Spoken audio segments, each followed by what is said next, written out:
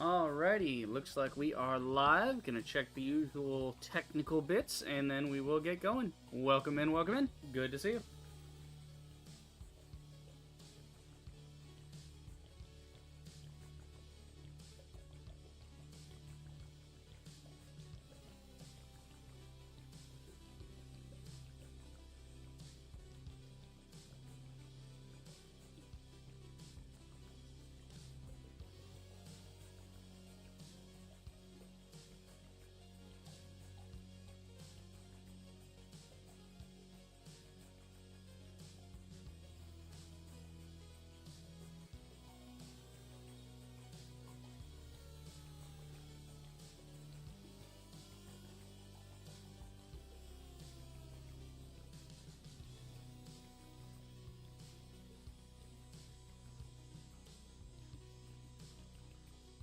Alright, should be good to go. Let me get the chat where the chat goes. Chat on the chat.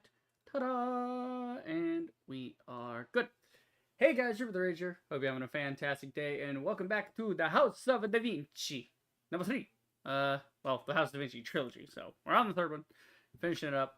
Probably not gonna finish tonight. Probably just do a little bit, and then just to make a little bit of progress. We'll see. We'll see. Yeah, good. Also, I was looking at the title of the stream, and I realized, like, just now, that the actual Pope is dead. But to be fair, if I put this off just because the Pope is dead, we wouldn't get to continue this until they, like, picked a new Pope. And I think they have, I think I heard somewhere they do, what was it, 18 days of mourning or something? Like, they'll go 18 days with no deliberations or anything. They won't even start to look for a new pope. Like, it's all just, like, burying the old pope and all that and being all sad. And then they start holding tryouts for the new pope. Basically. Yeah, so it just... But I just realized, like, I mean, with the stream title and everything, I find it really funny that it just happened to line up that I'm playing this, which involves the pope, around the time that the actual Pope is dying. Like, I'm not laughing at the fact that he's dead, actually. Of all, like, I don't like organized religion, right? I really don't. I despise it. I think it just ruins man's rationale and his logic and his thought processes. I think, like, religion and spirituality, believing in something you can't prove through experimentation, right? It's fine to believe something like if you believe that a thing is a certain way until proven otherwise, okay. It's when you're proven otherwise, like when you can't demonstrate why your belief is true while another belief is conflicting with it, and that conflicting belief has proof of what makes it true, you're being a dick at that point. But I will say, credit where credit is due. I don't like religion, but I believe Pope Francis was the recent one. The recent dude was kind of chill. From what I understand, he was mostly chill. Also, I noticed something last time, and it's pretty neat. You see on top of here? That is the little cart from the second chapter, I want to say, when you go to Luca's house to, you know, with the windmill and everything. That's the little cart. That's the little, like, mine cart thing, you know. And it's cool. I like that. There doesn't seem to be any other bits. I just happened to notice that in one of the other streams. Like, it was in the second stream I noticed. I just never mentioned it. I was like, oh, isn't that on the menu? Yeah, it's on the menu. That's the little one from the model set. Not sure what's going on up here. It looks like some sort of bust or like a set of armor or something. Maybe that comes into play later.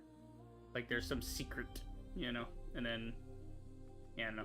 It would be pretty awesome if you ended up in this room as a room you had to, like, the final puzzle was the main menu and you just happened to be looking at it the whole time. But, I don't know. It'd be kind of neat if they wrap back around to that. But let's get going. Got some puzzles to solve. We're trying to go to the Vatican. Yeah, so we're going from Borgia's hideout. We're going over to the Vatican so that we can break into the Pope's secret chamber or whatever and take the...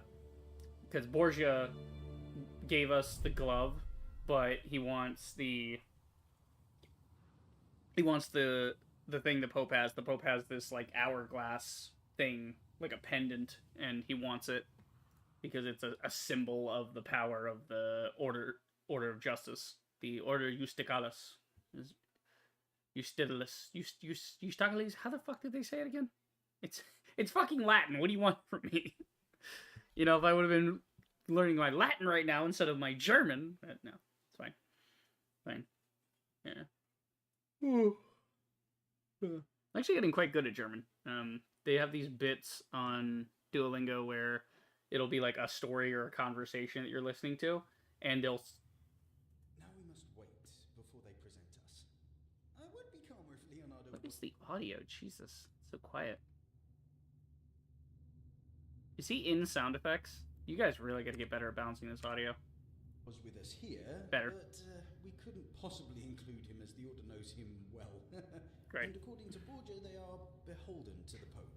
At least we will attract less. I mean, attention. even We must. okay, even without this whole Order of Justice thing, Leonardo da Vinci probably wouldn't have been welcome in the like Vatican anyway.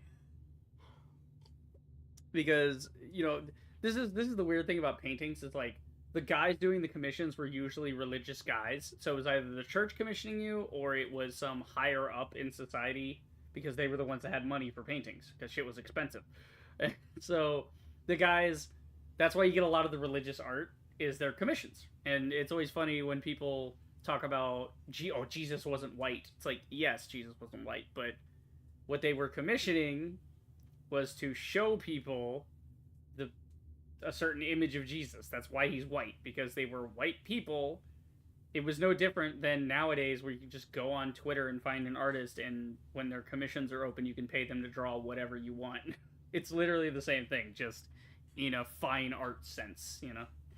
It's the same thing. But yeah, Da Vinci, I mean, with his whole, like, trying to fly and everything, I believe he actually got, He had a test flight once of his thing. It's actually a reference in the first game where you see the guy flying on the wings and he falls down in the opening cinematic. That is actually a reference to Da Vinci's. That's a reference to Da Vinci's flight, his like failed test flight where he couldn't fly because the materials were too heavy. It wasn't.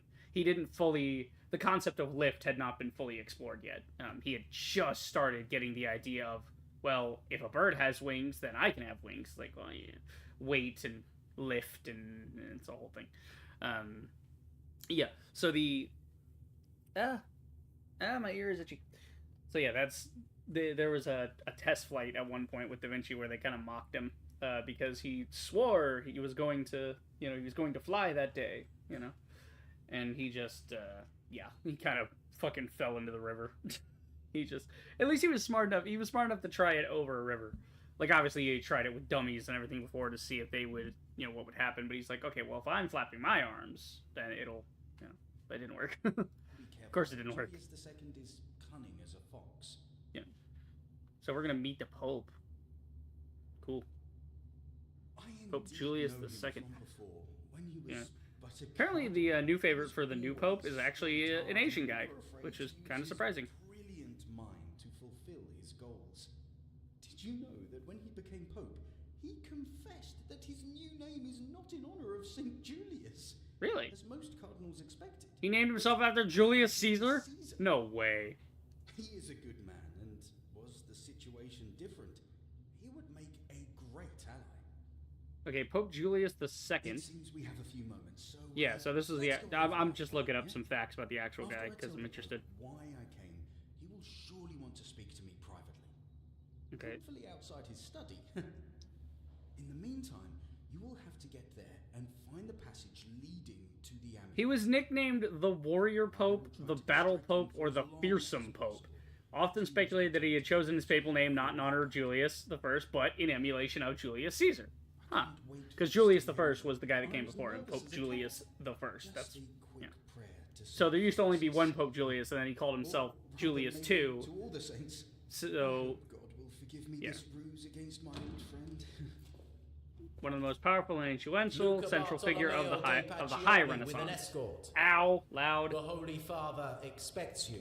Okay, can the Holy Father expect me quieter? Jesus, that got loud for this just got loud again for no reason. Like, I don't know if you guys are going for like hushed tones or what, but yeah. So we'll read a couple facts here. So he was a central figure of the High Renaissance. So that's the period we're in now. Is the Renaissance. There was like the High Renaissance when there wasn't so much Inquisition burning at the stake type stuff, and then there's like the Lower Renaissance where it's like, yeah, it's not great. The Age of Enlightenment kind of fell in on itself a little bit. It was kind of shit. Left a significant cultural and political legacy as a result of his policies during the Italian Wars, which is around this era, right, with Cesare Borgia, you know. Let's see. The Papal States increased their power and centralization. The office of papacy continued to be crucial diplomatically and politically during the entirety of the 16th century. Neat. So basically, he's the reason the church was so powerful in the 1500s, and then what do we get in the 1600s? We get a bunch of guys that are like, I don't want to fucking do all that church. You get a bunch of... That's the ultimate irony, though, about American pilgrims, is it's the idea of the pilgrim is like, oh, they're seeking religious freedom. No, they were seeking to be oppressive. They were basically cultists in Britain because they were, you know, like, they looked at them and they were like, whoa, you guys are a little much. You need to leave. They kicked them out because they were a little too religious. They were a little much. Let's see... Okay, overview.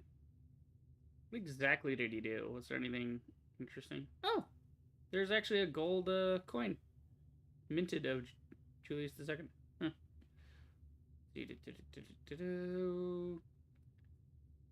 Took the name Julius, only used by a single 4th century predecessor. Wow. So Julius II comes from Julius I, right? The only other person to be Pope Julius was in the 4th, not the 14th, the 4th century. So he went back basically 1,000 years and chose that name. That's crazy. So did they actually just pick a name? Again, I know religion, but I don't know the ins and outs so much of the Catholics. That's not a super huge thing. Like, I'm yeah, I know my Bible and all that, but I don't know the whole religious rites thing because I was raised Southern Baptist, so going to church every Sunday and knowing all the little things. Southern Baptists are way different. Catholics have like a ritual for fucking everything. They're crazy like that. So what happens with the Pope? Do they like does the Pope change his name? Let's see here. Each new pope, once chosen by a conclave of the College of Cardinals, can take on a new name, one infused with meaning, history, tradition. Right. So they're sort of like picking a name, you know. Something that is symbolic, means something. Why would they want to choose a new name, though? It's like, I mean, I guess in this day and age it would be a little strange if you had a guy called Pope Steve. Pope Steve the First. You know, Steve.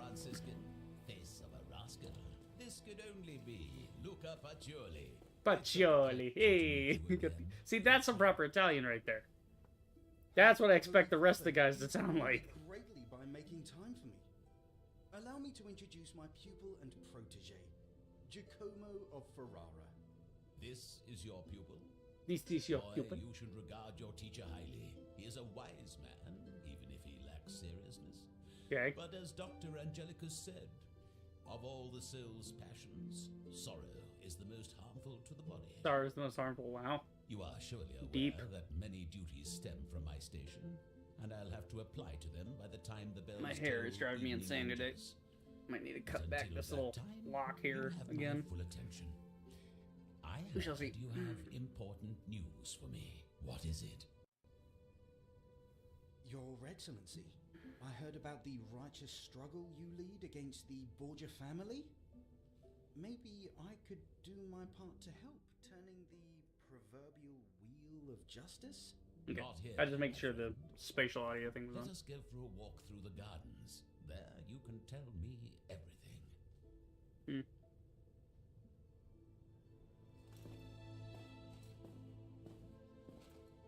Oh, God. I love the way the Pope's guard look, man. Giacomo, It looks while so we're here, dumb with their little this is stripy only what I've pants. come to know. That's an actual thing, by the way. In the meantime, They have an if official you pass guard. the time reading, I'm sure you will find a book that will interest you. So obviously there's like the actual guard, which are the yeah, they're called the Swiss guards, by the way. So the actual guards are, you know, around the Pope. They're like Secret Service. They're dudes in suits and robes and things so that they look normal. Like they just look like they're part of his entourage. The Swiss guards are on display at the Vatican. They're a traditional guard. Kind of like with the mounted guys at the what do you call it? What do you call them? The guys with the big hats at, you know, UK. Now, they are actual soldiers, though. To be in the Swiss Guard, you do have to be an actual military guy. Same thing with the Brits. You don't just because it's a ceremonial position does not mean it's not a real position. It's like you have an actual thing. It's so amazing to see because I've seen some of the videos of it. It's so interesting to see them because they're wearing the traditional UK garb, like the red and everything, the guards at Buckingham Palace, right? And they wear the giant fuck off hat with the chin strap and everything. Except they're not just standing there with it. Like, I think they do have like a sword on their hip to be ceremonial, but there's footage of them actually standing there with a full on, like, you know, M14 like rifle on their hip, just like standing there. And if you approach, there's a certain line, like it's like 10 feet away from the wall. There's a certain line in the pavement. I don't know if there's a literal line, but it's like basically where the stones line up around it, where that's kind of, they let you get to a certain point, you put one toe over that line, they step forward, they take that rifle off their shoulder, they hold it out, you know, to show, like, to push you back, you know, metaphorically. And they're just like, you do not approach the Queen's guard. Like, Jesus Christ, they just scream at dudes. And people gotta, like, run back real quick. It's usually dumbass tourists that do it. Like, leave dudes alone, you know? It's actually a great thing about, in the National Cemetery at, I believe it's in Arlington, is the Tomb of the Unknown Soldier. It's inside the Arlington Museum, not the museum. Well, it's kind of a museum when you think about it. It's the Arlington Cemetery for the military, right? It's where all the soldiers get buried, is in Arlington. Well, unless they make other arrangements. Like, usually they'll get buried in Arlington as a thing, but there's local ones they might get buried in, or there's certain, like, you know, you might just say, no, I don't want to be buried in that. I don't want to do the whole full honors thing. I'm going to be buried, like, at my house, you know, in the backyard, that kind of thing. Or, like, over here on this hill, you know, that kind of thing. Or, like, a regular local cemetery. But the point being is the Tomb of the Unknown Soldier, they have never missed watch once. There's never been a point where they've left the tomb unguarded. The Tomb of the Unknown Soldier, by the way, it's for the people that don't know the military in the U.S., it's a ceremonial tomb, right? There's no actual body that was ever there. It was for all of the guys that are unidentified, that go missing. They, you know, guys that just have nothing to bury, or, you know, anybody who is lost and has no family to care for them. That's the idea. The Tomb of the Unknown Soldier is, it encompasses the entirety of military service. You know, that's the idea. And it was started back along the Civil War because they had a lot of dead guys, and I mean, they had so many guys that they were basically doing mass graves a lot of the times because you had to clean all that up. It was going to spread disease. You had to quickly get rid of the bodies and all that as quickly as possible. So, and a lot of these guys, they would end up far away from home. This is the 1800s, mind you, so you can't just pack the body up and wrap it up and ship it, you know, 7 states away back up north. It might not make it. It'd be prohibitively expensive. So basically the idea was, like, they get buried a lot of times in fields. Vietnam, same thing. A lot of guys got buried over in Vietnam because they couldn't afford to bring them back. It was a logistical thing. And then years later, obviously, now that we're at peace with Vietnam, it's like they went back, dug up some of the guys because they knew where they were, and they brought them home and gave them a proper burial. Yeah, so the point I'm trying to make is actually really cool because they look up some stuff on it. It's really awesome as a ceremonial thing. This is the thing. I hate the military-industrial complex, but like, two things can be true. You can hate the military-industrial complex, and you can respect the men in uniform. Like, that's... Because it's not the fucking private's fault. It's like there's a lot of people like, oh, war criminals and baby killers, blood for oil. Like, Jesus Christ, calm down. Like, you don't just have random Joe Schmo private, Gomez over here wanting to just... He doesn't just wake up in the morning and go, ah, man, can't wait to kill some innocent Iraqis today. Like, yeah, there's some psychopaths in the military. Why did I just drop the 10 frames? I've been sitting in the same thing the whole time. What the fuck ever, game. But yeah, there's some psychopaths in the military, but there's some psychopaths in every walk. I mean, if we want to talk about psychopaths, look at Wall Street. Those dudes are fucking insane. Anyway, point being is really cool. They have this whole thing. They walk back and forth a certain amount of paces. You have to be the best of the best of the best to be allowed to be on the guard for the Tomb of the Unknown Soldier. Like, you represent the entirety of the, I believe it's the Marine Corps specifically are the ones tasked with it. And they go through the whole thing. They clean their uniforms every single day. They spend hours, like, they'll walk the tomb for hours, but before that, they will spend like 3 to 4 hours getting their suit right and everything, because it has to look exactly right.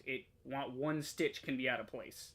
They have to walk a certain way, they gotta walk around, and they carry a ceremonial rifle. It is not loaded. They carry nothing but that. It's a ceremonial rifle with a bayonet and everything on it, and they walk like that. It's not loaded, but there have been instances where people are jackasses and they're told, do not cross the rope. There's this, like, basically the way it's set up is you got the tomb here, and then you got up here is like the viewer's area, right? It's like a flight of stairs that separates you from that, and you are not allowed any closer than that. You can't even breathe in that general direction. You have to stay behind the railing. Do not cross that. Do not go forward. Do not pass go. Do not collect $200 type thing, right?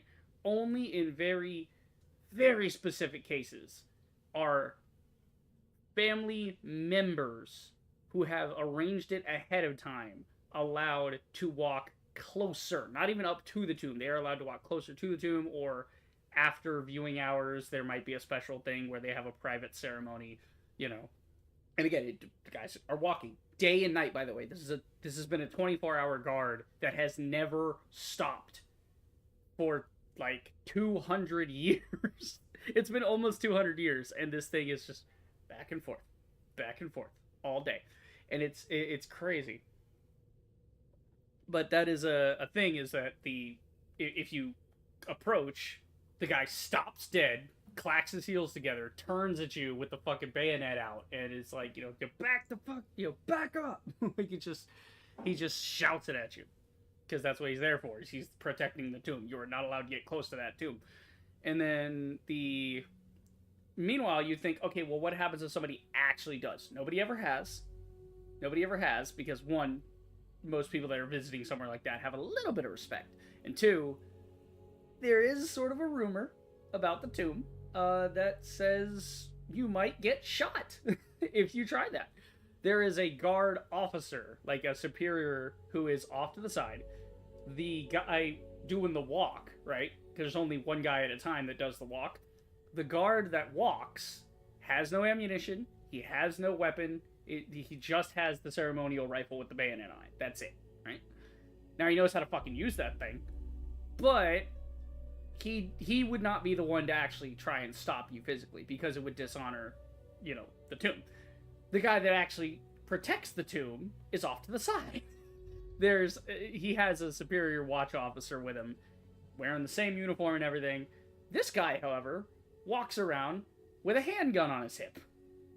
And it's never been confirmed or denied, right? They can neither confirm nor deny if that is in fact loaded with live rounds. The general consensus is yes, it is. And if you were to actually attempt in any way to disgrace or deface the Tomb of the Unknown Soldier, you will be shot on sight. Which is fair. I think that should be for any historical site in the world. If you do anything, immediate prison time. Like, some things are fucking sacred, man. You know, it's one thing to say, yeah, fucking spray paint this Target and burn it to the ground. It's like, okay, it's a department store. There's nothing honorable or sacred about a place of commerce, right?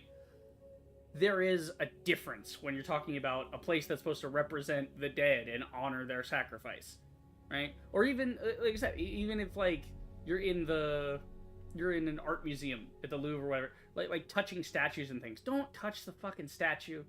You know, why do you even need a picture with it? Just appreciate the art. What the fuck do you need a picture for? You know? Why don't you take a picture of yourself later at lunch, and then you can describe to people what it was like to see the statue? Fucking dumb. There's enough pictures of the statue online. Somebody can just Google it if they want to see what it looks like. They don't need your stupid face in there. You know? Or like the people that go to Japan, they fuck it up for the rest of us.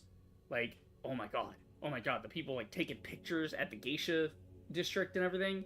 Or that one bitch that was like, she was doing pull-ups on the Torii Gate. Dude, no. Like, I look at that and I'm like, yeah, that should be immediate jail time forever. Okay, so let's see, what do we got? The Palazzo Apostolico. The Palace of the Apostles, essentially, is what it means. Palazzo Apostolico. The Apostles, right? So, the Apostles' Palace. The Pope is an apostle. The Pope comes from the original Peter. Peter was one of the apostles of Jesus, and basically what happened was the rest of the Christians were like, yeah, this is cool. We'll just keep, it sucks Jesus is gone, but we'll keep doing the whole Christian thing. And then Peter, for some fucking reason, the Catholics decided to claim that Peter somehow had gotten word from Jesus before he died, of course, and was like, he was anointed as the head of the church. Really? Was he? Was he, though? Was he? He was not. But basically that's where Catholicism comes from, the whole Pope thing. It's just an ongoing, it's basically a running gag of, since Jesus isn't here, I am God's presence on earth. That's what the Pope is supposed to be. He's supposed to be the head of the church, since Jesus is not there to be the head of the church. Even though Jesus was never actually a head of a church, he wasn't supposed to do anything like that. The idea was to love your fellow man no matter what, and just be a good person. The whole fire and brimstone thing came way later. That was amended. That was not a thing that Jesus actually was about. He was not a dick like that. Okay, so the Order Justitialis. Yeah, it'd be Justitialis because the J is silent, Latin. Order Justitialis.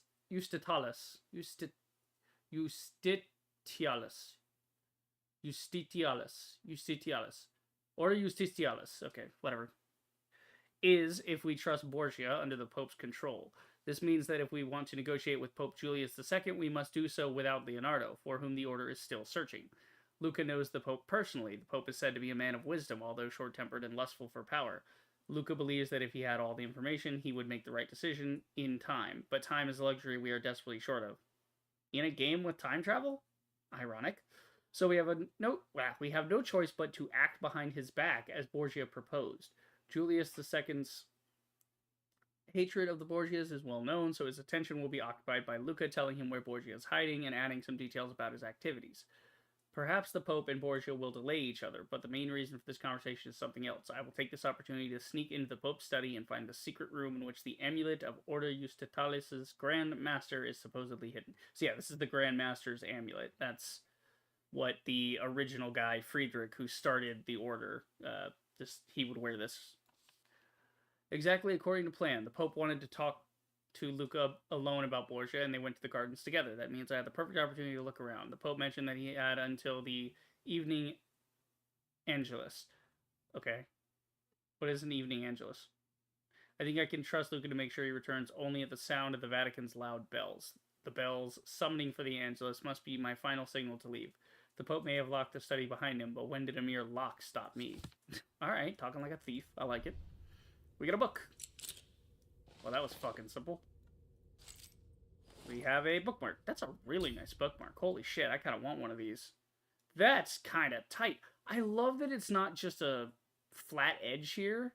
because that might crimp the page. They made it soft. They rolled it and made it soft, so when it sits here, it doesn't press hard against the page. It's not like a hard, flat edge. Oh, look at that. That's,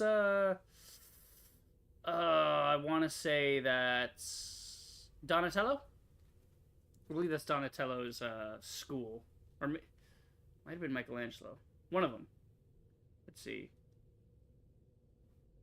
Renaissance painting Socrates. Yeah, there's like the School of Athens is what it's called. Painted by no, Raphael. I should have known this. Raphael's my favorite painter. Fuck. I was like, I know this painting and I love this painting. Who, like, again, you have Michelangelo, Donatello, Leonardo, and Raphael, right? So they're Leonardo da Vinci, Michelangelo, Donatello, and then Raphael. They're, you know, the great masters, the four. That's where the turtles come from. That's where you get your Ninja Turtles from. You have to wonder how many kids got into history because they heard about the Ninja Turtles being named after the great masters of art, and they got into art history because of that. Like, I want to learn about these guys because that's what the turtles are named after. Can you imagine? Okay. I guess there's something more with the book. Maybe? No. Okay, anything around? Ah, lock. Okay. We're going to use the bookmark as a lockpick. Okay.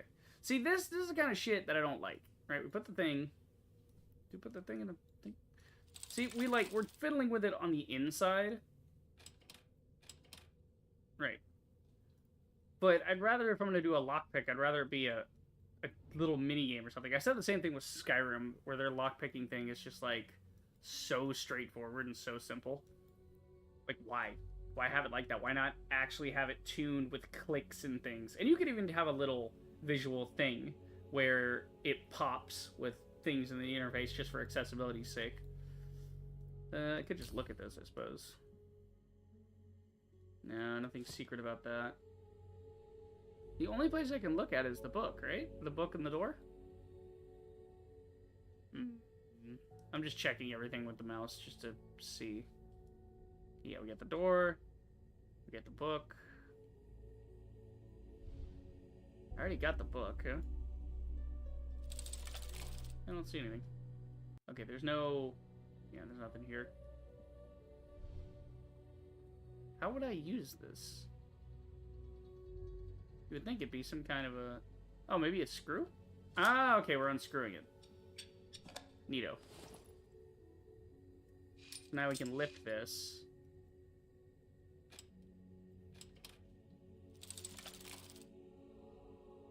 How come that didn't work? Oh, we put it in now. Okay. Here, let's see if we can do this without...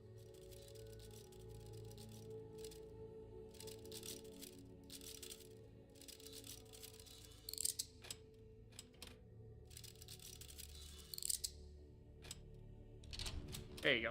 See, that's the thing, is I didn't even need to look through it, right? Yeah. I didn't even need to look through it. I could just hear it click, and I'm like, okay, let me try that, you know? See if it works. Well, I think the rumors are confirmed that he took his shit from Julius Caesar, considering he has an entire display for the Roman Empire. SPQR, that's something. It's basically, I think it's the insignia of the Roman Empire. Yeah. Yeah, it stands for the Senate and the people of Rome. Senatus Populus que Romanus, right? So basically it's, yeah, it's like, you know, it's like having a big USA printed on there, you know. Oh, there's a thing on the floor. Okay. Yeah, see, here's a bust of Julius Caesar as well. Oh. Julius got a hole in it. Okay. Interesting. Those cabinets look interesting. We can't do anything with these cabinets. They look like they're important somehow. Okay. Little horse. I'm assuming... I don't know. I don't know what little statue that's supposed to be. Again, I would assume it has something to do with Julius Caesar. Ooh. What's these? A stone rosette. Ah... This goes on the thing. That goes on the statue. Ooh, chess. Cool. So what do we get? When Luca told me on the way that Julius II had chosen his name not as a tribute to Saint Julius, but to the Roman Emperor Julius Caesar, I was quite skeptical. However, looking at the decor of his study, I'd probably owe Luca an apology for my distrust. Yeah, no fucking shit. Like, dude. Okay, I know where this goes, but we're going to look around first. Okay, there's some kind of bolt on here. Okay, you don't go any lower with that. Nothing else to look at but the stick. Okay. So let's go ahead and give this to Julius. Oh. Hey, we got a drawer. So that goes for the little statue.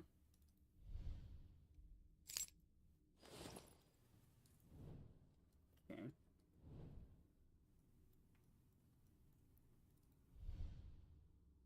There you go.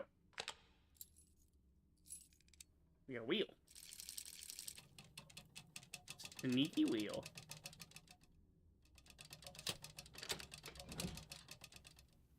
Okay, I'm gonna go ahead and turn the audio on just a touch more. A little loud. There we go. Okay, so now we can go through the gate. Let's see what we got upstairs. Ooh, library. Okay. We got the library. Bibliothèque.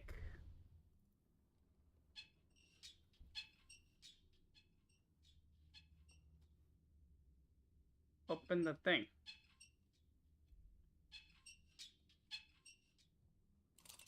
Oh, there you go. You gotta turn it the other way.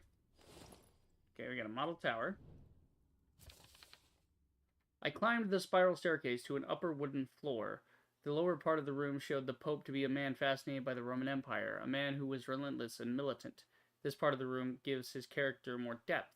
There are dozens, perhaps hundreds of books with different themes, not all of them religious, and a model of a basilica resembling the works of old masters. I wonder what secrets I'll discover here.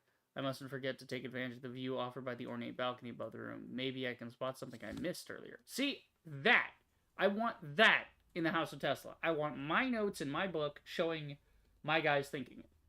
Not needing a hint to just say, look over here. That's simple, okay? Simple. If I'm clicking on a hint, it better be giving me part of the solution, or at least telling me how to find the solution, not to, you know. But yeah, I want to know my guys thinking. Oh, it's a chessboard. Okay. I got you. I mustn't forget to take advantage of the view. Yeah, so it's a chessboard.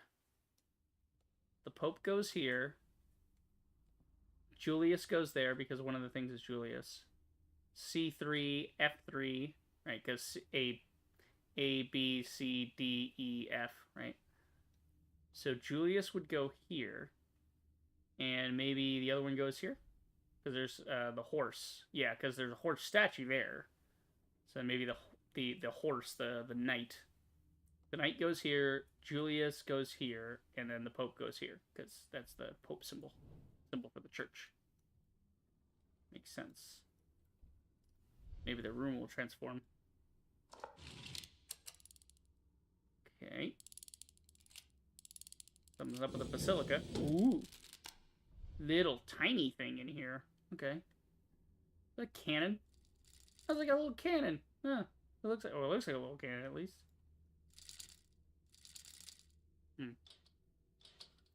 What's the idea here?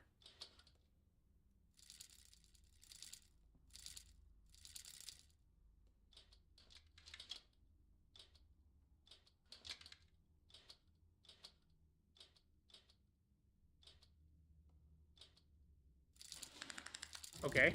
Didn't know. Oh, we're fitting it into the green here. Okay. Okay. I know what we're doing. I like puzzles like this. Oh, it's not like a little cannon. It's just a little switch. Okay. It's shaped kind of like a cannon. It's like a tube and a little thing on the side. Alright. Ooh, it's about to get funky. Okay. Oh, shit. No, okay, I thought I fucked up for a minute, but no. Fine. There you go. That out of the way there. Oh, shit. I gotta get that up somehow. Damn. Okay, move it back. Back, over, down, up, right, left, over, under. Yeah. Okay, hold on. Almost there. I just gotta get this guy above. There we go. Sweet.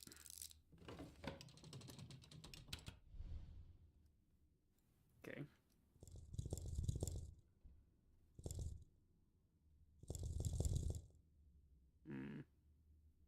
One, 3, 1, 4, 2, 3, 1, 4, 2, 3. 1423? What's important about 1423? I don't know. Okay, so that's the rook. We're gonna need that for the chessboard.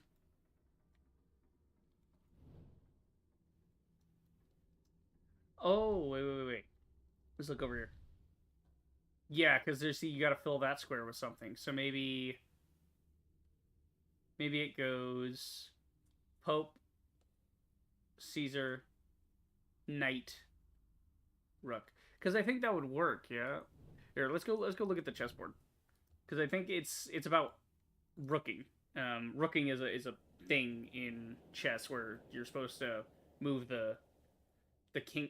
It's a thing. I never really played with it. I always thought it was kind of a stupid move that you could do, which was just like, if your king is here but your rook is this far, you can, like, if the rook is 2 spaces away, you can swap the rook with the king. So I don't know, but yeah, it's something like that. It's a whole thing with chess. I do like me some chess. But yeah, let's see. Yes, this is the Pope. Okay, so we're looking at F3 and C3. So starting on this side and going out here. So basically, this in here is our floor. Something like that. Okay, let's check the map. Here, can I look at it from the other end? Yeah, that'll be a lot easier. There we go. Okay. C and F, right? Yeah, C and F, yeah? I can't see it from here, but yeah, that looks to be C. Okay. Should be C and F. I mean, that's how the board's arranged. Okay.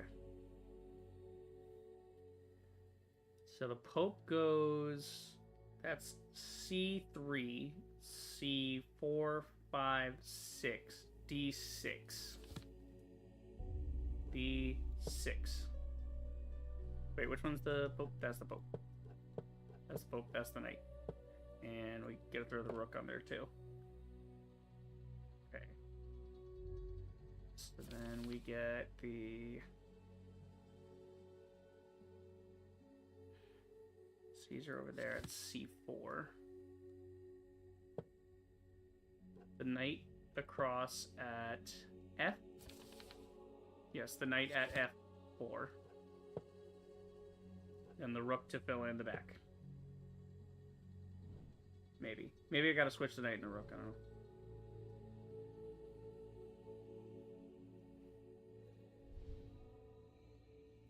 Because, I mean, there's a horse here, so you would think the Knight would go there.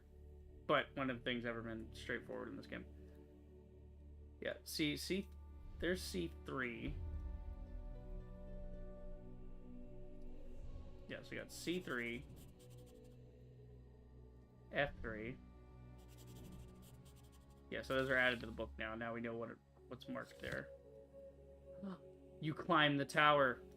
Clever bastards. I have the Knight in the right spot. What I don't have is the Rook. I just realized. What else is on this chessboard? The stairs. They take up a space. The Rook goes next to the Pope. Because it has... That's why the Rook has a staircase on it. Usually Rooks don't have that. It's just the tower. This has a staircase on it. Oh! See? This is good! Holy shit! We're like entering... Okay, we're still halfway through the game, but we're kind of entering the third act. And yet, we're not running into stupid puzzles yet. This is good. Okay, I feel like they're actually getting really good at making puzzles. Okay. Now we can do something with this. Yeah, the thing moved.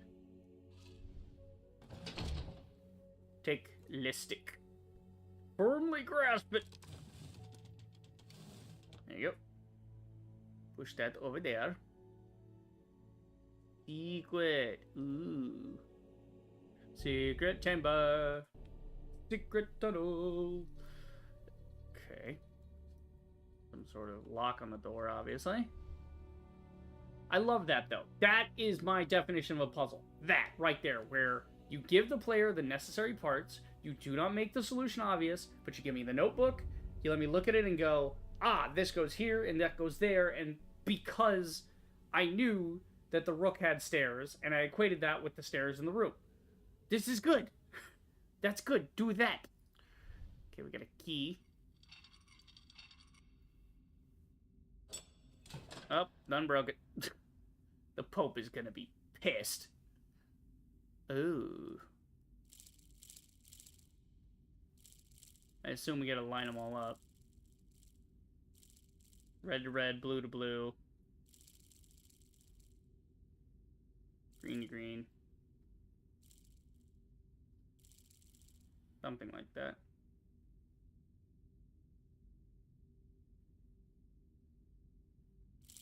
Maybe like that.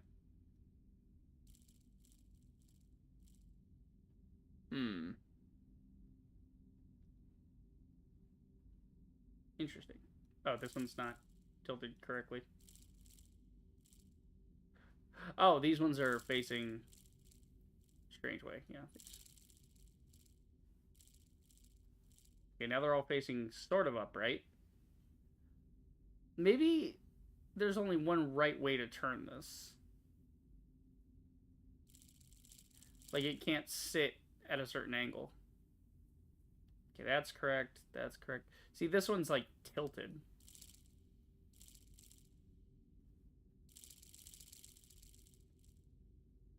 Is there something in the texture I'm not seeing because my texture setting is lower? Oh, no, it's just this bullshit again. Why did I go from a puzzle that was really cool to this stupid shit where you just look through a wall and line things up? Come on, man. I was giving you praise 3 seconds ago. Work with me here.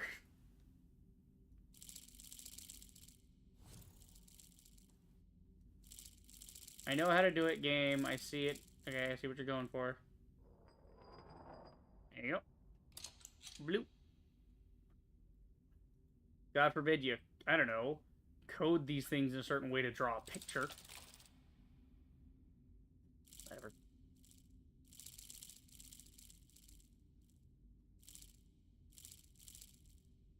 Okay. We're going down here.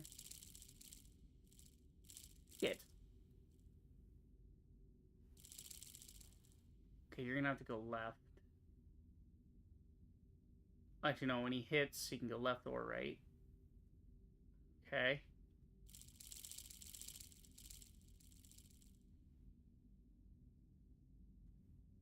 Okay, that's gonna hit and go down. I mean, it's not like this is super easy peasy. There's still a bit of difficulty to this, but it's not the same as being clever like the other one. This is just rotate the shit until it works, you know? And there's zero indication how to do this without the Ocula Infinitum.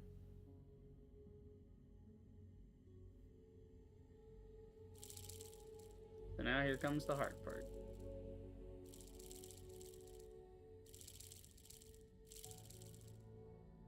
But I mean, theoretically, we spin this fucking thing enough, it'll have to line up. Eventually. Can these move? I feel like I need to move them around somehow.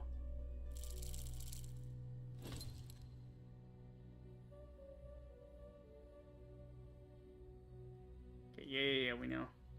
I already figured that out.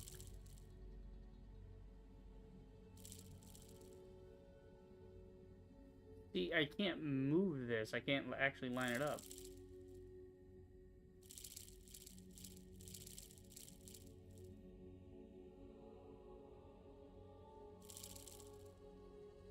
Do I need to use the other passageway that's already set up? I think that's what it's getting at. Maybe. Hold on. Yeah, because you can go right. So if I turn you like this, you'll go dink, dink, dink. think, and then I just gotta turn it so that you end up... No, that doesn't work. Okay, maybe I send it around somehow. Ding, ding, ding. Straight across.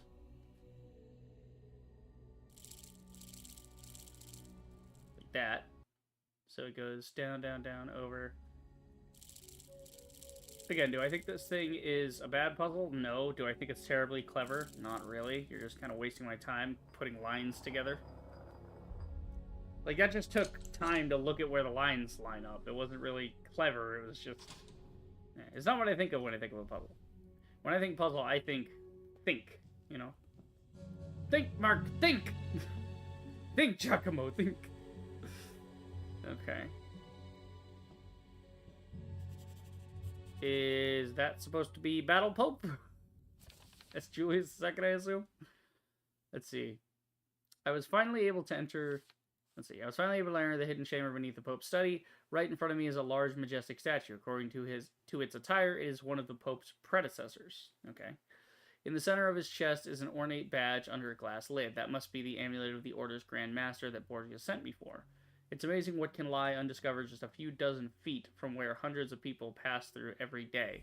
I'd heard all sorts of tales of secrets in the Vatican many times before, but I never suspected that they were based in truth, let alone that I'd ever see any of them with my own eyes.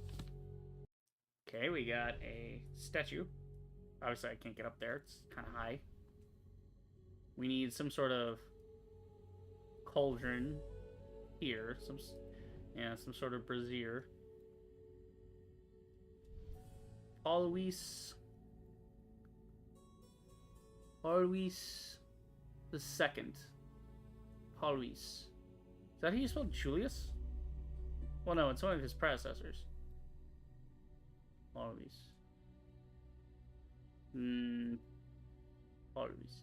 Paul the Second? Pope Paul? Yeah. I believe that's how you say it in Latin. The V is pronounced as a W. Paulus. Paulus. That second, yeah. Let me Paul. Okay, we've got a key. A key. Your Excellency Pope Gregory the Ninth, Frederick II challenges immutable truths and undermines the authority of the Church. A prime example is the way he handled the Crusade. Your Excellency ordered him to take Jerusalem, and what did he do? He could have sent those infidel dogs into hell itself, but he would rather break bread with them.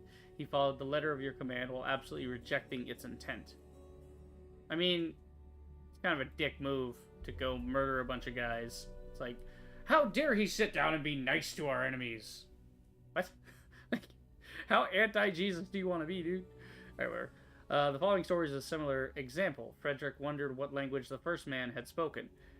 With that thought alone, he ignored the natural order since the time of the Tower of Babel, but his sin is far worse. Oh no, he's learning other languages. Somebody stop him. What the fuck? In an obsessive desire to answer a question that Lucifer himself whispered to him, he had babies taken from their parents. What? What?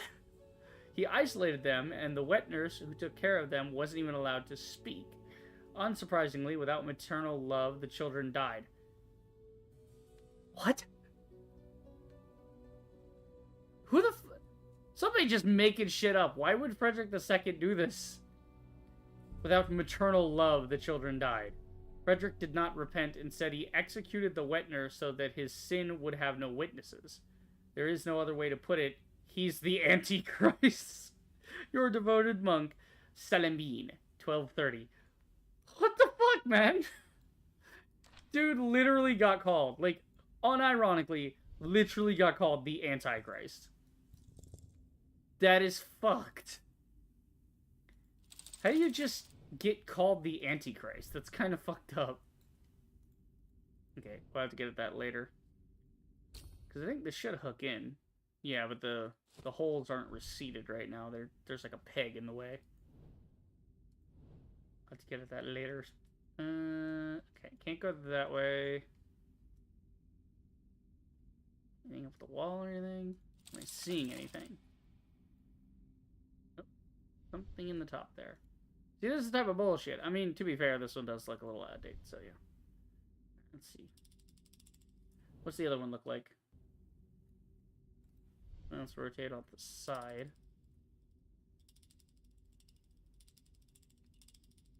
There you go. See, you don't even need to look through it. I don't know why they would even bother with that. Okay, we've got some sort of bird cage. Oh, it's like a metal shrine. Okay.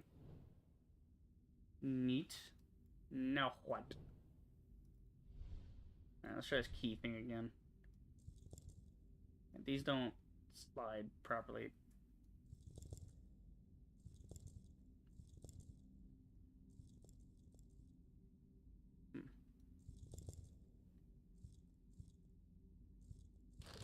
Ah, there you go. It's like the other thing where you had to push the little pillars down in order. What in the fuck? A metal cylinder with arms. Looks like it folds in some way. There we go. Ah, it's a base for the thing. I know where to do this. Oh, yes, we're going to turn the light on, and there's going to be more areas to check out puzzles, right? Is that how we're going to do? And that. And now it's a sensor.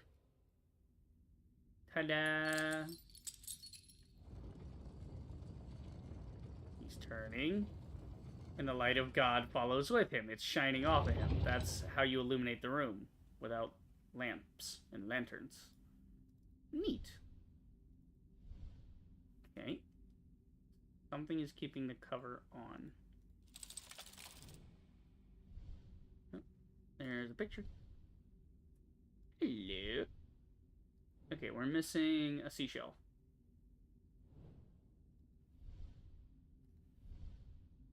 We have an angel. Missing pillars.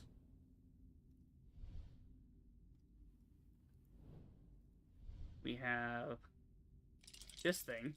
Ooh. Hello.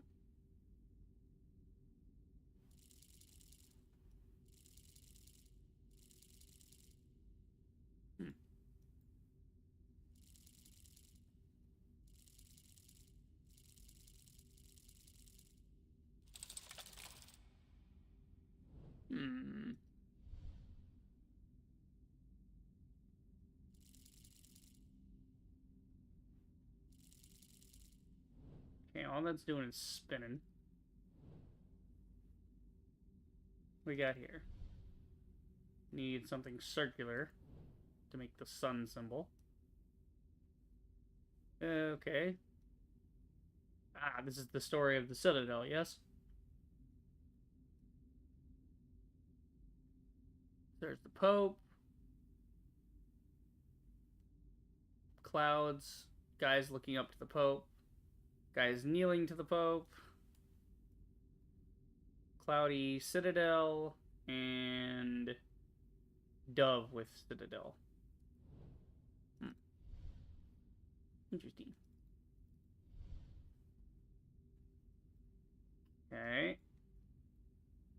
At a loss here, boys. What do we do?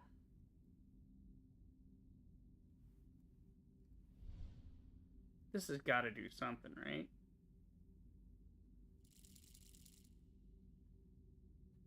Okay, that's got to be connected to something else.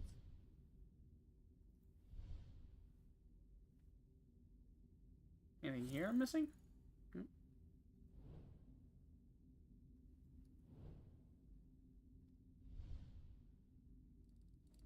Oh.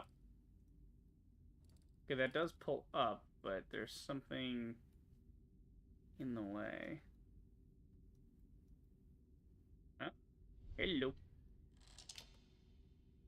I think I need to insert something with a circular section. Oh, come on, really? Damn it, I find something and there's no progress. Like a freaking oyster that doesn't want to give up the pearl. So I gotta go find a gold seashell somewhere. Is this the Pope walking a dragon? I just realized what this painting is. It's the Pope walking his pet dragon. Why? I assume it's something about taming Satan, whatever, you know. The sins and so on and so forth. Okay, maybe we gotta go back out? No, it won't let me go back out. Okay. So there's a seashell around here somewhere that I need. Ooh, I'm getting hungry. I had a small breakfast and a couple snacks, but nothing too crazy. Tell you, man, my metabolism has gone up lately. That's why I don't think work out every day.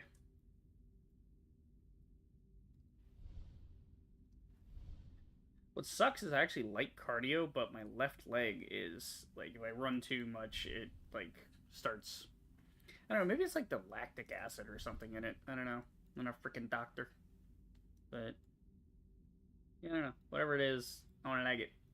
Oh, here we go. Didn't check the top. Or not. I'll go fuck myself. There's nothing to interact with up here. Okay, now I'm feeling dumb. On the side of the sprinkler is a groove. To its right is a golden ornament. What if I tried moving to the other side? This is a sprinkler?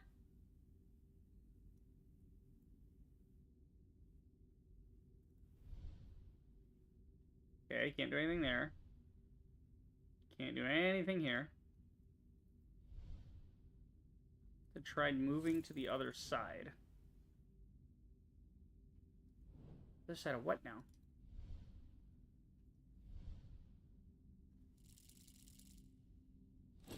I can control the ornament's movement via the sphere on the left. You mean this? Turning the sphere turns the ornament. Pulling the sphere to the left moves the ornament in current direction. Oh, well, fucking good technical controls there, but every time I pulled on this thing, it would spin it. It wouldn't pull it out. Whatever.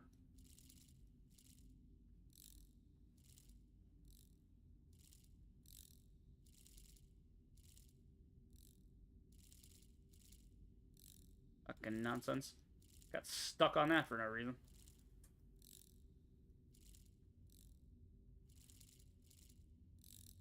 There you go. Good lord. Finally some progress. Okay. Oh, that's why they call it a sprinkler. Okay. Because that's the thing they hit you with the holy water. The thing. They dip it in the holy water and then they go, kapow! Come out, Satan! Like I said, man, Catholics got a fucking ritual for everything. They're weird about it. They are some weird dudes. Okay, this seems somewhat circular, so maybe over here. I'm just gonna try it here anyway. Yeah, no. Okay. Yeah, I didn't think it worked there, but should be up here. Sprinkler on top. It's a nice little decoration. Nope, the angel turns away. Put it back. Oh, I like the little bells. That's nice. Okay, we have a relic of St. John. The fuck is that? What is that, like his bone? Like a piece of his friggin' femur? What is that? Creepy.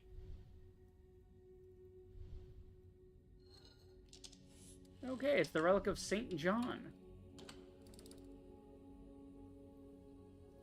I think it was John who was the Baptist. He was the guy that baptized Jesus.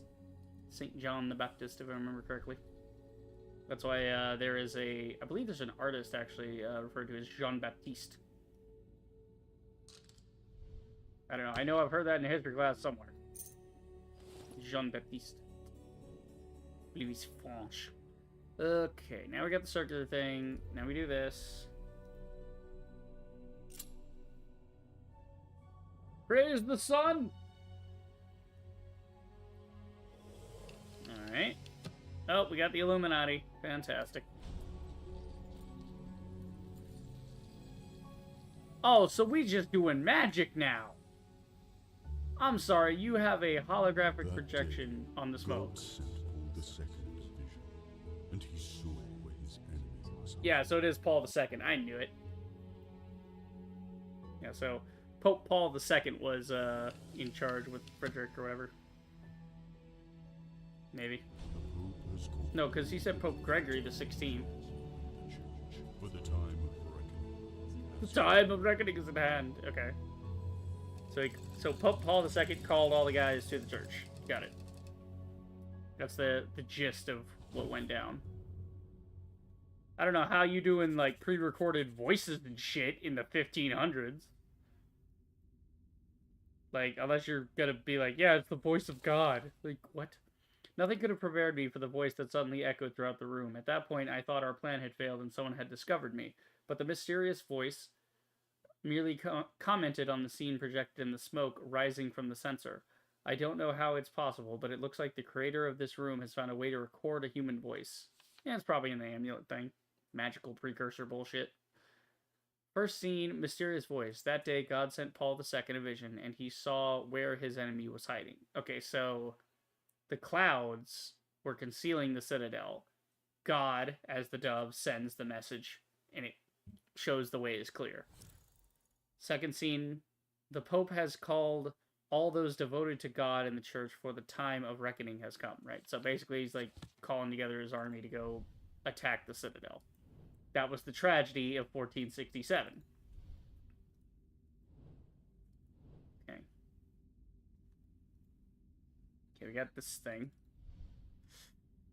Ooh, it's this puzzle. Okay, I've been wondering how this works. Are we just like sliding things around? I think so.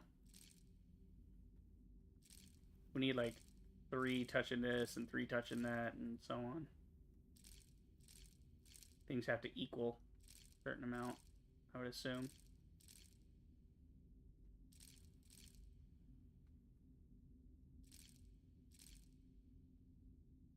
Right? Because 2 goes into here, 1 goes there, 1 goes there, 3 goes here. Oh, but 3 isn't touching that.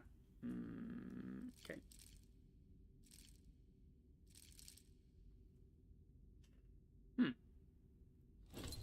Near the right hand of the statue, a column raised on the floor. It's grid groove across circular tiles can be shifted. Okay.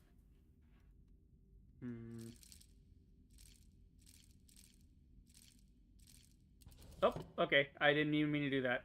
So it was like 3 and then 2 and then 1 and 1?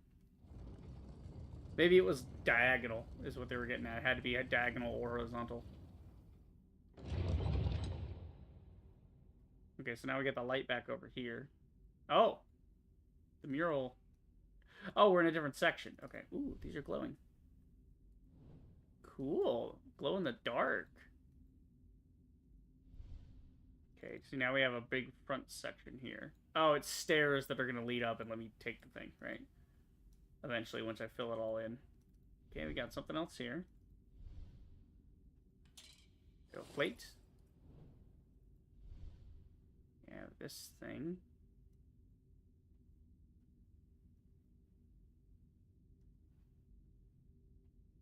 Okay, don't do shit. Let's see. Plate go on here? No. That'd be too easy. Nope. You got into the time. Okay.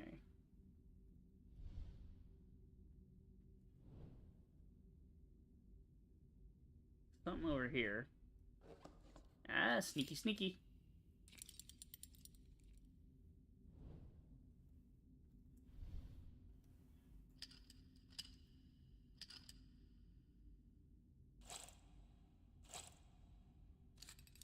Okay. Spin that bitch. Okay, we need some sort of cloud or something. Okay, maybe that?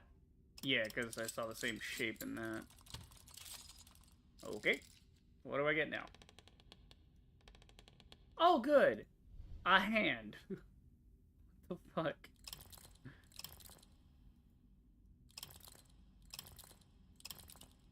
Oh.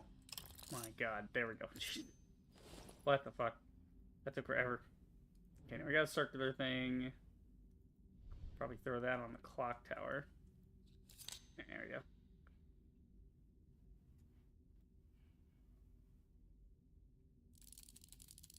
See, now it spins. We're winding the clock. Oh, that's cool. It's got little bells. What do we got? What's these? The second seal. The Medallion of Noon. Wait, what was the other one? Like the Medallion of Day? Or the Medallion of Morning? Like 1, 2, 3, morning, noon, night. Okay. Okay. So what did they do? They went and attacked the Citadel? Yeah, looks like it. Looks like they burned it to the ground.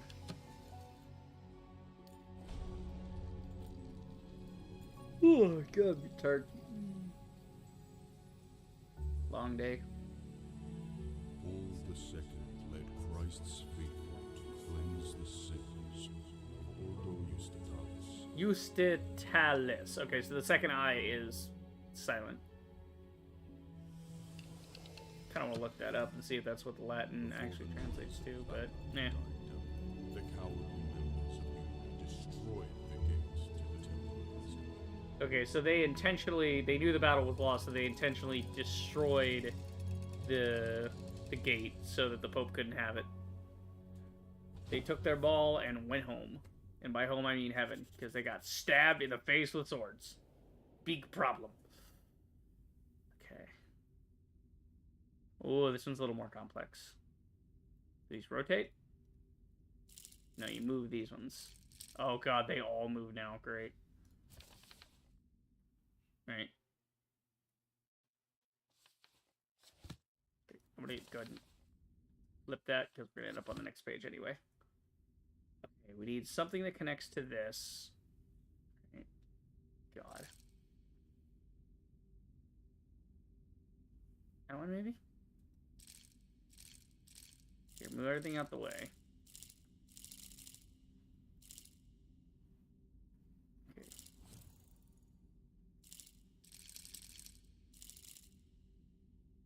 See, I don't know if it's supposed to be adjacent or like a diagonal. Seems like it should be a diagonal, yeah? Because all these things line up diagonally. Like these lines, and then it's on the other side like that.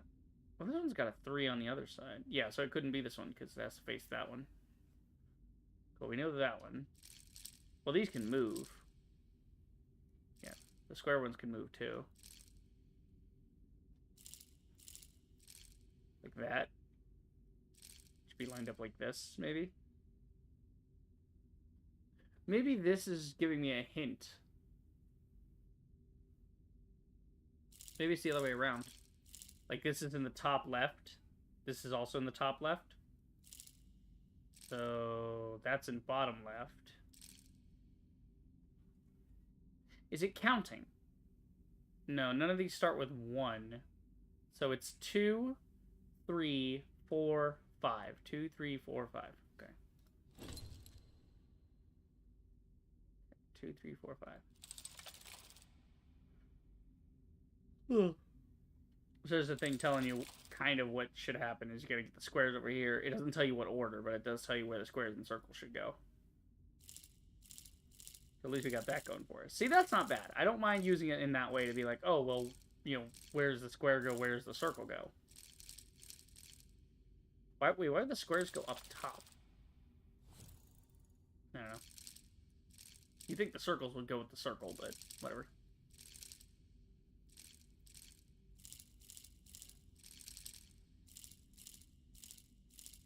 Okay, so something like this.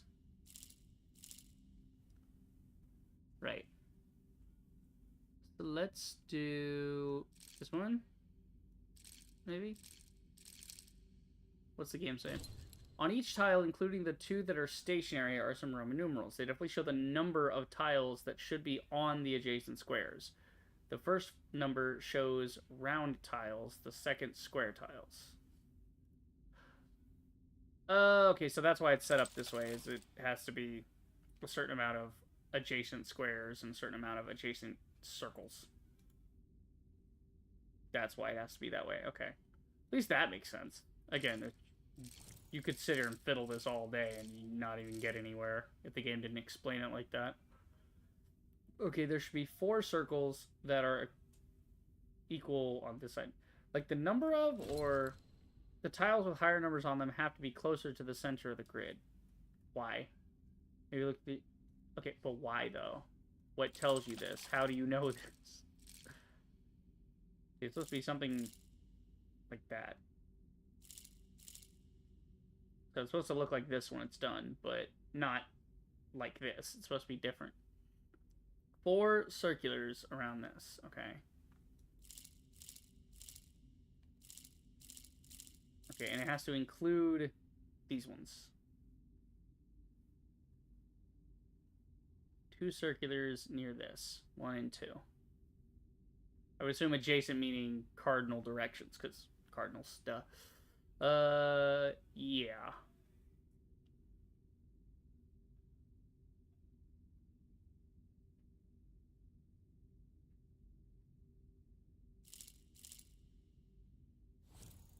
Right, so this one wants 4 around it. This one wants 2 around it. Well, if we include this as 1, 2, 3, maybe the 4 should be in the middle. Like that. If I mark the columns with A through D and rows... The fact that you have to fucking explain it this much with the hints... This is too much explanation. This is like... No. It's too much. That's explicitly telling me how to solve the puzzle. It's like, that's too far. I know, hints are hard to do, right? You don't want to give it away, but you also don't want someone to be stumped. But if you have to write out an entire paragraph of this shit to explain how the fuck the thing should look... Come on, man. You know the hint is not... Like, if your hint has to be so good that it just tells the player how to solve the puzzle, then you made the puzzle impossible to figure out to begin with. Like, come on, man. All right, we'll take it though, because I'm not gonna humor your fucking shitty puzzle design. The positions of the square tiles would be as follows. Okay, A through D and 1 through 4. So A starting here, A, B, C, D, and then 1, 2, 3, 4. Should be okay. 2, 2 on the square.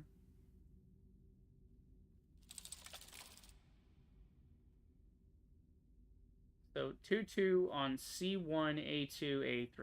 Okay. So we got 3 2 2s.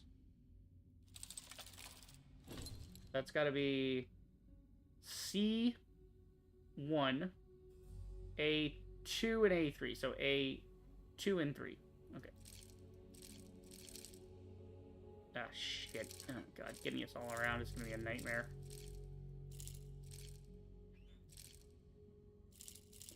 Move all of that out of the way for now. Okay, those are all ready to be set up. Okay, here, move you out of the way. You don't need to be back there. Yeah, like that. Okay, so that leaves only 2 positions these could possibly be in. So what are they trying to get at? I'm just trying to see the logic here. What did they say about each adjacent square? What the fuck are they talking about? Okay. They definitely show the number of tiles that should be on the adjacent squares. The first number shows round tiles, the second square tiles. Okay, so this wants 4 in the adjacent. So that's why 1, 2, 3, 4. When they say adjacent, they mean the entire thing, including diagonals. Okay. And then this wants 3 in the adjacent. So 3 rounds. That's a round, so it counts round and round. Those are 3 rounds. This is 2 rounds. Well, no, this is 2 rounds. So what the fuck? How the fuck does that count? You silly bitches. Alright, whatever.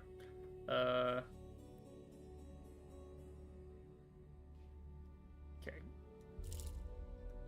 So what the hell are you talking about the first... Yeah, again, this is why I'm not humoring this. This is why I'm going straight to the last hint and just filling it in. Because, yikes, Captain. So 3, 4 needs to be in B2. What the fuck would that be? Square tiles. B2. Okay, B2. That should be 3, 4? Oh, because C1's supposed to be... Okay, yeah. I moved that one. 3, 4 goes there. That goes there. Huh? 2 circular. 1, 2. 2 square. 1, 2. Okay. 4 square. 1, 2, 3, 4. Okay. 3 circular. 1, 2, and 3. So I guess this doesn't count as a circular one? Y'all are silly. Y'all are very silly, you know that? Okay. V2. Right, V2 down here. Yeah. V2 goes in C2. Just stay here. Okay, circular tiles would be 2, 2 on B4 and D2. So B4, that should be 2-2. And then D2. So there. And then D3. So D2 and D3 on this side. Leave them there. Okay, so there. And then okay, let that moved around here. Hold on.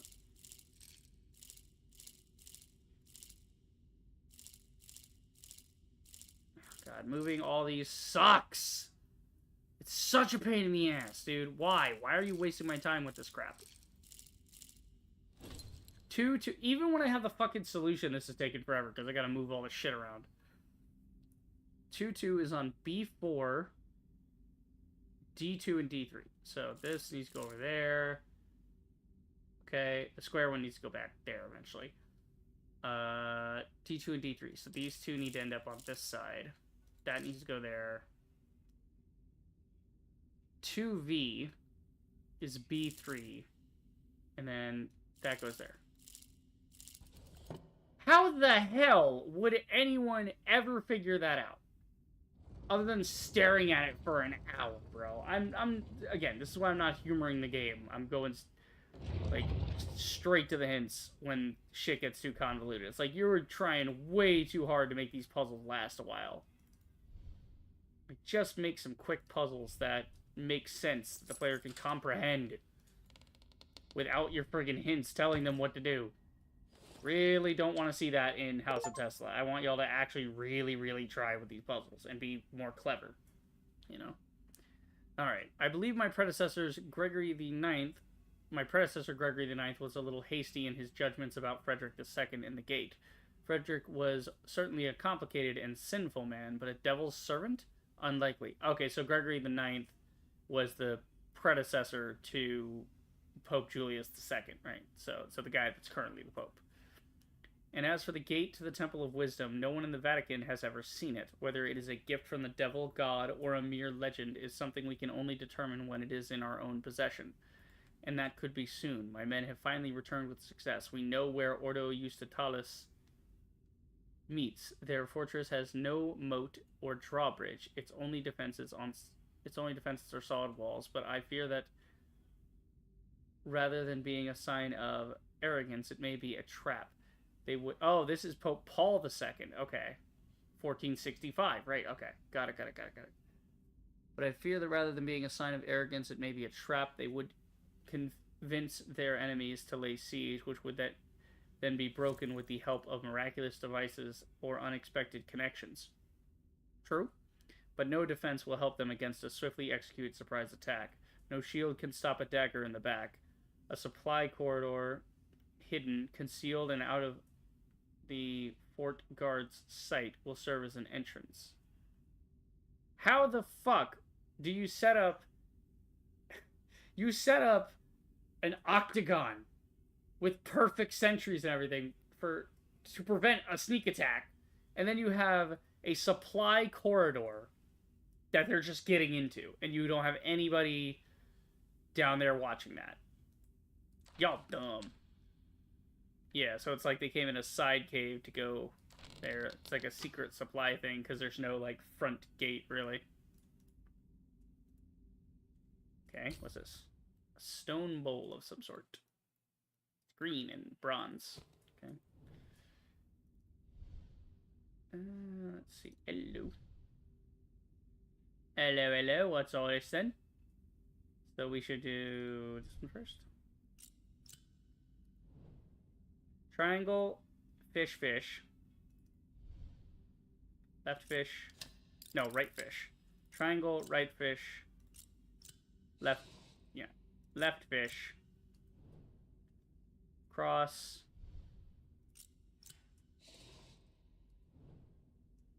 And cross.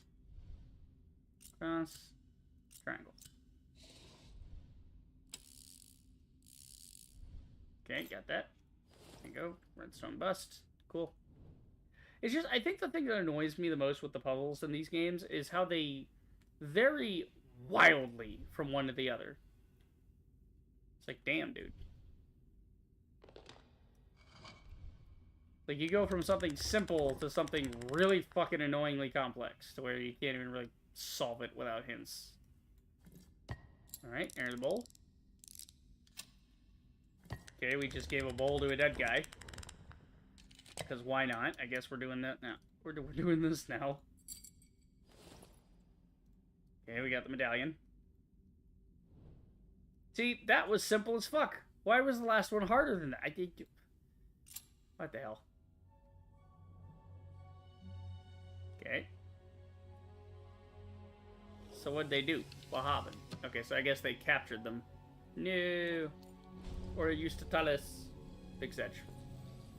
Yes, there they are. That's Order used to tell us because they're wearing the red. The order fell before the Pope's power, and he was merciful, as the Lord teaches us. Fuck that! I would have gone down swinging. Like, hello? You're trying to protect the gate and all that. Come on, man. So he absorbed them. Order Justitalis became an instrument in the hands of the faithful, as it should have been from the beginning. No. Yeah, let's just have the religious nutjobs access a fucking gate of wisdom. That's a great idea. Y'all gonna end up in some bullshit, I swear. Okay, we got this thing here. This is gonna be fun. Okay. My guess was correct. There really is a device in the hidden chamber that is capable of recording and playing the sound of a human voice, but it doesn't look anything like anything I've encountered. Perhaps this is one of the miracles Order Justitalis brought back from their expeditions to the Temple of Wisdom. Okay, itchy. Even if that's the case, someone must have put enormous effort into understanding the machine's function, at least enough to adjust the voice coming out of it. Yeah, for a point. Okay. Oh, this is the shit around the room, isn't it? Yeah, so you get the glowy bits. Okay, Okay, we already solved this area. So are we looking for the ones that are here first? So sword and then... Well, maybe it wants to tell the story. Nothing happened. I think I need to do something with the machine before it's ready to get no shit. Okay, well, we know the sword and that go together. There's the triangle and the people. I know those go together.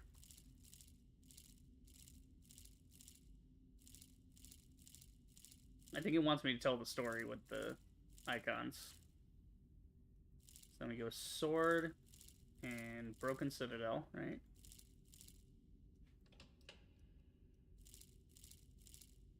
Maybe that way?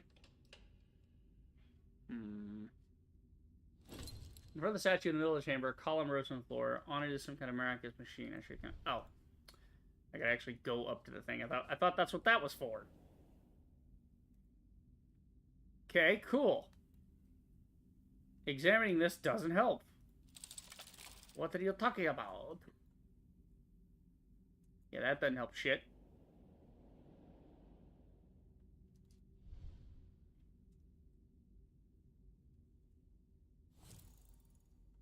What?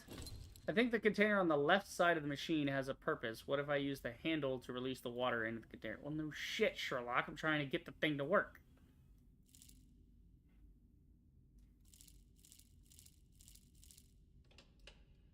Okay, let me look at the room again. Triangle, people. Sword, citadel. Heart, tower.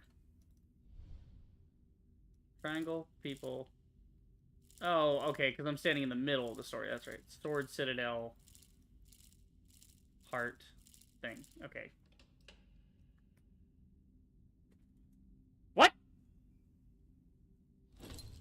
The fuck are you talking about? My brother in Christ. Look, triangle, people. Yeah, that's how it goes. It goes counterclockwise. This. Then we get this and this. Do I have to fucking push it or something? No, just triangle. Alright. Yeah, that and that. And then... Yeah, it's like the heart-shaped thing and then the other thing. Right?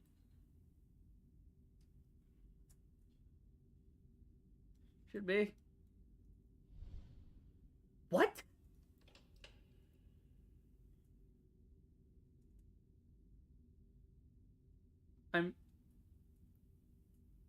Okay.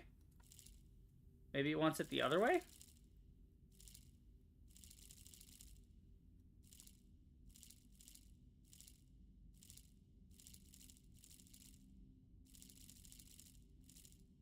Because it's going counterclockwise, so maybe it goes from right to left? I don't even fucking know. No? Okay, that's the only thing I could think of, Gabe. Why are you being a dick? Am I seriously gonna have to look up a walkthrough because the developers can't, like, follow their own logic properly? What else would this be?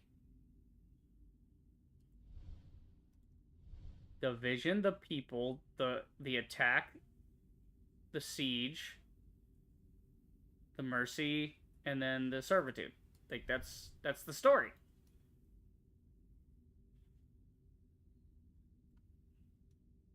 What am I missing?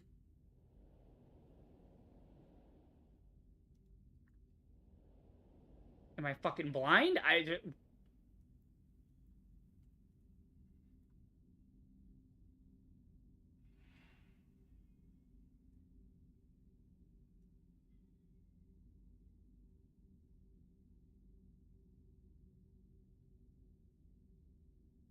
What? I mean, there's only so many ways this could go.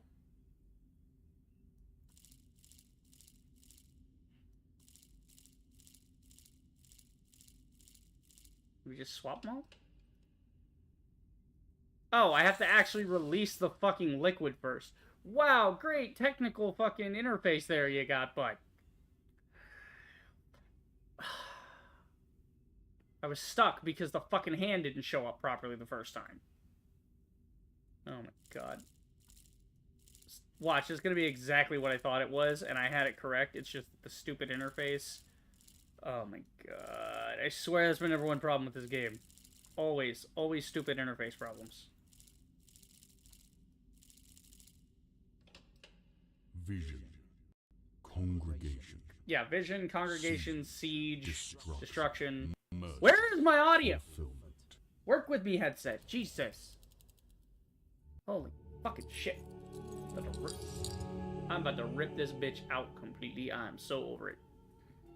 Goddamn thing. Swear. Swear to God. Next one I get, separate MP3 jack. I heard ringing of a large bell. It must be the evening Angelus. And you take game and get back to us. Okay, cool.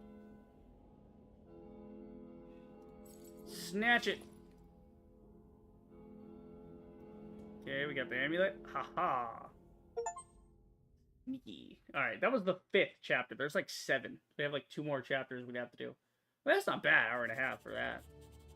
Yeah, because there's... let's see. How many chapters are there? Oh my god. Oh, we're back at the villa. Cool. Let's see here.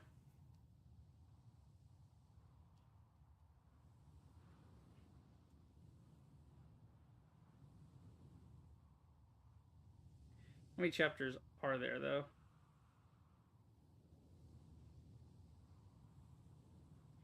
Let's see. 1, 2, 3, 5, 6, 7, 8, and 9. Okay, there's 9 chapters. Never mind. So yeah, we'll probably get through this next chapter and then call it a D. Okay. Oh wow, 10 o'clock. I started later than I wanted to. I was gonna start around like 6:30 or so, but yeah. Yep.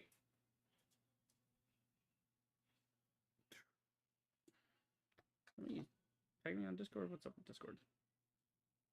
Anything important? No, it doesn't seem to be.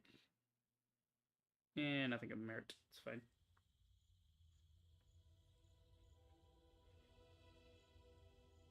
I never saw anything like this before. Beautiful craftsmanship. Yeah, no shit. I think even the best jewelers in Florence would have a hard time making something of this quality. Yeah. Except this is no simple jewellery. And it is obvious that Borgia doesn't want it just because it would look good on his neck. Yes, Yeah. our dear Duke. It is clear he'll try and get his hands on the amulet no matter what. We can't forget about the terrible situation he's in and the resolve with which he wants to solve it. And That is one of the reasons why he can never get the amulet. It is the key opening the gate of the Temple of Wisdom, the original time machine, which was once raised in Castle Del Monte by Frederick II. The gate might have been destroyed during the Pope's army attack. Time travel might just be able to get us to the past, before that happened. We will use your time machine to take us to a point before the gate's destruction. Exactly. Very well. And do we have any idea where the Order took the time machine? Everything points to the Do we have any idea? From Barrier Forientina, it was moved to their residence in Castle Del Monte.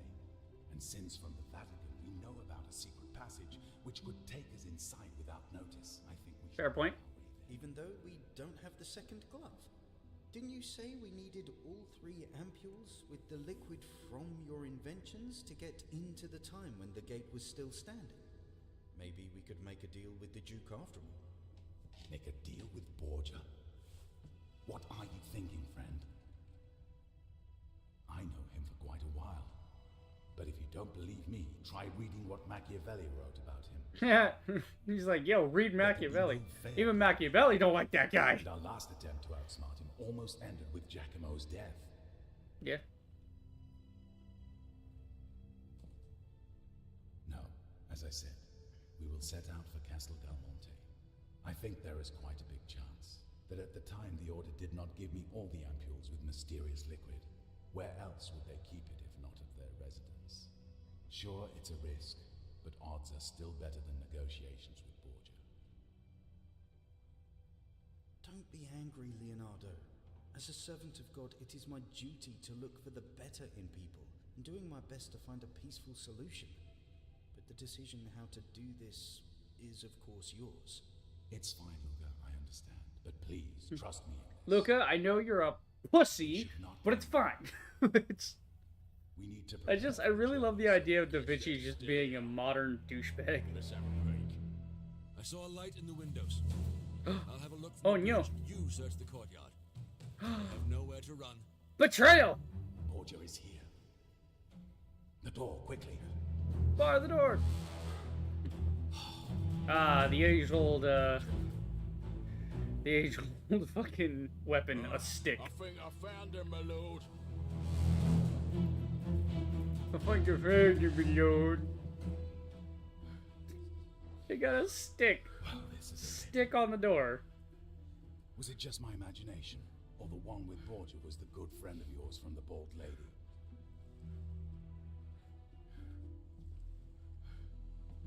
Oh, he's actually looking through the crack in the door. Nice.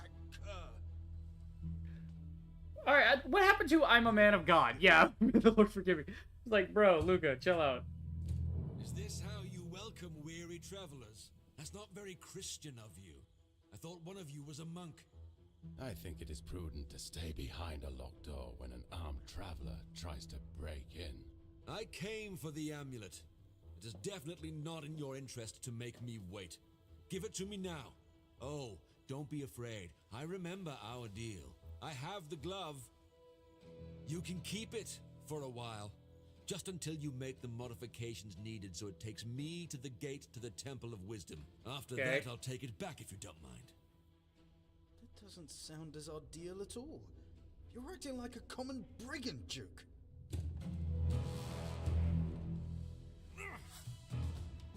Uh-oh. You want me to act like a brigand? I can do that. Open these doors or I'll break them down. This is your last chance. Well, that was about a peaceful solution. Luca, any other ideas? I might have. Okay. It's not looking good for us, but we have 2 advantages over those rogues. First, there is another exit which they don't know about yet. And second, Giacomo has the miraculous device Leonardo made. And the Duke cannot defend against something he has no clue about. You are right, Luca. I almost forgot about Oculus Perpetua. Use it, Oculus Giacomo. Perpetua. If you flank them, you will surely find a way to take them out of commission. Okay, so we're gonna use the time travel. By the well in the garden. And if they're trying to break the door, they must be standing right in the middle of the tracks. Wouldn't they see the cart coming? You had your chance, but you squandered it. Do not expect me to find any mercy for you after this. Uh-huh. Talk some more shit. Something to Dude's use as stuck backup behind a while I take door. care of this door. If you're quick, I might be generous. The House of Luca Bacchioli. We managed to retrieve the amulet and left Rome in a hurry, for it was only a matter of time before Julius II's suspicions turned to certainty and the papal guard came looking for us. We went back to Luca's house and started talking about how to proceed. There, Leonardo presented us with his ambitious plan to destroy the gate once and for all. Borgia and members of Ordo Justitalis had brought to him the incomplete plans for a grand time machine, an artifact referred to in the Chronicle as the Gate to the Temple of Wisdom. Okay. By then, the original gate had long since been destroyed, and no one in the Order knew how to restore it. Leonardo was the only one who could even partially understand its secrets, creating a replica of it in the Badia Fiorentina Tower. The replica had some limitations compared to the original gate. It allowed travel through time for only a short distance, and it took both a lot of energy and a catalyst in the form of a liquid derived from the remnants of the original gate, the composition of which he was never able to decipher. Some of the fluid was inserted into both of Leonardo's gloves and the miraculous Oculus Perpetua.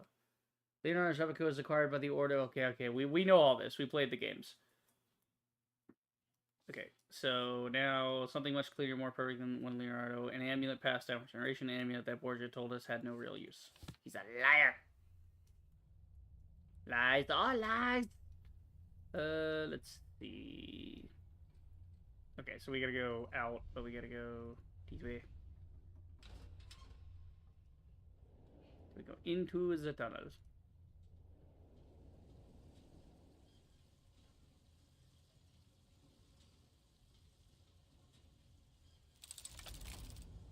Back to the past, Mirage Jack. Fuck yeah. Hopping back in time real quick.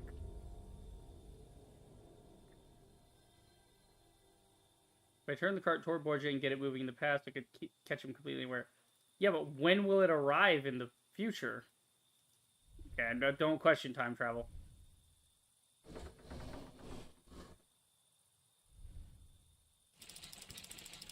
Crank her up. Okay, so we have to crank it after we move it, obviously. Right.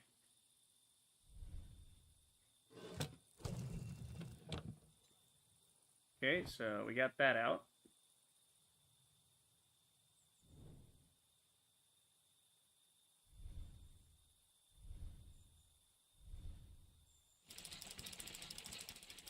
Wait, maybe the other way?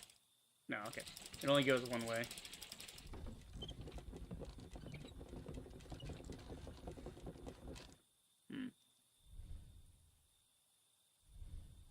Oh, I have to push it back. Okay, forgot about this bit. I forgot I can actually use my hands for things once in a while. Okay, now we gotta spin the thing.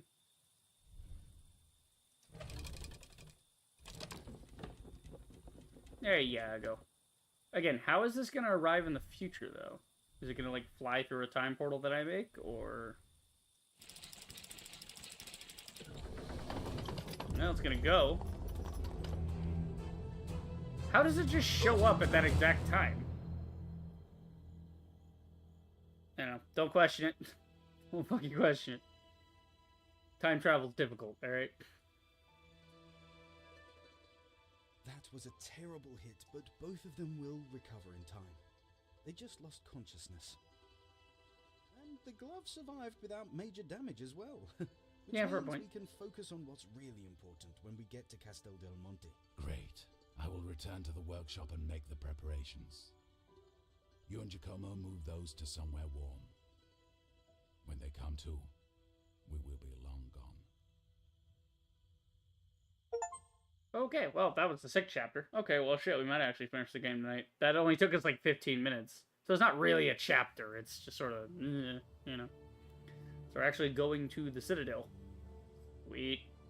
Well, the Castel de Mont, right? The Central Apulia. Blah, blah, blah, blah. I call it a citadel. I mean, it's a citadel. It's a fortress. I mean, what do you want? That's what I think of it, at least. Good.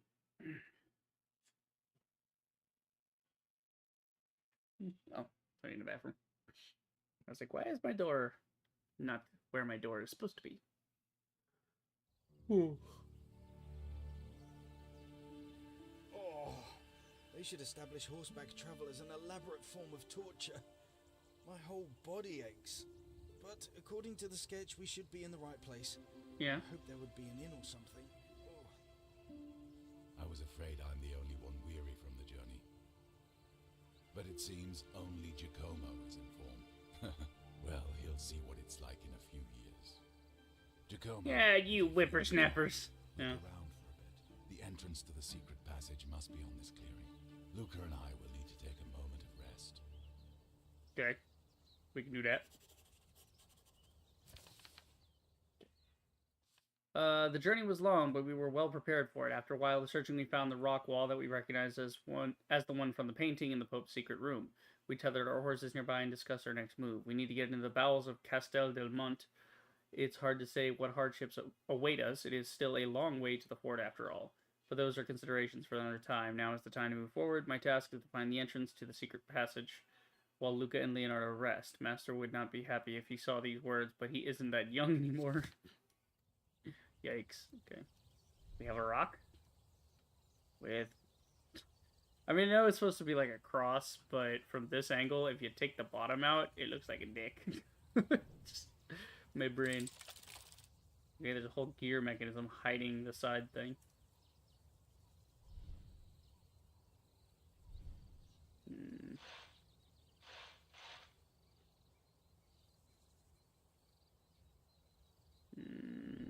We need something to insert into it.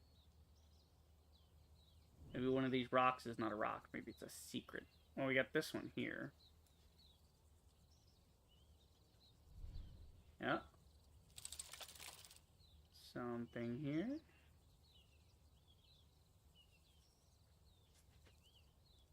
I don't see anything.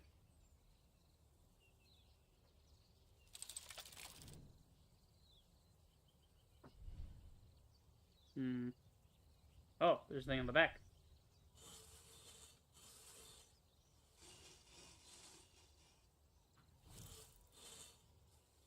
Gotcha.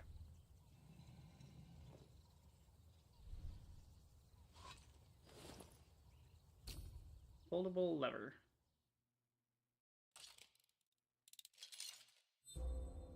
Okay, so that's a lever.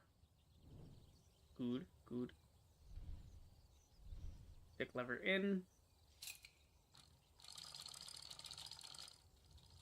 Okay, so that's what we gotta use this for. We're gonna move the ball back and forth.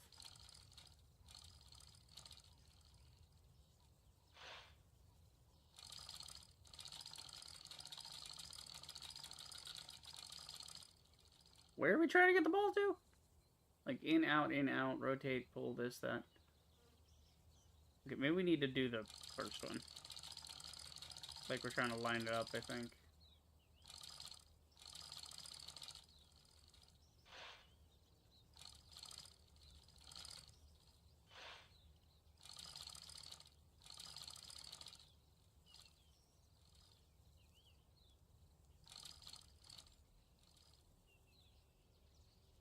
Huh.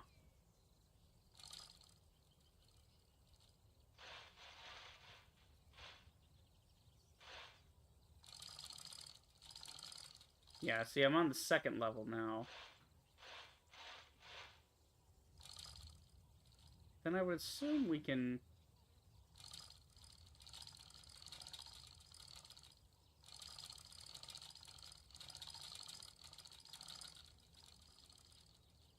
rotate it higher?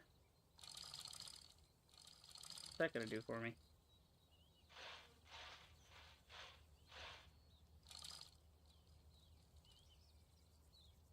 We're trying to rotate the whole thing around, maybe. Because there's 4 pips here. No, that wouldn't line up with anything. What are we trying to line up?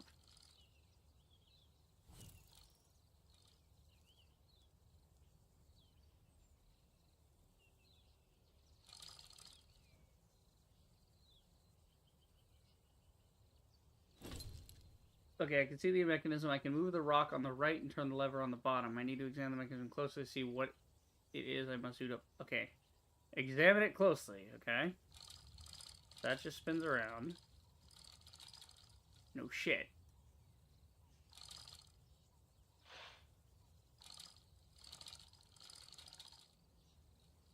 Maybe we're trying to pass the ball upward.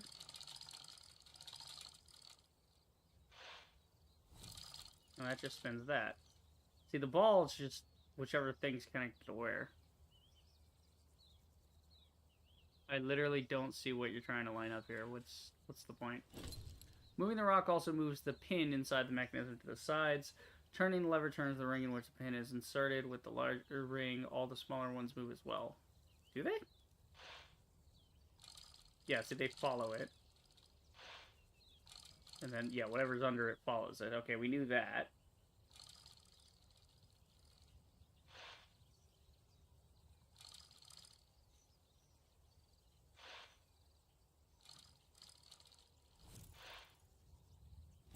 I think I should attempt to unblock the shaft going through the left side of the mechanism. To do that, I will need to move all the rings so that none of them overlap the rhombus in the middle. Okay, so you want it to where this is open on this side. Okay.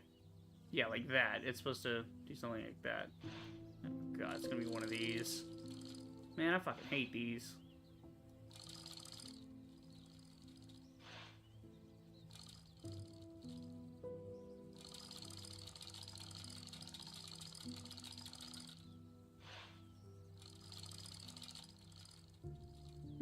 I think we got it already. Oh, thank God. Okay. That would have been a nightmare. Hard to see because it's all blue. I wasn't sure if that was just there for no reason. That's what I'm saying, man. It's just fiddle with this shit until it works. And just, ugh. Not really a puzzle. It's just meh. Look, Leonardo, your apprentice doesn't want us to enjoy our moment of respite. Found the entrance already. He doesn't want us to enjoy our moment of respite. Somebody had to do it when the old guard rests. But Okay. don't worry, there will be enough time to rest. After all, somebody must stay and make sure nobody surprises us from And should behind. you be that someone? We could do it with Giacomo. You sacrificed enough for this. Thank you, Luca, but that is the reason why it can't be me. The last 15 years of my life culminated to this moment. Yeah, Not to mention that I'm only amending my own lapse of judgment. fair. Yeah. Leonardo, I Kind of his fault understand. because he decided to build the We will machine protect anyway. you and light your way. After all, Franciscans aren't best known for their stealth skills. Franciscans be are of not much help. stealthy. Got a point. I mean, I left my cloak on the saddle. Yeah. Take it if you get cold. And don't Yep. worry, friend, I believe no, in you never split the soon, party. whether in this time or another. Okay. So me and Leo are gonna go in. Sick. Okay. In case we are pursued, Luca will remain hidden among the trees at the edge of the clearing. If necessary, he'll do his best to warn us. With any luck, we won't be followed. The former warlord Cesar Borgia is probably gathering himself slowly in the backyard of Luca's house. And Ordo Justitalis hopefully has no idea of our plans yet. Yeah. I mean, you would think they would station somebody here just in case somebody ever comes across this place. You think you'd leave, like, Feel uncommon. some guys nearby to act as villagers. It'll be fine. Like a local farmer, but really it's not a farmer, it's a Justitalis guy. I don't know. Look, there's an alcove over there. Okay. Excuse me. I think this one is beyond our help. Yeah, no shit, he dead as hell. Interesting lighting system. Natural gas? Yeah, it flows all the way down, so it must be natural gas that lights it. Neat. This is a very interesting machine, Giacomo. Some kind of storage crane. Okay, It had to be laying here for decades, but seems pristine. right. I have a feeling we'll find a use for it. Yeah, no, I'll find a use for it. You are going to be of no help as Just usual. needed my help to push it. Yeah, you're going to stand around and let me solve the whole fucking thing. Mr. Genius Inventor Man. We need to get to the passage, up there across the bridge. But how? Okay, let's see. As we passed through the secret passage, we came upon a crane. If it's as old as the fort above, it is surprisingly well preserved. I mean, it's been sealed in a chamber from the air. Yeah, of course it's fine. Right away, Leonardo and I knew we'd have to use the crane to get further down the corridor. We just need to figure out how. Okay, so we have this crane thing here. We have a bridge. We have a cart. So we need to angle it so that the thing can go up there. Gotcha. Alright, I'm gonna go back and check on some stuff. I wonder why this is propped open with a stick like that. Today is a great opportunity for you, those who are faithful to the throne of St. Peter. Your goal is not only to conquer the fortress, but also to learn everything you can about the workings of the secret order that resides within it. The strength of the order lies in its secrets, knowledge, and skills. Swear to God, if you don't start using that Oxford comma. I just... Commas, man. If any member surrenders to you, accept. If you get a chance to take a prisoner, do it. If secret documents or mysterious artifacts come into your hands, protect them with your life. Just as you have boundless faith in God, have boundless faith in my generosity. Know that your achievements will be rewarded in gold and land. If we can preserve at least part of the Order's operations, I'll need people that I can trust, and I'm still looking for new cardinals. You can't lose. God is on your side. Yeah, I don't think God was on this guy's side. I think a rock is on his side. Also on his chest, his neck, his head, his arm. Yeah. There's a lot of rocks on his side, that's for sure. Near the entrance to the widened part of the cave attached to the massive wood structure on large rails, you should examine it. Yeah. Okay. So what was down here? What kind of drainage looks like? Oh, okay, no, there's a little underpassage. Interesting. Okay, what do we got? We could push this. Nope. Didn't hold the button long enough. Boosh.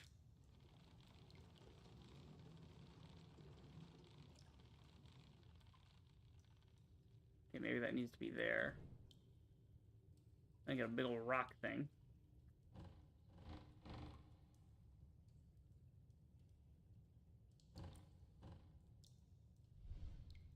Maybe we could drop the rock. Go to the other side, push it this way.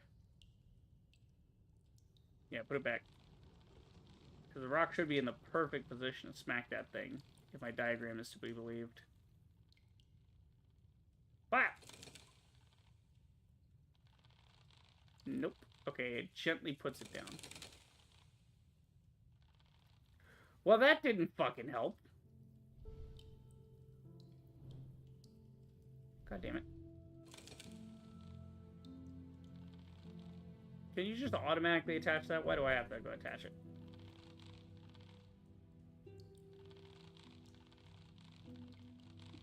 There. Okay, so that didn't do shit. Okay, so I guess we will just need to push this along. Maybe it's because Leo was standing there and it didn't want to fling open into him. Possibly. Oh, there's a whole thing going on down there. Alright. I'm just checking around because there's obviously a lot of stuff to do this. Metal wire block, maybe we can be opening the other side. Okay. Can't use the thing in here.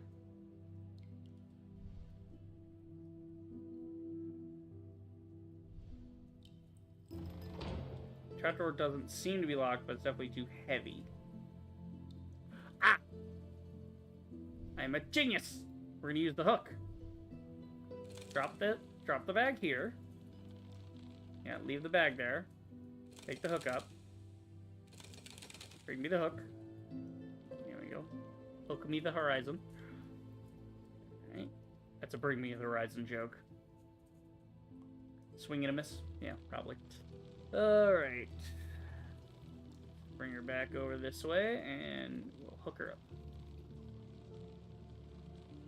I'll make my own secret order with blackjack and hookers. Starting with this hooker. Nope. See, why doesn't it just latch on? Like, it's cool I can click it together myself, but I'd rather not. That's just a wasted step for no reason.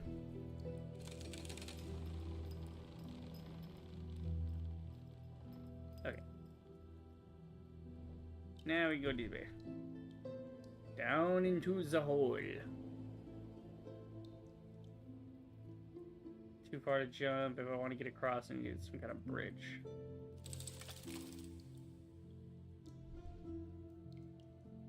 Yeah. Oh, there's another thing down here.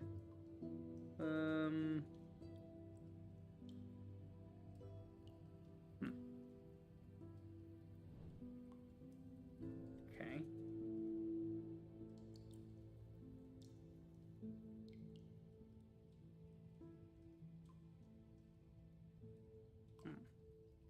Okay, I guess we gotta go back up for a second.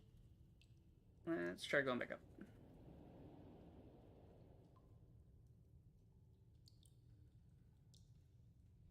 Go across to here, see what we got. Okay. There's another way down this way. This gets me across the water. And the spikes, Jesus. A lot of spikes in there. Okay. Beneath the cavern with the crane, we discovered a partially flooded room, and it is a complex mechanism to pump water into the reservoirs.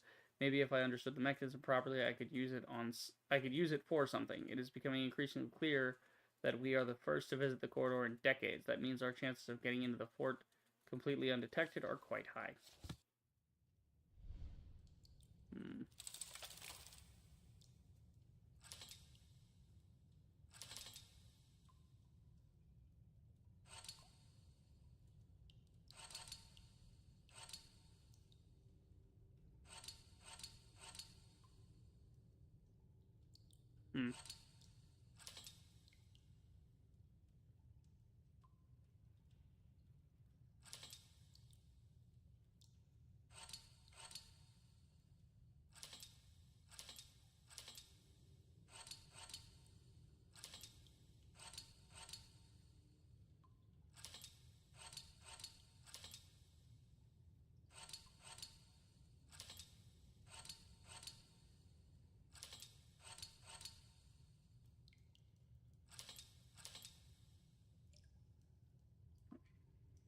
Yeah, I can't go back the other way.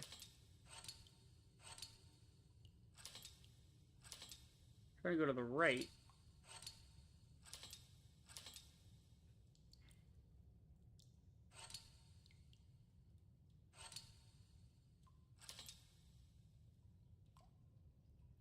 Alright, this is a bit of bullshit.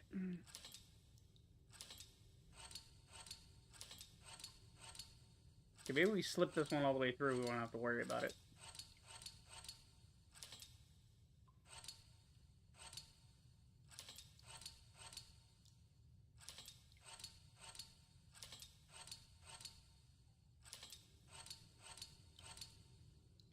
Okay, these are out of the way now.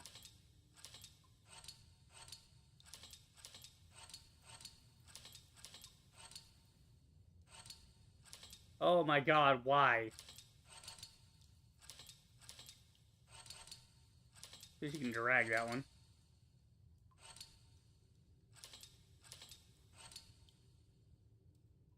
God, I have to go left, down, other way, down.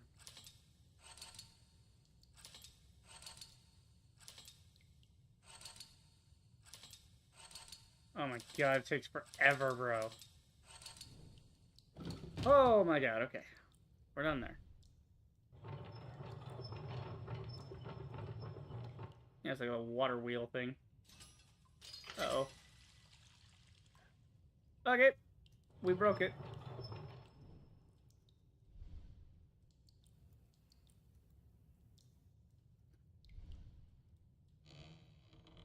Close that.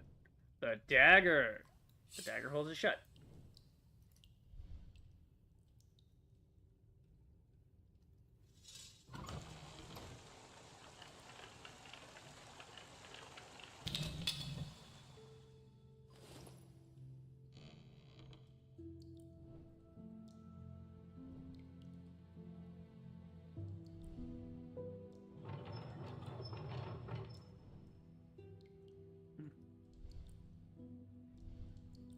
Okay, don't need that back. Get this thing going on. I guess this picks which side the water's gonna end up in. Yeah, but how the hell are we supposed to fix this now? Maybe we use the hook and we pull the hook up and that holds it in place. Could be. Yeah, there's this here too.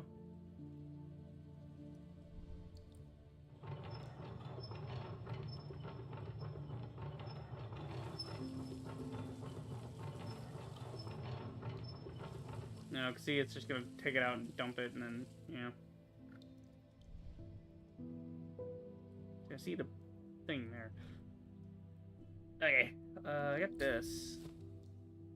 Can't think anywhere I need to use that right now. Back upstairs. Where do we go with this? Yeah. I have no fucking idea!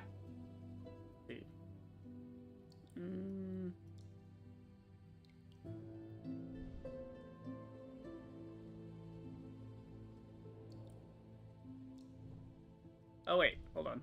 There's another handle here. Okay, go ahead and put that back down, because we can't do anything in there right now anyway. Yeah. So now, what we could do... Ah! A neck. Throbbing neck. We could maybe push this over here and use the crane to pull the bag out. And then we would have the 2 bags we need. So that's why we're trying to empty the water, so we can get down there and use the second bag on that. Okay, we can push this pretty far. We can actually go all the way across if we want to.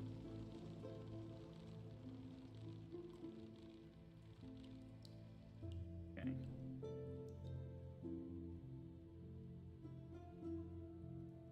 Why? Why even let me go this far with it? It doesn't even need to go this far. This is silly. Maybe if we hook the thing, we can make it fall down.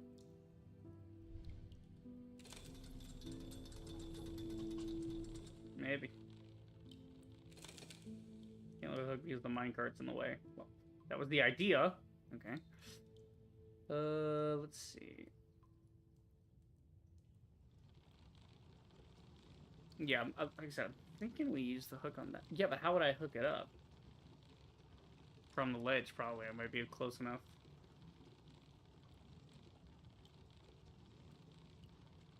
Stop moving. Okay, so it has set positions it goes to when you push it.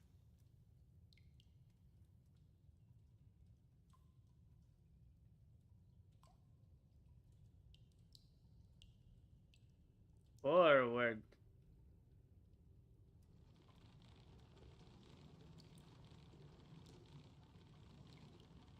Next area. There we go. Okay. Give me the crane again. So I got an idea. Probably not gonna work, but we're gonna try it anyway. Okay, that's just an area for Leo to push it with me. To push it real good.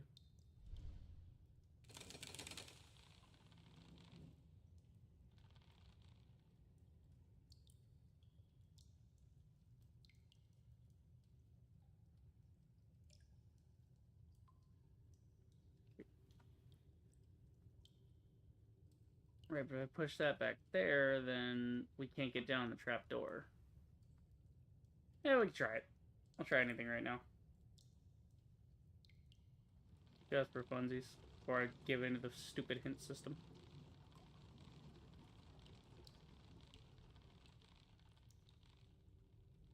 Okay, yeah, see, this is push away. So we want to drop the bag on the ground here.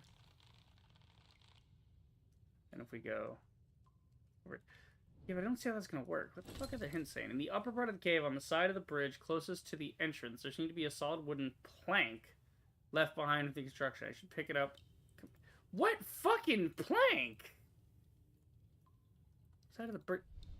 You mean this fucking thing? This thing that looked like it was part of the friggin'...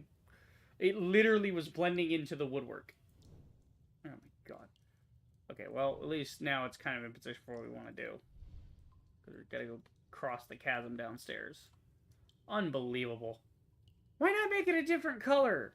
Put some iron bands on it or something to make it look different.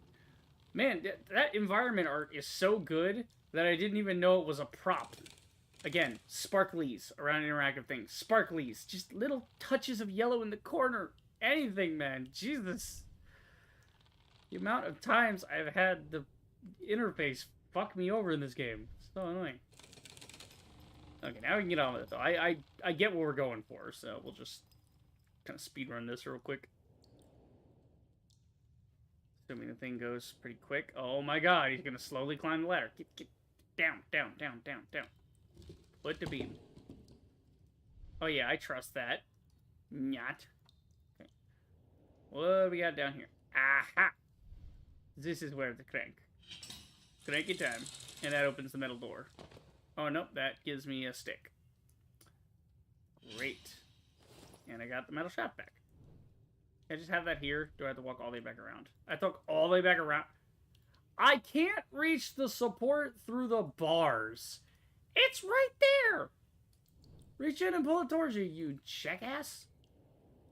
Man, Giacomo would not do well in the modern age. Can you imagine him like, oh, my phone's on my nightstand. I guess I'll have to stay there unless I want to get all the way out of bed. What is wrong with you, Giacomo? Cool. Okay, this is the way we get out. Cool, fantastic. Okay, now we go get the support thing. I don't know why we need it, but... Yeah. I mean, I get what we're doing. We're trying to get the two bags together so we can get up to the minecart by tilting the bridge. Okay, we have a support thing. That's obviously got to go downstairs in some way. Maybe to support the part of the thing that fell down. Like the trough. Where the water goes. A little mini aqueduct they got going on down there.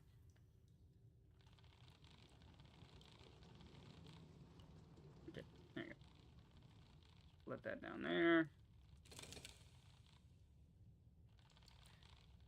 Okay.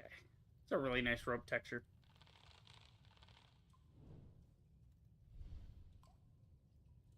Oh, wait, hold on. There you go. Gotta make sure it's up before we start. I mean, I'm sure it would raise itself anyway, but still.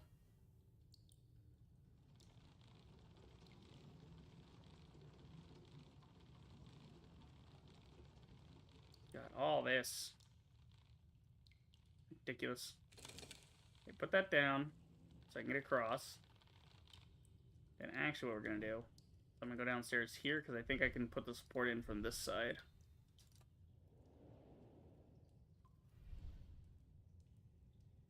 Yeah, if we stick it here. Yeah, like I think right there.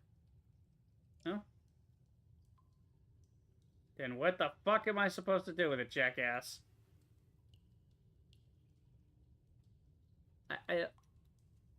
What?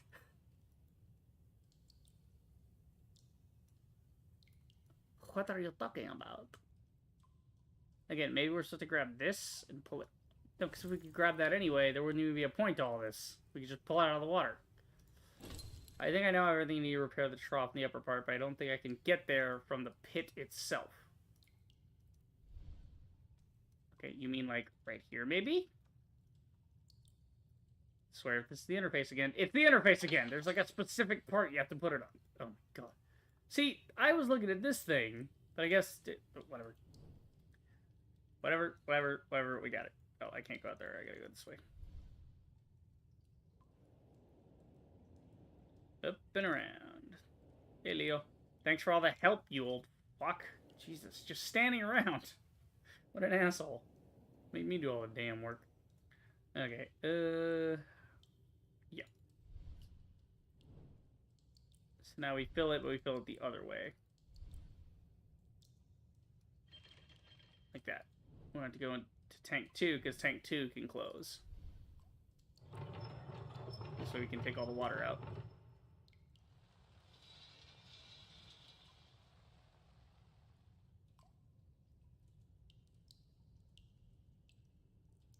Okay, I think we can put this back now. There you go.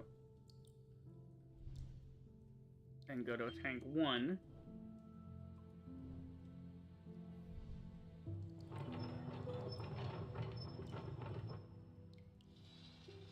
That'll fill it the other way. And now we can get the hook down here to do the thing. I think. Yeah, now we can go down here. Yeah, so this is where we hook up to get the second thing. So we need to go upstairs and move the hook over. That was a little jarring. I love these stairs, by the way. When stairs are embedded into the ground like that, peak design. No, don't hook it up. Let it go, asshole. Okay, I was trying to go this side. Okay, move it over. And then drop her down.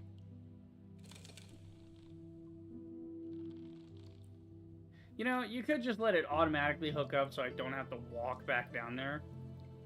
But no, game's gonna be a dick about it. Ooh, new Operation Sunburst. We'll watch that at the end. Hell yeah. Operation Sunburst goes hard. That's Sodaz's Fallout animation he's doing. Operation Sunburst was when the NCR... It's about New Vegas. It's when the NCR attacked the Helios 1 outpost that the Brother of Steel was holding on to. So it's the whole battle of Helios.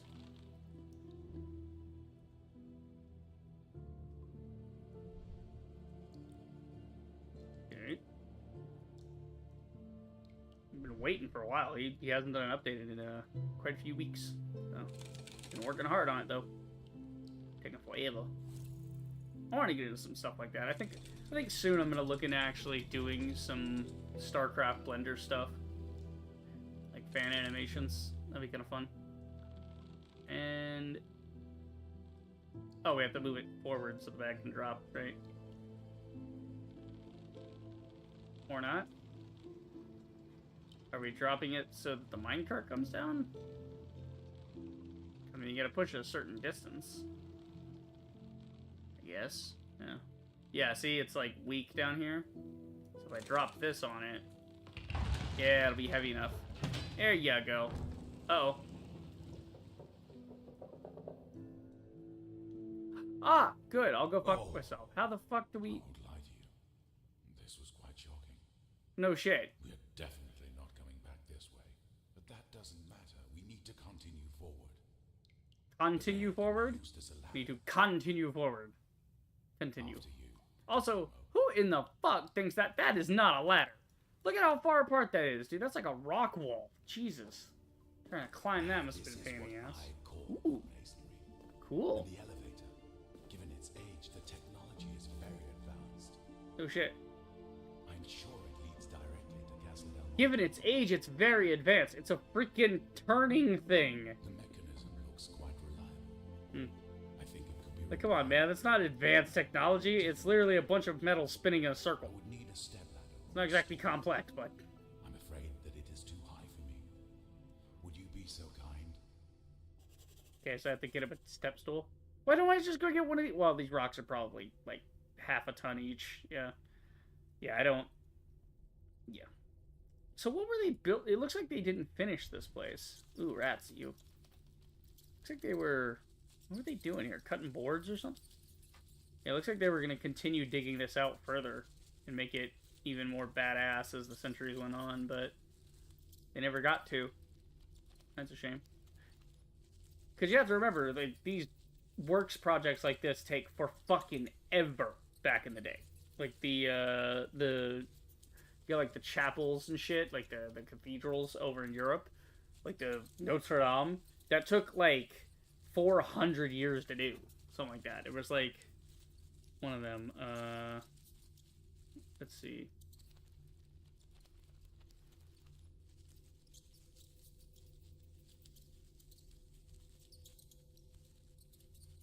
Yeah, Notre Dame was...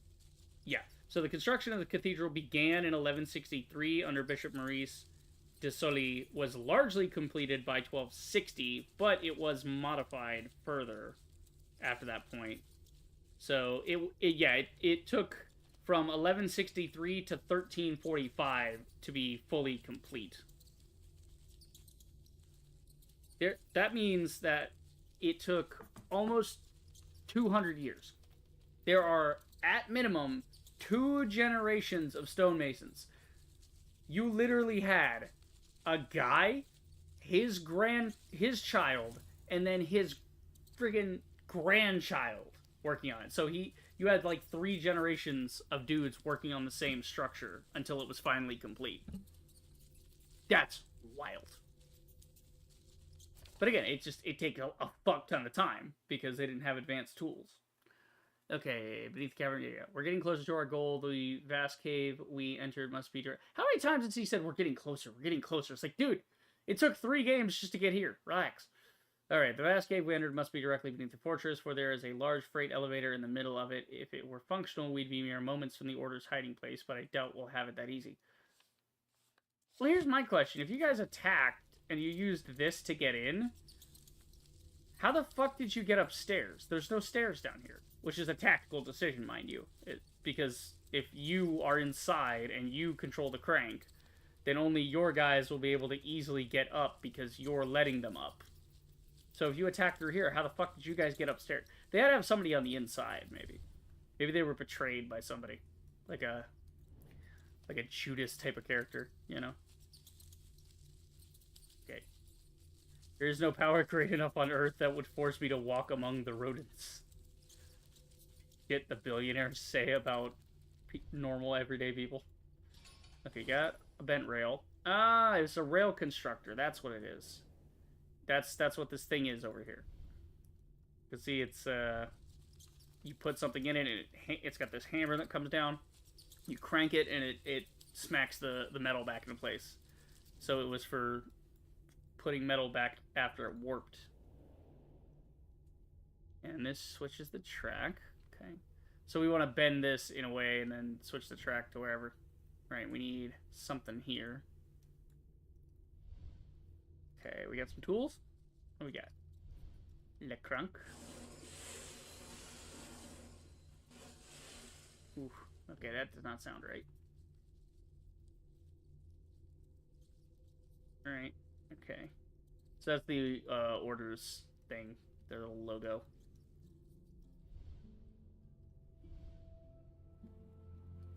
I'm gonna break this somehow and get that key. Tired. This banner's falling down. That'll probably come in handy later.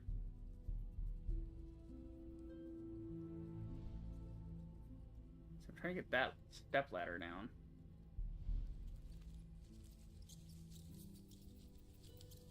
We need light to drive the rats away. Yeah, okay, so let's check the past. Whoa! Wait, how did we get here? I thought I could only go back like 15 years. This is clearly during the siege. Ah, so this is how they did it. Now, question, how the fuck did these guys get up here? Because I could see them putting these ladders in to climb up the elevator. I guess they must have snuck in. Yeah, because it looks like this guy was a sentry. And if ever... the lighting tells me they attacked at night. So they attacked in the middle of the night, when their guard would be the lowest. They came in the tunnel. This was their single sentry to watch the elevator. He could probably warn the others, but they would have to come running over, and that might take them time to get over to this area. And by that time, these guys already snuck through the tunnel and went, oh, whoop, and they're already doing this while he's busy. They're about to kill him with this crossbow. I think the bolt's actually in flight. Yeah, see, this guy's trying to break down the door. Yeah, the bolt is in flight. It's about to hit him. Crazy. Looking into the past, I saw the moment when the Pope's army attacked through the secret passage. The situation seemed chaotic, but Paul II did not underestimate the preparations required. His soldiers were well trained and effectively moved toward the elevator in the center of the room, which links Castel del Monte with the passage. I think Leonardo and I will have to use it. Where did you get the plans for this? Yeah, so that guy's there. Because you guys would have had to know... Yeah, you had to know the plans for the elevator for you to even bring these... I mean, those could also be like a common siege ladder that they would bring. Just in case they need to climb a wall somewhere. They might have just got lucky and they brought a couple of those with them. Okay, these guys are here. Excuse me, I need to get through there.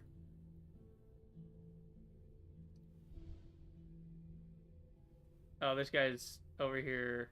Ah, this is one of the Order guys. He's hiding and he's bending the thing so they can't actually use the, Yeah, he's warping the metal so they can't actually use the elevator. Because he got taken by surprise. The last thing he can do is get him to not use the elevator. Okay, I need something in the past.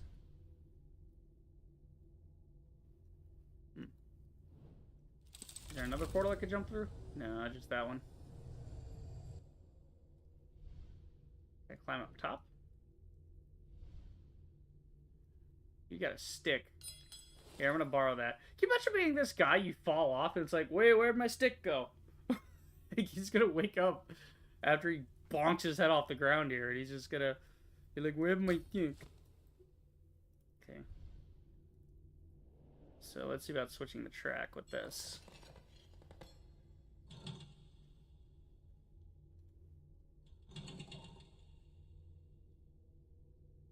So this would go in there later. Let's see if they're going this way with it. I can maybe break that open.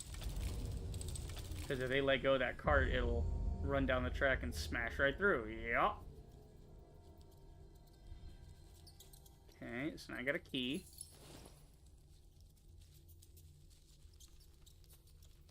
Okay. So the rats over on this side now? Yeah, because see, last time the track was this way, they were... Okay, so the rats are by the cart. That's what it is.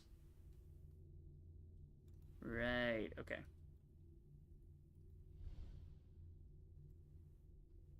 Put the thing in here. Gotta put it in the press, put the clamps down. See, this is the thing, I would want to screw these down. It might be annoying, but it'd be cool if you could screw them down. That's like one thing I'd want to interact with. You want to let me interact with it.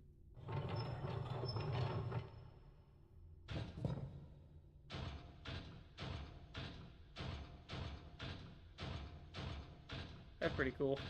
I don't know how you make a mechanism like that. I'd like to learn engineering at this level, not like massive new architecture engineering, like medieval engineering, you know? Basic engineering of, okay, this is how you make a pulley, this is how you make, like, basic stuff, really. Basic stuff. That should be a class. I like the learning annex. Man. Do you even have learning annexes anymore? Do they even do that? No. Or they just go, like, college night school now, you know?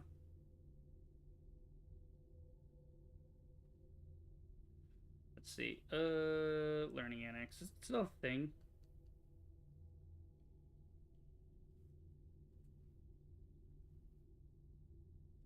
Yeah, see, the Learning Annex was an American education company based in New York City. It was founded in 1980 by Bill Zenker in his New York City studio apartment with a $5,000 investment. Oh, wow, cool. So, it says was. I assume they're no longer... No, it looks like they're maybe still in operation. Is it still around? What happened to it? Let me check Wikipedia. In 91, Zenker filed for bankruptcy and sold the Learning Annex. He repurchased it in 2002. What a chat. He's like, man, I can't hold on to this. Comes back, goes to the stock market, makes some money, comes back. All right, I want my company back. Just buys it back. In 2006, the company started offering real estate wealth expo events featuring prominent speakers such as George Foreman, Donald Trump. George Foreman? At a real estate wealth expo. Okay. Televangelist Paula White. And motivational speaker Tony Robbins. Okay, that's really funny. Because I just saw a fucking, like, one of those damn self-help ads. If you guys don't know Tony Robbins, you probably know the, like, Principles of Power, or whatever the fuck his stupid book is. He was, like, the self-help guru back in the 80s. And it was... He had this whole thing where he would just sell people late-night infomercial shit. To be like, are you... You know, like if you read my book, it's all about leading a clean life and all this, like, just basically like a scammer guy like Andrew Tate. It's a bunch of self-help nonsense that doesn't actually do anything. All it does is make him richer because you buy his book that means nothing. Whether you're successful or not afterwards, it doesn't matter to him. You know. Trump actually was reported to have received $1.5 million for each of the 17 one-hour presentations. That sounds like money laundering with extra steps. Okay. He actually presented. Mind you, this is a guy who bankrupted casinos, and they were paying him to tell people about real estate wealth. This guy bankrupted every business he ever touched. But okay, yeah, sure. So, it was reported that it was 1.5, but Trump admitted he was paid 400,000. So, minimum 400,000 if Trump's saying it. But he was probably paid less than that, honestly. Because, you know Trump, he blows shit out of proportion. What an asshole. The Learning Annex was number 346 on the 2007 Inc. 5000, a list of nation's fastest growing private companies, with a reported 3-year growth of 794% revenue of $102 million and 114 employees. In 2007, it ceased operations in Toronto, Canada. Aw, that's a shame.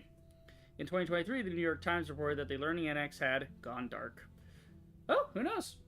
If it's worth nothing, maybe I could buy it one day. I'll restart the Learning Annex and teach people medieval engineering. I mean, shit, like, I think that would be great. We need more things like that in the world. We need post-capitalist learning. Like, no non-profit, just the Learning Annex. Come here, sign up for a class, take the class, whatever, you know? Just learn some shit. Just come here and learn some shit, you know? Not like, oh, learn this as part of a degree. Just, no, here's a class on this, and, you know? But structure it to where it's like, okay, if you want to do engineering, like, if you want to learn the basics of engineering, then you need to know the basics of, you know, physics and stuff to a certain degree, and we want you to go through that class first before you take this other class so that you can fully grasp the concepts. That'd be good. I don't know. It's just, college needs to fucking rework, man. College is fucked in America. It's so bad. Like, it wouldn't be so bad if it was just a little bit of money. Like, if you went to college, it was like, okay, yeah, it's like, at the most, $10,000 for 4 years. Alright, that's still pretty high, but even then, it's like, alright, well, if you end up with a degree and the economy shifts and you can't really do anything with it, as is my fucking case, the whole thing just went sideways on me. My lord. Alright. Good place in the rail inventory. Yeah. Okay, so we gotta go back here and, add it to the thing. Yeah, so we want to... Oh, the crank's here. Okay, cool. Oh, but it's broken now, so yeah, we have to go back and past. So we go back in the past. Can we give this guy his stick back eventually? I feel like we're fucking with the space-time continuum here. There you go. Back to the present. I mean, yeah. Let's see. There. Okay, so where's my ladder? Yep, there we go. Step ladder. Here you are, Da Vinci. Here's your step ladder. Fix the thing. Let's go. Chop, chop. Do you think you could get me a shaft like this one? Oh, I'll give you my shaft, alright? Or just find a way to straighten this one out. Okay. So I could maybe steal the shaft from the past, but I could also just straighten it out over here.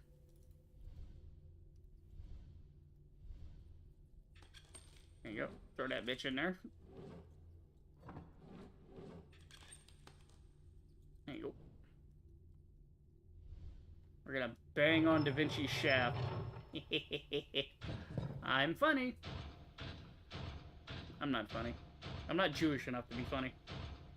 Ah, shit. I'm out of water. I'm also thirsty. I'm funny and I'm thirsty. Let's see. 2.5 hours. Not bad. So we'll get like a 3-hour stream out of this. But there's only chapters 7 and 8 left. Like, it's 7, 8, and 9. 9's probably an epilogue that doesn't have much in it. Yeah. Oh.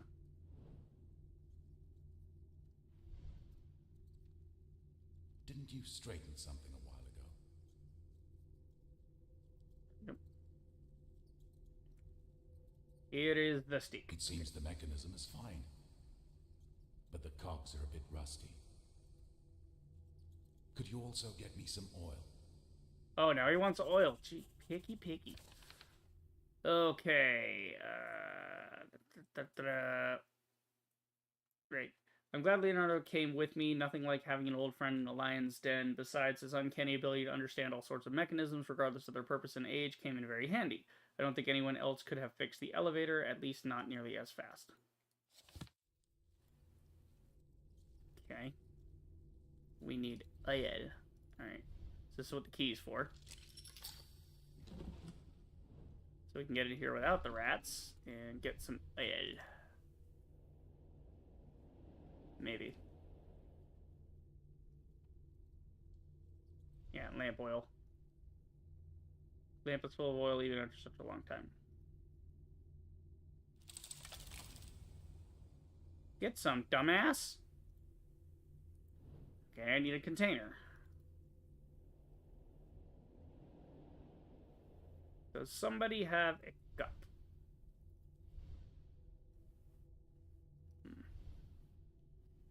Yeah, there's nothing over here. Nothing over there. Rats are running around here.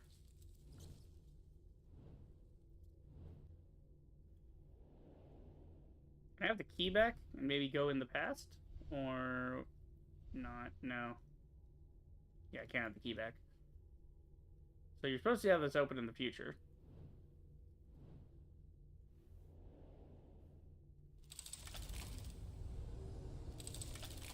Somebody must have oil. So there's lamp oil in there. People are no longer need the tongs, but I will surely find a use for them. Oh, okay. We need the tongs. You mean the tongs that he didn't mention to me at all? He didn't make it apparent that I could take these. Okay, so the tongs for the oil. Maybe. I don't see how the tongs would get oil, but... eh.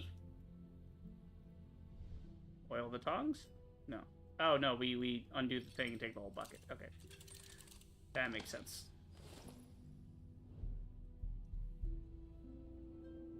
Okay. Back to Da Vinci. Here is your oil. We're gonna lube up this Italian. There we go. Is it? It feels racist to give oil to an Italian. Because usually they got the slicked hair, you know?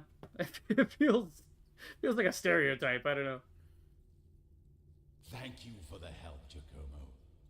Now all you need to do is get in here and turn that wheel over there. Okay. Go for it. Our goal is in sight. Yeah. Yeah, because I got like another hour I could do this. Like an hour and a half even, you know? I could get 2 chapters in an hour and a half. We've kind of been flying through these. So that spins, that rotates, and that spins that. Yeah. How nobody ever thought of shit like that before then is beyond me. It's like obvious. Like this is not like computer engineering or something, right? That takes a certain level of intelligence before you can begin to build something like that. That elevator, it's not hard to figure out. It's like, well, if this turns this and that turns that and this turns this, it's just gear ratios. So it's crazy to think that before that there maybe weren't people that even came up with that, you know? Like, it had to be a certain point where somebody invented an elevator that uses a crank like that. And again, it's not like pulleys and stuff weren't already a thing. The ancient Egyptians, when they were building the pyramids, they understood things like weight and physics and torque and, you know, leverage and things. Even they knew that. So it's very strange that nobody ever thought it. Especially if you come up with like, oh, here's the thing that lifts. It's like, okay, well, why don't we just, if we want to lift all this stuff with a crane, can't we just do that with people? You know? Maybe it's do the same thing. That way you don't have to walk upstairs. The elevator lifted us into a storeroom, which was once used to supply the whole keep. But I noticed some old documents here as well. Okay. I'll try and look through them, and maybe I'll find something useful. Okay. Giacomo, you should use the time to find a way to the other Don't side snap at of the me. door over there. My name is Giacomo, not Jacobo. Like, alright, take the tone down. Alright? Jesus Christ. An elevator took me and Leonardo up into the heart of Ordo Justitalis, the mysterious Castel del Monte. The elevator platform came to a stop, and a room apparently used as a storage area, but currently deserted. Leonardo started going through some old documents he found interesting, so finding our way out fell to me. Okay. We have bricks. Give me a brick.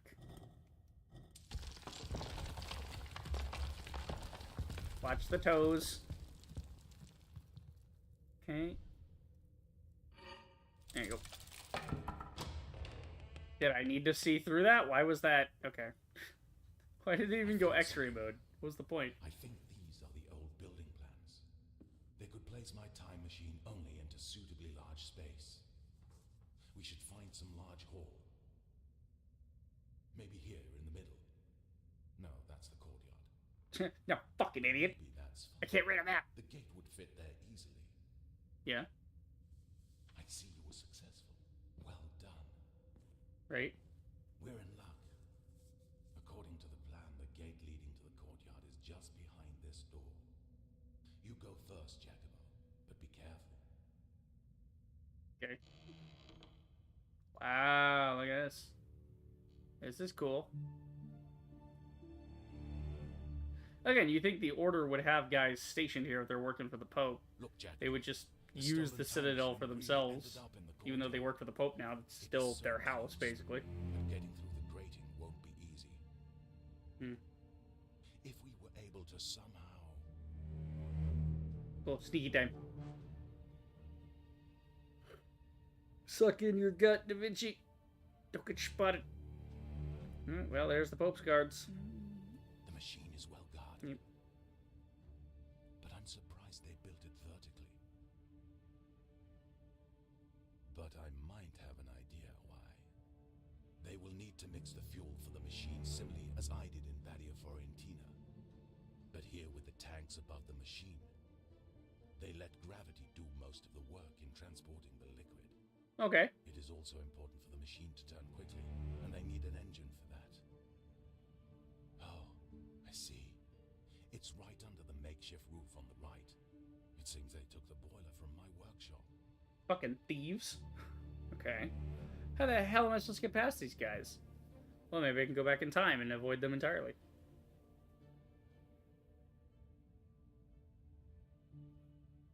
We will need to split up.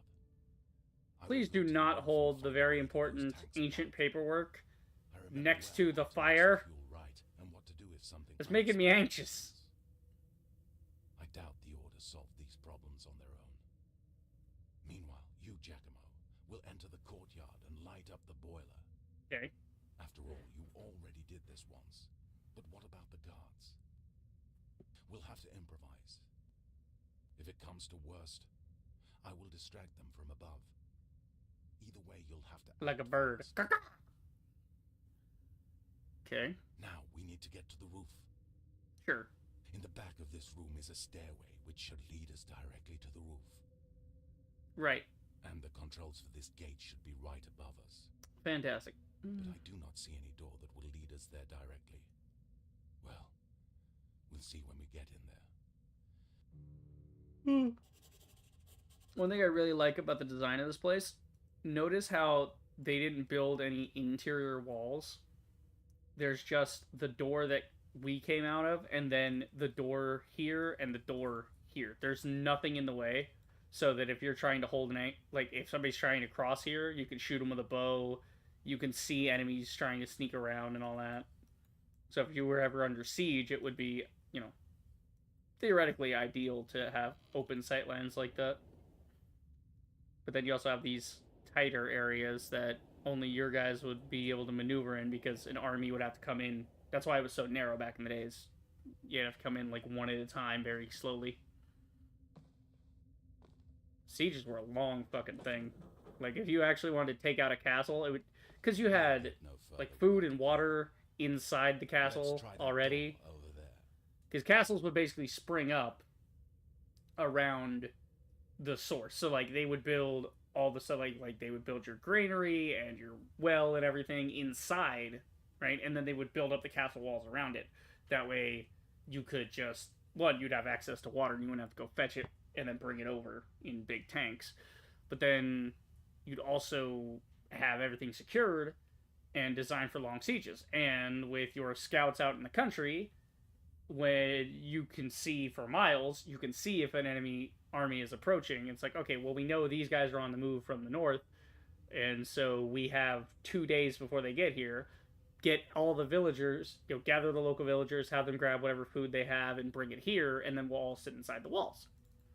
That's, the idea of fortresses. Fortresses? Fortressi? Hello there. Okay.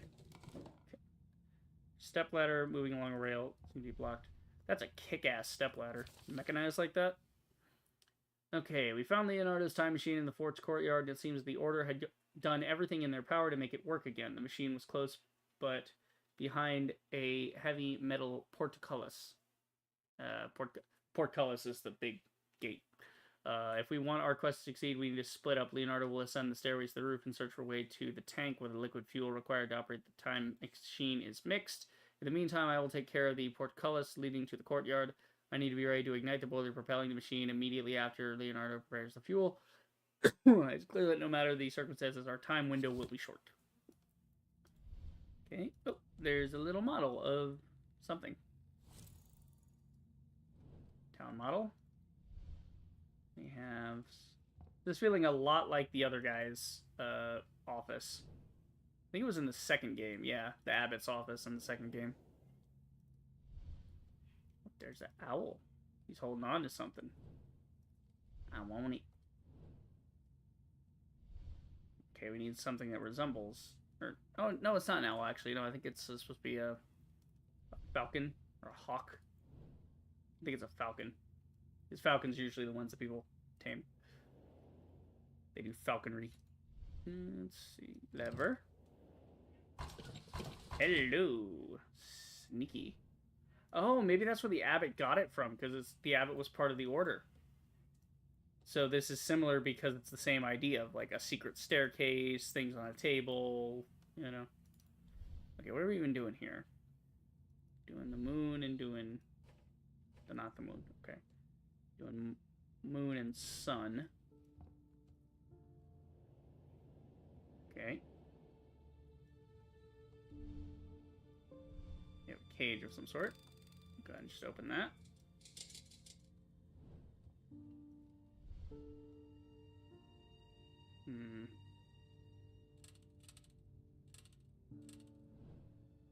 We'll start at the bottom, I guess.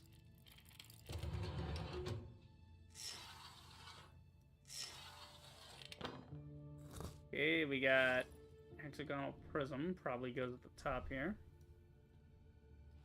There we are. Yeah, a lot of this is very similar to things I did in the second game. Which makes sense. Like I said, they're all connected to the same thing. It's all the same stuff. So you're going to get similar ideas. They're designed by the same people. Okay, candlestick, don't need any of that. Back down, we got a key. Okay. Key. Where did we put the key?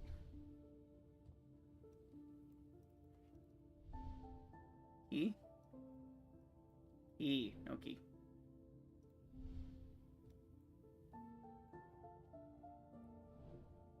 Okay. So this is Frederick Roger. 1196 to 1250. Wow. Dude was 54. Not bad. So he's got a falcon. That looks interesting. We're going to have to put something there eventually. It's missing a red jewel. Alright, what do we got here? Ladders blocked by 3-card seals. I can't take them without removing them. Okay. We have to somehow get the seals out of the way. I have a key to something. Need that blue book eventually.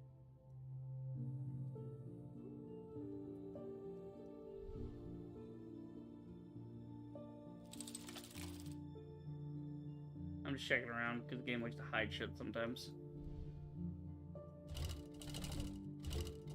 Yeah, that's stuck behind there, right? Yeah.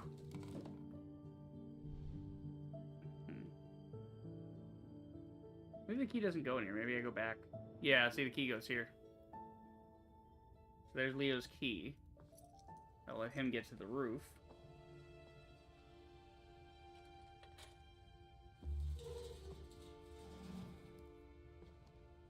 See, that's pretty tight as well. You have it one way and the other way, so you could block this. Behind this wall is the But you mechanism can still that go could be upstairs, used to open the but the metal enemy gate can't on come the from floor below. You won't get it from here. But don't worry, I have a solution. Okay. Oh, yay, I get a piece of paper. Cool. Here. The plan of the keep. Right. I've marked the controls and sketched a way you could use it to get there.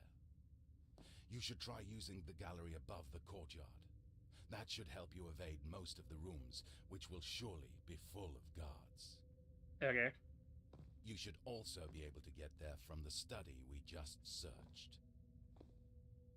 Did you notice the window above the bookcase? Yeah. You must use it to get outside. Meanwhile, I'll get on the roof and take care of the fuel. Alright. If necessary, I'll buy you some time so you can get to the machine unnoticed. I'm sorry, Giacomo, but the main responsibility will be yours.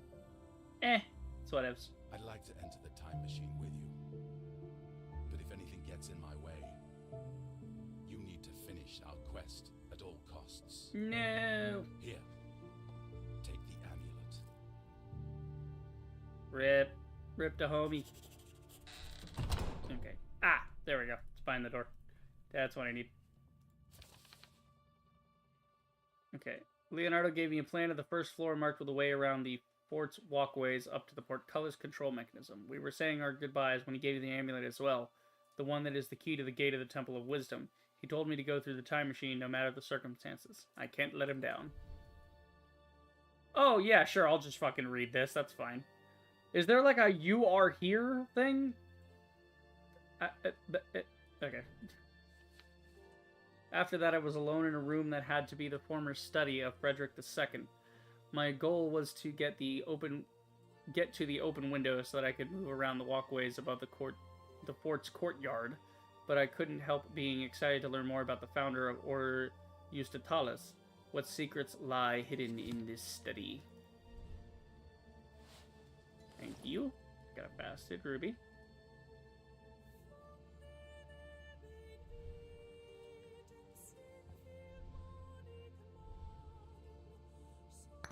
There you go.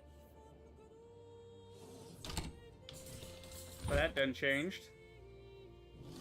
And that's up. Alright, now everything's popping off. What do we got? Brother, his life in the castle of Melfi laid foundations for Frederick II as a dutiful man, but also curious one with a passion for seeking the truth and seeing the world as it is. I believe your foundations were constructed equally well. Use this test as a way to show your brothers that they are strong. Let yourself be guided by your passion for knowledge, and it will show you the first of many secrets that you will protect with your life as a member of Order Justitalis, the Grand Master. So he's talking to an initiate. I found an interesting message on the desk. Okay, it seems the whole room was used in some kind of admission ceremony. Yeah, that's what I figured. They were testing you. Okay, it says use the knowledge, so obviously we gotta do this. Oh, well, I can't move because this is in the way right now. Dude, the music kind of kicks ass in this section. Do, do, do. Yeah. 14. 5. Founding the Order. 12.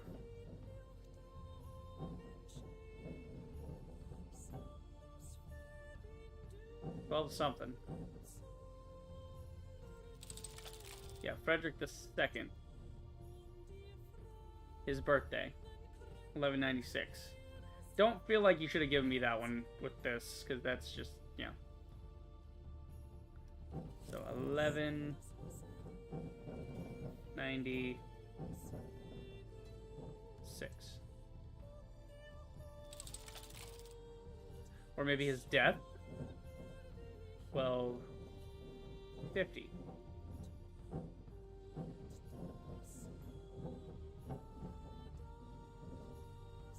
Okay, do I push a button here or something?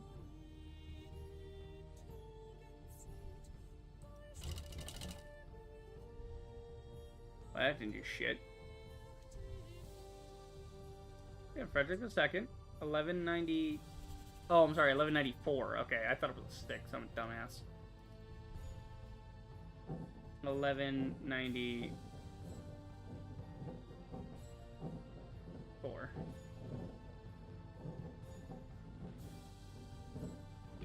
There you go. That makes a lot more sense. Okay. Yeah, I actually wrote it in there. That's cool.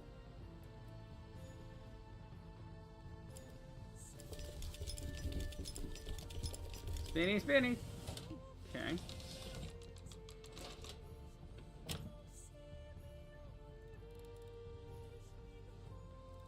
We're trying to line these up, I assume. What do you do? Oh, fuck. What did that do? I guess it tries to put it on to match it. No.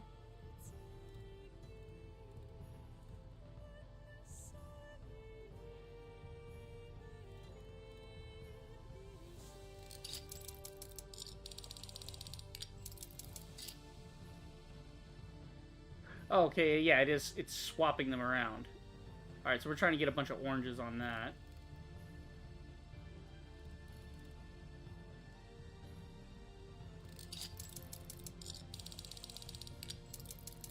Do I can rotate this in some way? No.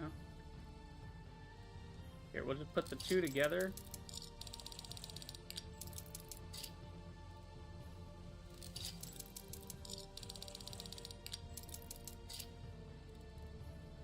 Swap for the blue.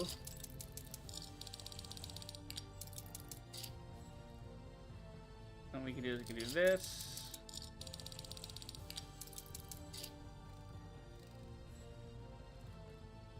I'll get that on. This is actually a pretty neat puzzle. I like this idea.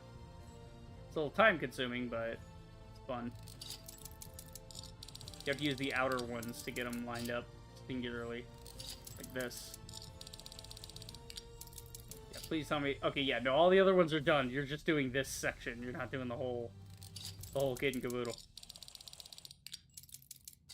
Just gotta do them a little at a time.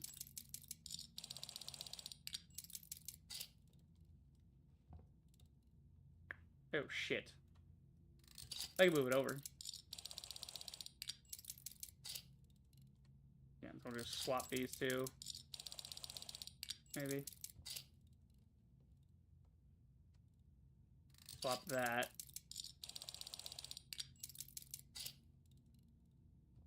We can actually swap these.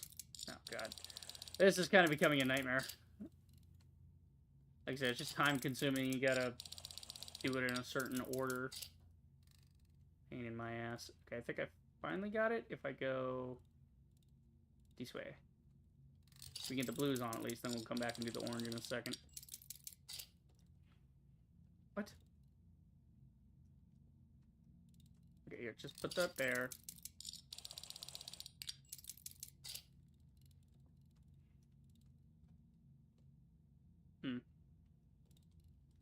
Do it this way.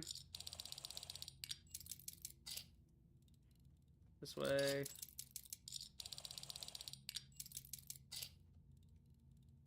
Oh, not a fan. Swap these two. Swap you two.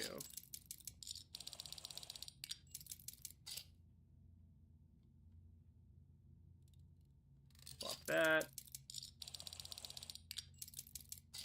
Damn it. Okay. I'm trying to get this over there to that. Ugh, pain in the ass.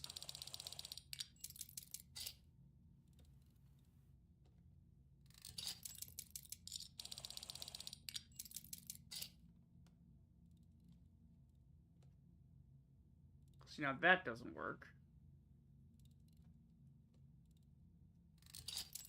Maybe like this?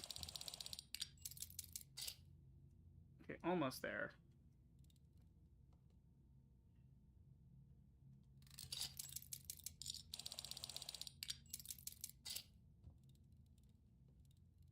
Shit, almost. It's so close.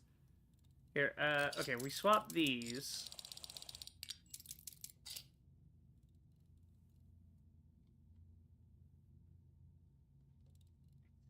stupidly close. How do I do this? Maybe I gotta, like, swap some more of the blues in some way. No, because I just did that. Don't swap them back. Swap for this. If I swap for that, I'm gonna get a blue. I don't want a blue. I want all oranges. But that's too damn bad. Okay, orange there, blue there. So, orange and pink there, okay. Then we end up with 2 blues on this. Shit. Try this.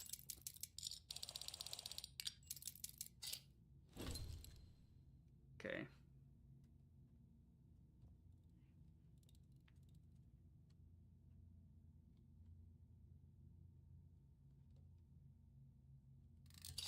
I think I have it. I think I got an idea here. Hold on, we do this. Then we swap these. Think I got it. Then we can put this here. Aha! Kind of lucked my way into that, but it was sort of what I was trying to do anyway. I was trying to get all of them on a certain side. There you go. Jesus Christ, that took forever. I mean, it's a cool animation. It's a very nice animation. It's just, it takes a bit. You gotta wait for the thing to go all the way around. Okay. Pull the lever, Kronk. Okay, that opens that. Wood handle. Wood handle. Wooden handle. In the thing. Stick. Go, stick, go.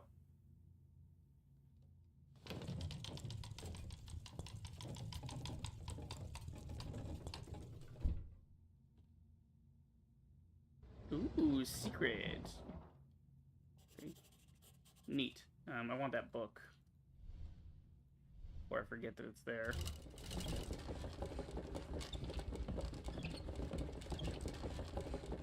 Ah, you only go so far. Okay. Does it? Or... I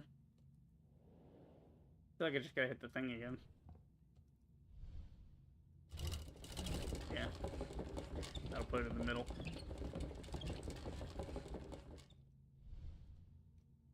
Don't tell me I gotta go one more just to get the book. It's right there. The book is not too far. Hold the beam and reach over and grab it. God, Giacomo, you touchy bitch.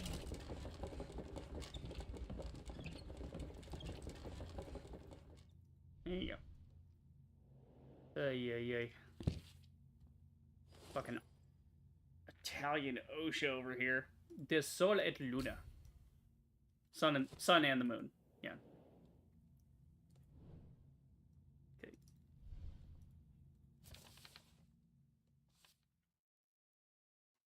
Okay, the room was full of interesting elements and artifacts. After what I've already experienced in my adventures, I would be disappointed to find no hidden secrets in a room like this. I had no need to fear disappointment when I moved aside the painting of Frederick II. I found a secret section of the library behind it. If I had more time, I am sure I could find some real scriptural treasures around here, but I need to focus on a way forward. Okay. What do we have going on in here? Obviously, got to put the book back somewhere. Yeah, we got a big old blue book. Sun and moon book over there.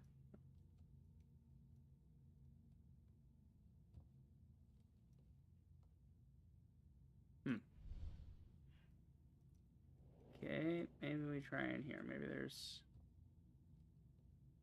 something I'm missing here.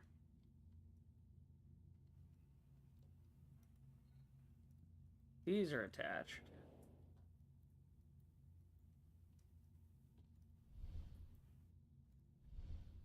What the fuck are we doing here?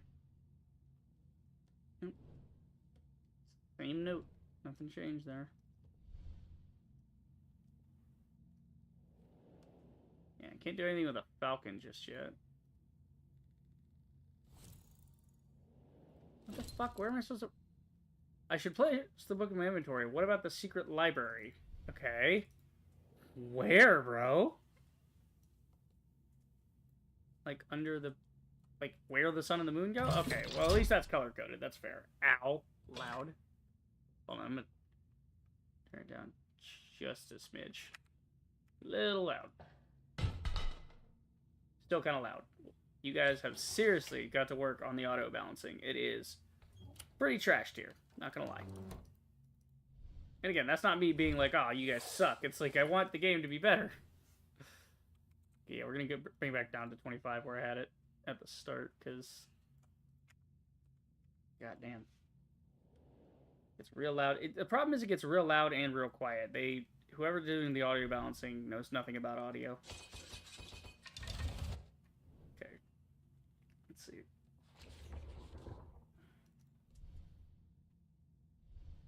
Alright. For our first Grand Master, Frederick II, ruling wasn't about some divine mandate. He considered himself absolute ruler, but he understood that power is not only privilege, but also responsibility. He knew it was the will of common people that allowed him to take the throne and the crown. He took his responsibility to create laws and ensure justice as axiomatic. Only thus could the people feel safe. Only thus could he make them content. And content people made for a firm basis for his rule and crown. Okay. What they're getting at here is people, crown, justice, content.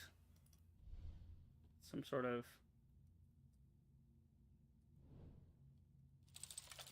secret.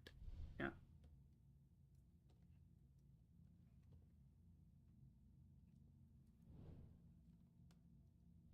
People, crown, justice, content. People, crown, justice, content. Okay. Can go around to the side or something? It's... Okay, well, I guess I gotta go... We got the falcon thing anyway, so we'll come back to the table later. We have a bell. A falconry bell.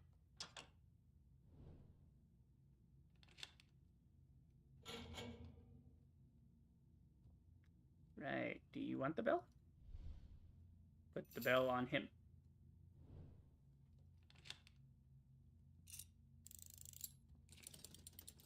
Okay, then.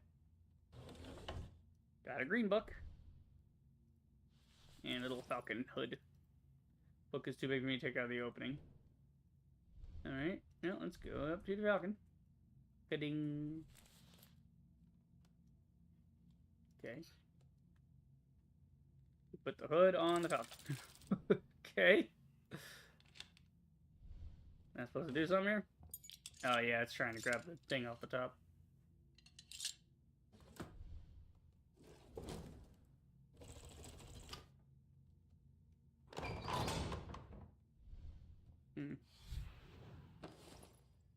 Venandi cum avibus. With something. Cum is to go with. Venandi cum avibus. The green falcon or something like that? Venandi. Well, yeah, verde. Well, verde is green in Spanish, I believe. I'm not sure about Latin. Yeah. Oh, maybe cum avibus. So the falcon with green feathers. Maybe that's what they were trying to say. I don't know. Could be. Alright, so that broke up. Back to the table. To the table we go. Alright. So we need people. Wait, what? Oh, you go in here. Okay. People, crown, justice, content.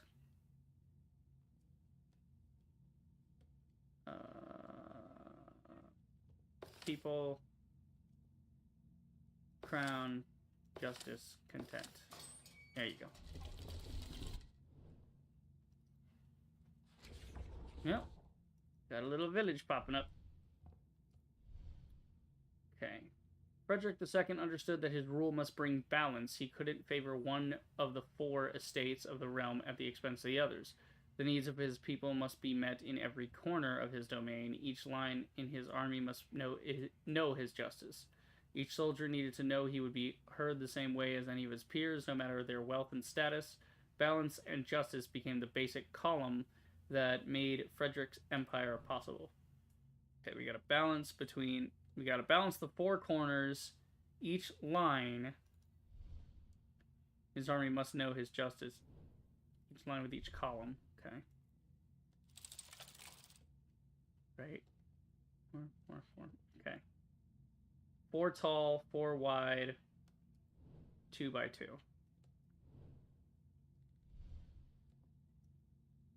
I guess this is done for the moment.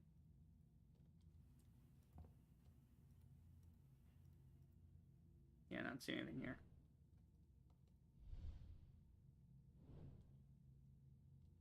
Balance the...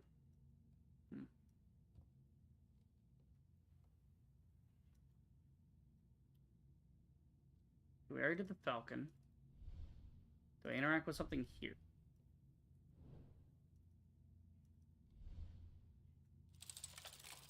Balance the 4. Okay. Balance 4 corner line column. Have I seen 4 corners here?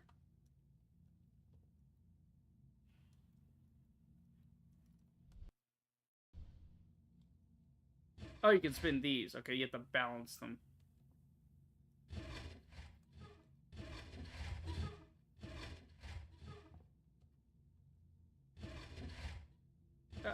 Are we playing fucking Sudoku? Is that what we're doing? Filling in the blank with Sudoku type shit? Yeah, that seems to be the idea. Okay, so this one's kind of our key here. Crown, that, and then people. So we can't have 2 people in the same row.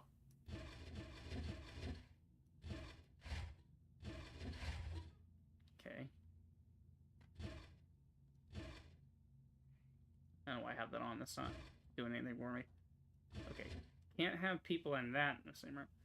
So it's got to be people and that. Okay. That would mean that this and this, it could be crown or it could be justice.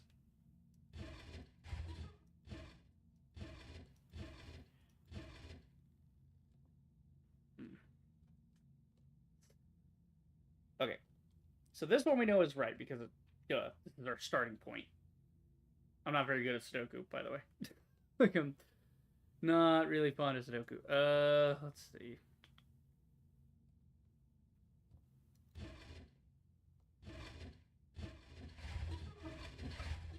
Okay, well, we can't have a crown here.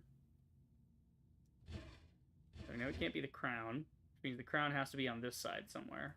The crown can't be here, so the crown must be here. So we're kind of doing... This is less Sudoku, more mosaic, you know, that kind of thing. Process of elimination, but yeah.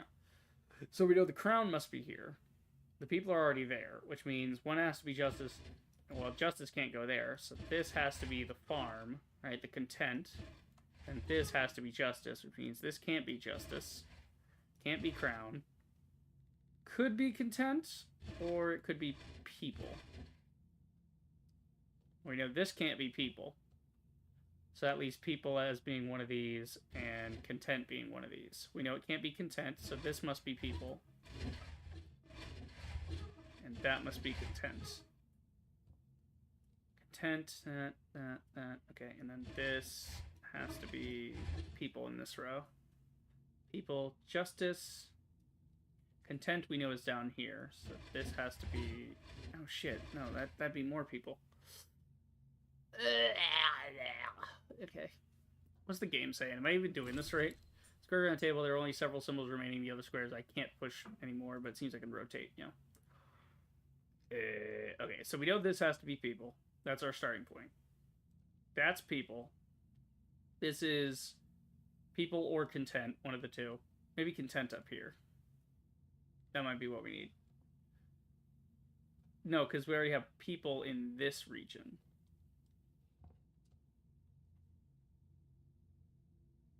Oh, remember the thing. Remember the thing. Hold on. Because the thing that we saw on the model, it had a row, it had a column. Okay, hold on. Look at this. Look. Balance 4 corner line. Balance the 4 corners, right? Each line in his army must know his justice. Each soldier need to know he would be heard the same. Okay. Balance and justice became the basic column that made Frederick's empire. Right. Okay, so this way, and this. Those are the important bits, I guess. And find another hint in the text. Perhaps I should look again at the model. Yeah. Because it's something like that. So it's like these, right?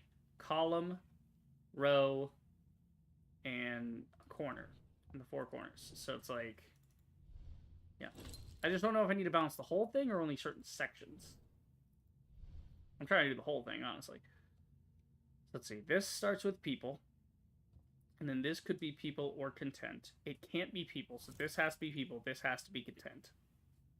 Am I getting this right? I think my goal should be to arrange the symbols in such a way that each row, column, and quarter of the grid has exactly one of each symbol. Yeah, okay, that's what I figured. Which means you have to be justice. Because you're already content. So justice and people have to be there. Which means this would need to be content. Right, so 1, 2, 3, 4, 1, 2, 3, 4. Okay, so we got this area sorted. And let's see.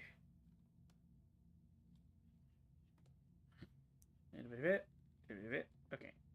People. Okay, no, too many people on this row. We need less people. Can't have a people here. So we're gonna have to use content there. Yeah, no, content there, people here. Which means people can't be here. Content goes there. Content's already going to be in this row, so the content of this... Okay, maybe that should be justice? Then this should be the crown. Okay, let's see. Justice. People. 1, 2, 3. Okay, hold on. Does that count as those being in the same square? I don't know. 1, 2, 3, 4. Okay. Then crown. 1, 2, 3, 4. Okay, so this should be working. But it's not. It's not right.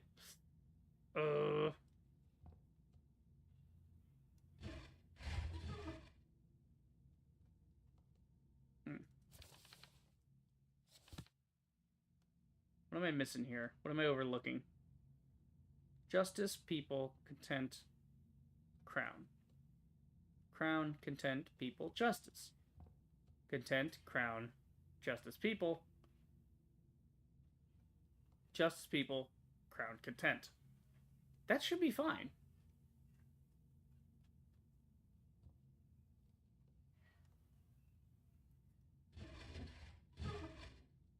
Go content there and crown. No, because this is in that row. This should be right. Yeah? Each row, column, and quarter. Okay, so this is a quarter, that's a quarter, that's a quarter, this is a quarter. That's a row, that's columns, rows.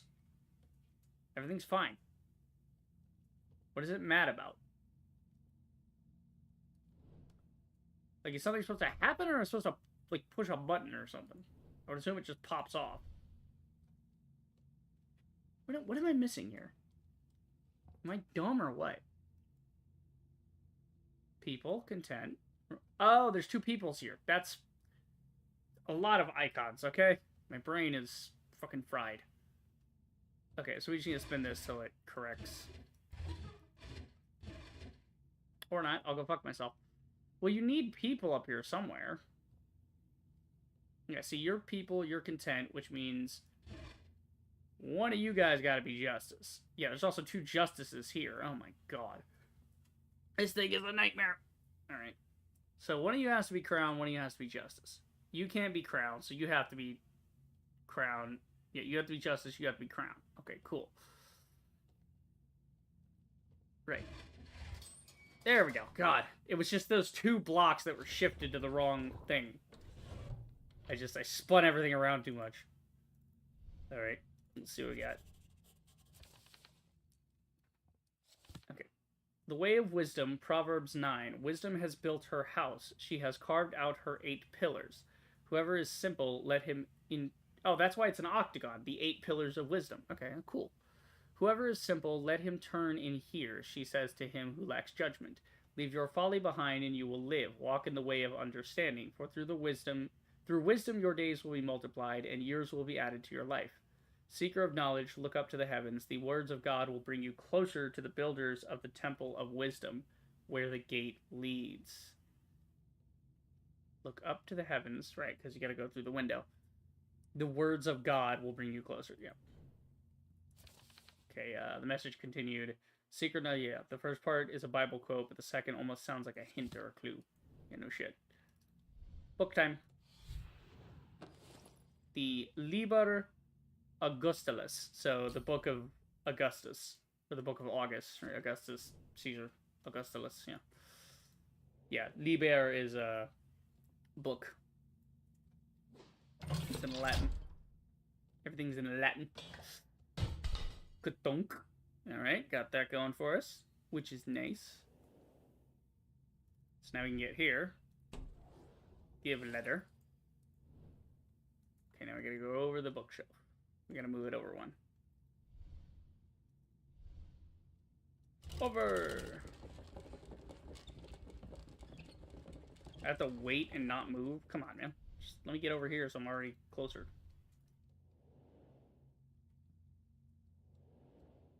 Oh, there we go. Just gotta go over it.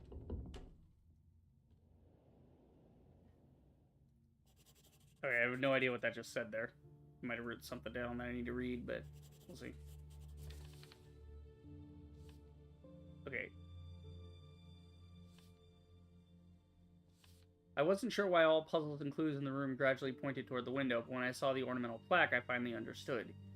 Ibi vidamos monstra quedam filiorum inac de genere gigantio quibus comparati quasi lucuste vidabamur.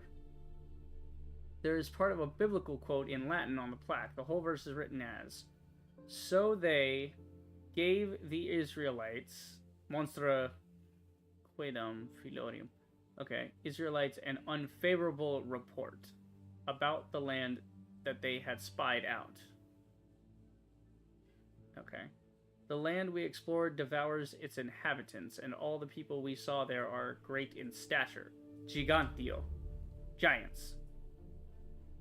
And all the people there is great in stature. We even saw the descendants of Anak there. Right. Enoch de genere.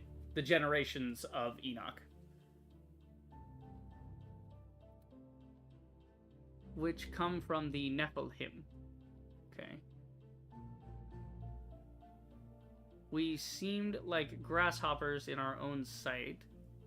Quasi lucustes vidimar, right? And we must have appeared the same to them. Ah. Okay. Interesting. Ibi vidamos monstra quedam, filorium inac di genre. We saw and were seen by the descendants of Anak and giants. And so on. Okay, yeah, so it's... Latin's a little backwards. You gotta... Some shit gets mixed together. Yeah. The quote had to be part of a test for members of the order, but why this one? Nephilim, mythical giants that, according to the Bible, roamed around Palestine. So they're drawing on the literal sense of the Bible, the David and Goliath, because Goliath was a giant. He was a big guy. Yeah. So let's see. The same place where Frederick II found the gate to the Temple of Wisdom. Did Ordo Eustatalis believe they are real? I mean, if it's written there, like, probably. I finally got out of Frederick's study. This is the place where Leonardo has to mix the fuel for the time machine. He isn't here yet, but I am sure it's only a matter of time. There are so many times they write a matter of time, short on time. They're just time jokes in this journal. I love it. After all, I need to be careful. I had no time to lose. I need to find a way to make my move across the walkway unseen. So far, I'm loving the story. I think the story is fantastic, and I think they're finally ironing out a lot of the puzzles. Some of them have to be explicitly explained to the player, which I do not like. But, you know, like on the table with the clues, where it's like, oh, okay, I figured that out by myself.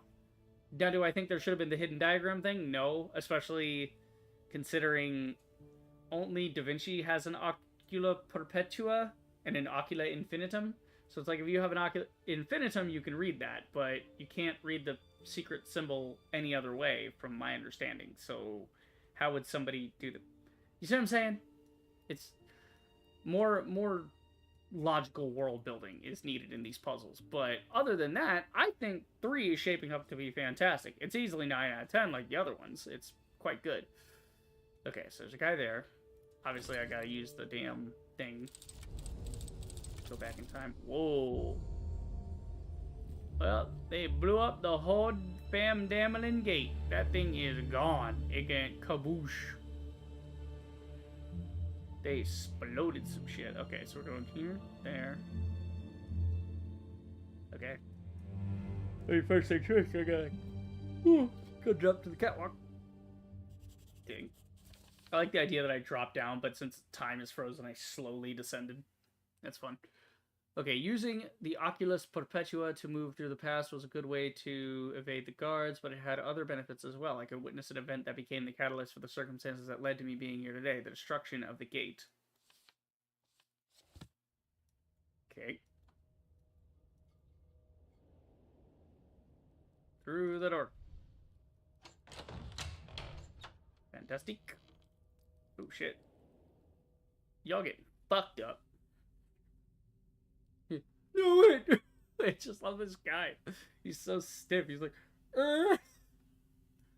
To be fair, if I'm wearing that much plate mail and somebody knocks me on my ass, I'm probably just gonna be like, God, help. Yeah. That shit's heavy. That armor is not light, man. Okay, let's see. I guess just go past him. Yeah. Whoosh. Okay, we got some water coming down.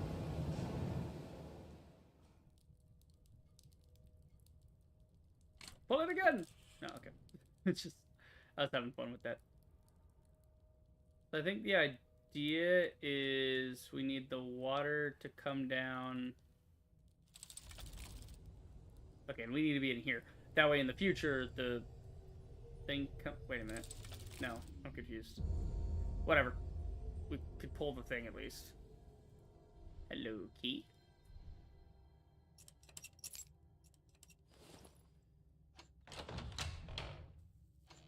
Thank you. Ah, blocked. But now we can take the key into the past and open the door. And then over here, yeah, it's all broken. Okay, so now we go to the past and open a door. Ding. Imagine these poor dudes are in the middle of a fight and they're like, did you open that door? I don't know. Was it Steve? Yeah, maybe Steve did it. Okay.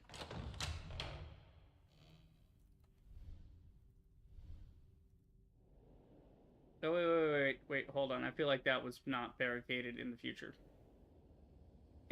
Whatever. We're up here now.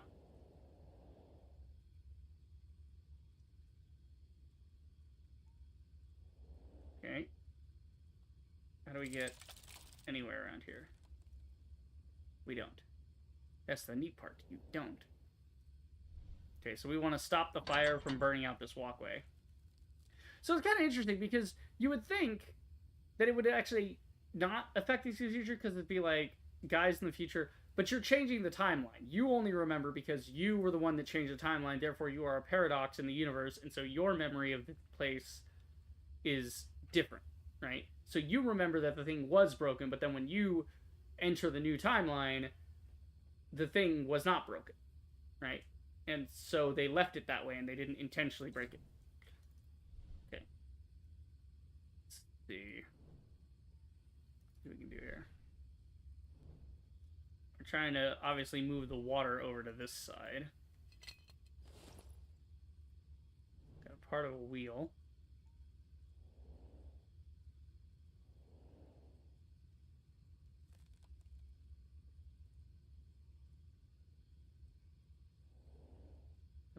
Why can't I interact with that? Okay. I had the hand on it, like I could do something with it, but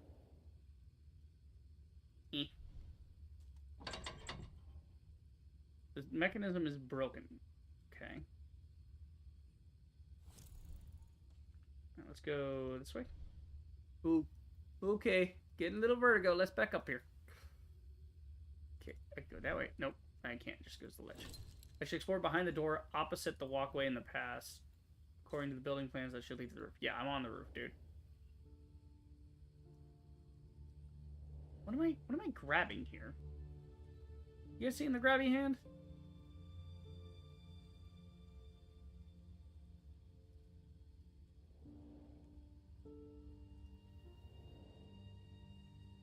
Maybe go downstairs. Maybe there's something I need. So can we, like, do this? No, because in the future this is going to be closed off, so we can't do anything there. We gotta be on the roof. Okay. Right. Just read. Okay, we can't get out anywhere up here for the future, so we can't do that.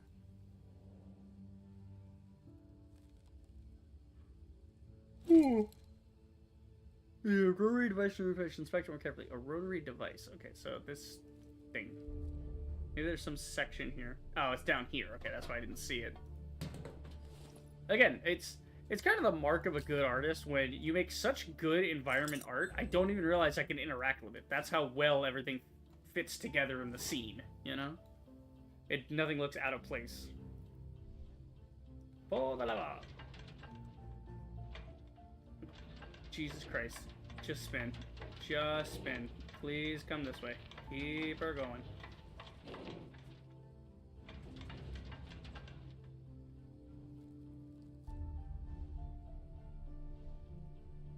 Okay, so it's got to be on that point. Gotta go a little further. They're trying to make the water dump over. No, goddammit.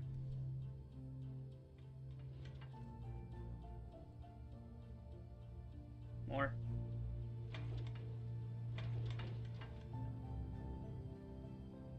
Is that right?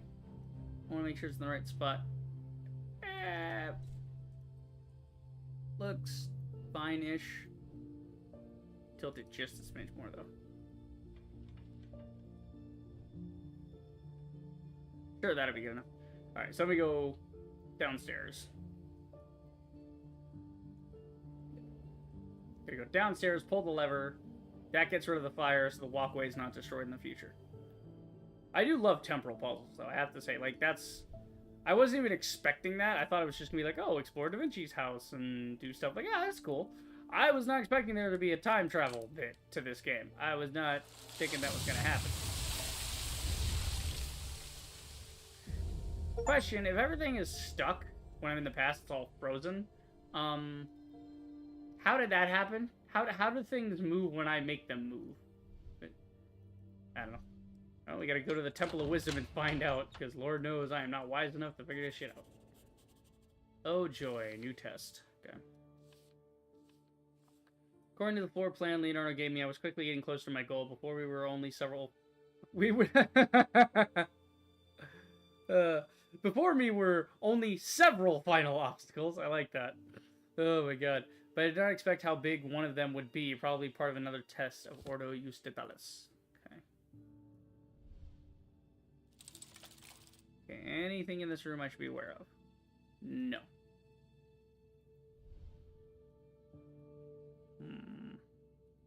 Obviously, you can interact with these at some point. Can I cheat and go through the past? No, can't do that. Couldn't I, technically? Because I'm in the future. Maybe give a pass, I don't know.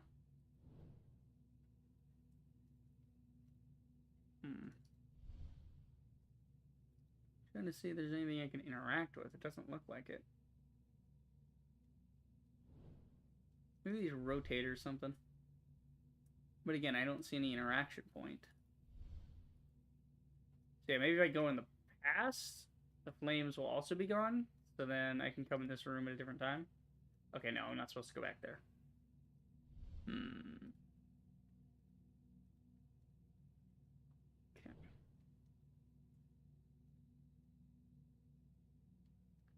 can look at all these, but I can't. Okay, this one's got a gold topper to it. Ah. Sneaky bitch. Come to Papa. I got a handle.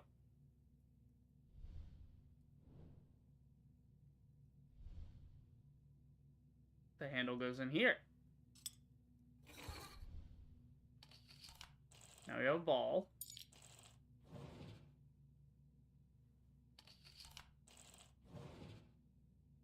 Okay. Great, so that was number 1. Can we have the handle back? No. Well, now we go push number 2, I guess. Secrets and secrets. Okay. Ooh, new puzzle. So each of these has like its own mini puzzle in it. Fun. Okay, so we gotta put these in some order.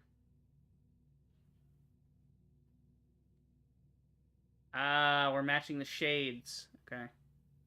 A light red. A red and a green makes... Oh, God. I'm a fucking artist out of the shit.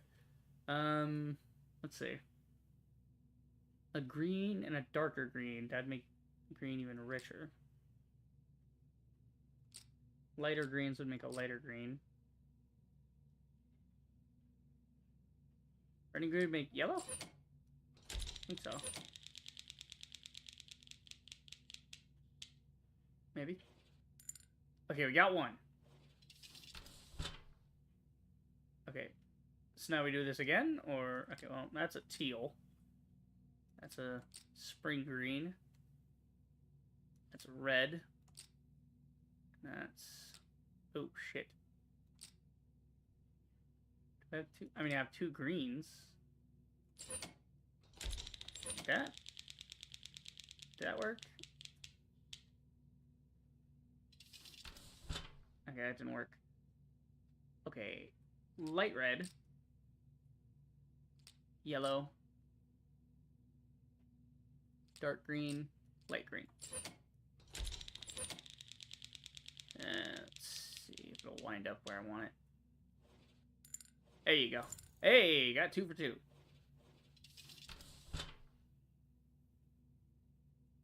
Am I supposed to be remembering these? I feel like my guy should be writing these down, but we only have 1 lock to go, so... Yeah, we do light red. Oh, see, light red and light red are coming together. Yeah, see, red's there. Dark red. Green.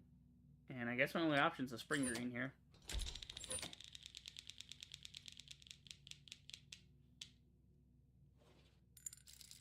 That works. Okay. I guess we're just looking for a certain number of them to match. Okay, we have a small key. Fantastic.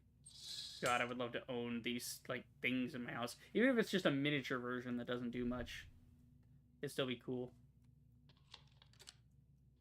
Spin the key. Ah, open. Give to Papa. The relief of an eagle. Well, that's a relief. I love fucking puns, man. I love puns. Okay. So now we put the relief of the eagle. That's a pretty kick-ass looking eagle. Actually looks more like an owl, but okay. You supposed to do something? No. Okay, I guess we go back and push the button again, and then it wakes up the next puzzle. Red. Okay, now it's red. Ah, it's over here. Okay. I was like, is red good? Is red bad? What am I doing here? Okay. We have some kind of projector. For light.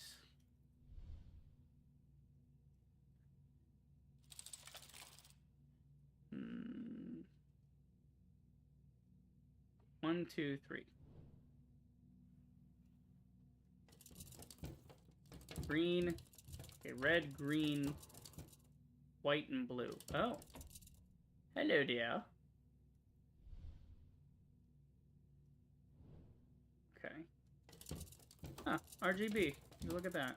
It's actually a very cool effect. We might look at it at the end of stream. There's a really cool effect in the original Dr. Jekyll and Mr. Hyde from 1938, I believe. Was it 38 or 48? I think it was 1938. It was like way back. It was in the talkie days when they were just starting to get into audio. It's actually, you'd be amazed the history of sound in film, because you would think, oh, okay, we got into talking in like the 40s and 50s. Not so. The talkies, well, okay, it's a misnomer. We call them movies now, but they used to be called talkies, but they weren't actually because they would talk, right? The talkies were the silent films, but then you had, so getting to talking actors with real-time dialogue, that was sooner than you would think. It just wasn't widely adopted. It's not like color television. The color medium for film, we could have done that from the beginning. It was just prohibitively expensive to make that kind of film until the advent of Technicolor, and it was cheaper to make, and it was good to go. But God, Technicolor looks so good, by the way. Oh my God, nothing pops on screen like Technicolor because of the way that Technicolor, and you can still do Technicolor today. It's just such a pain in the ass to do it, but you can still do it. And there is, I actually pondered this question to my cinema professor when we were going over film history, and she said, yeah, Technicolor, technically, you could theoretically find a way to do it digitally by layering all of your like shots out and whatever, and it's a whole thing. But imagine if you could do like a digital remaster of Pleasantville using Technicolor, because that is vibrant as fuck, right? Like the film Pleasantville has a lot of bright colors in the second half of the film. That in Technicolor would go hard. Like Technicolor, there's a reason that the color version of Wizard of Oz, the color version of Wizard of Oz, the reason it looks like that is because of Technicolor. And it was actually in, black and white, where it just, the reason you would see black and white, and this was the kicker, right, is it would go from black and white to color. Well, if you didn't go see it in theaters, you wouldn't see that, because home viewings were on black and white television sets, so you couldn't see the color. Can you imagine guys who never saw saw like this stuff in theaters that had color, and they only ever saw it on their TV, and then they get a color TV and they're like, wait, the Yellow Brick Road is that yellow? Like, imagine. But no, it was Dr. I don't think it was Dr. I think it was just Jekyll and Hyde.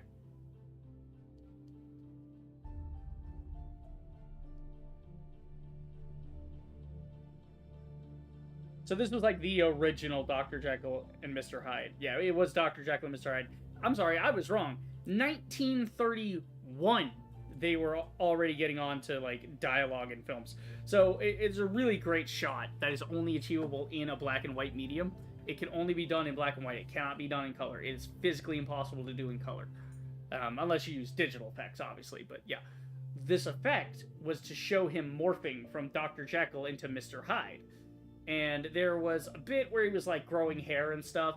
Okay, that was like, he would stop, they would come in and apply a bunch of makeup, they would start filming again, and then stop in another position. He would try and sit. You can see he shifts a little during that. It's like, okay, it doesn't exactly line up.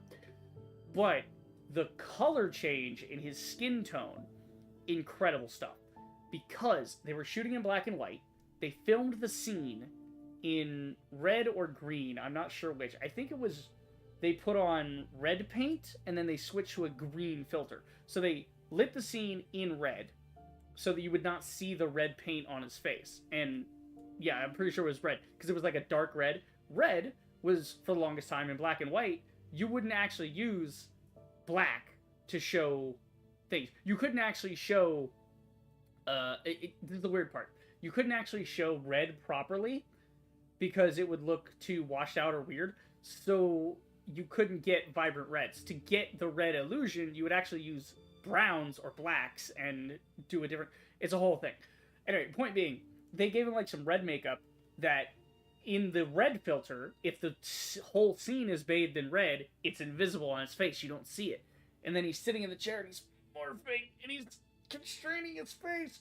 And his whole thing changes slowly, in real time, and in-camera visual effect. How do they do it? I actually got points for this one, because I was the only one in the class that raised my hand. Like, I was the first one. I was like, they changed the lighting, didn't they? And like, yes. You know.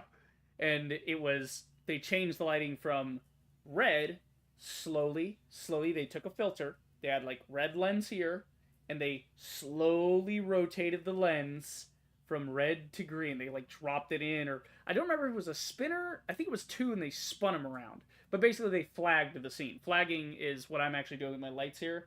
These lights would be way brighter if I didn't have a piece of cloth over them to damp it down. Flagging is when you decrease the light value, and you're affecting the light that's coming through. So basically, they were flagging using a lens. They were color correcting in real time. So by slowly adding that to it, right, slowly changing the lens, they transitioned it from a red lens to a green lens, and nothing else in the scene changes color, just the face. That's the genius. Now, of course, they shot this with his back to a black space, so you wouldn't notice anything else changing color. They had to be careful of that. But it's still an amazing effect. Oh my god, it's such a good effect. Because it's so seamless. It is one of the most seamless effects. It's like when you get a really nice match cut nowadays, because a lot of directors are lazy and they don't think about shot composition, and they're just trying to get the movie done. But when you see really nice match cuts and dissolves and things, ugh, bless be still my heart. I love me some good cinematography. Okay, so red, green, blue. Okay, can we aim this at different angles, or... No, it only goes to the front thing. So... maybe we can lock this in somehow.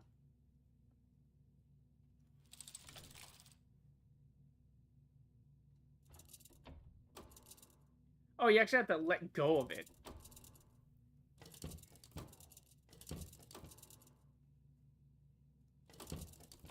So that's a blue one.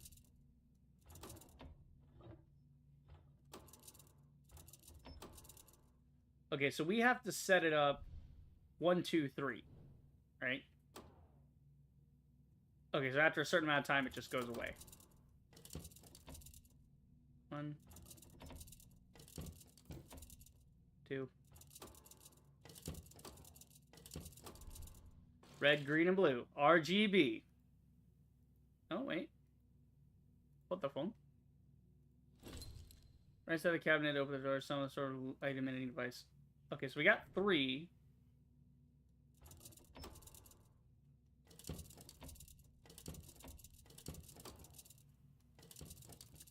Did that one lock in? Yeah, 3 locked in, so...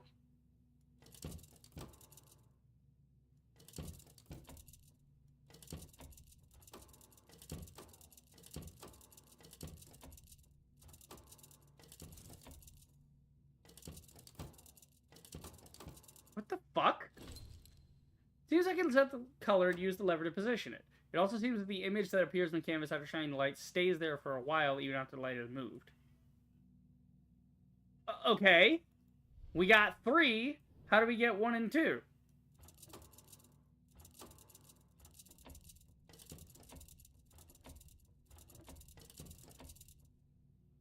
That's the correct image, is the angel, yes? I'm so fucking lost right now. They were trying to do the mural thing? Okay, yeah, so each of them is one of the things, and then it... Okay. Now we're trying to line it up with the other thing. Yeah, we want the green thing like that. Like the Ark. Yeah, like the Ark of the Covenant. Okay, there we go. Jesus.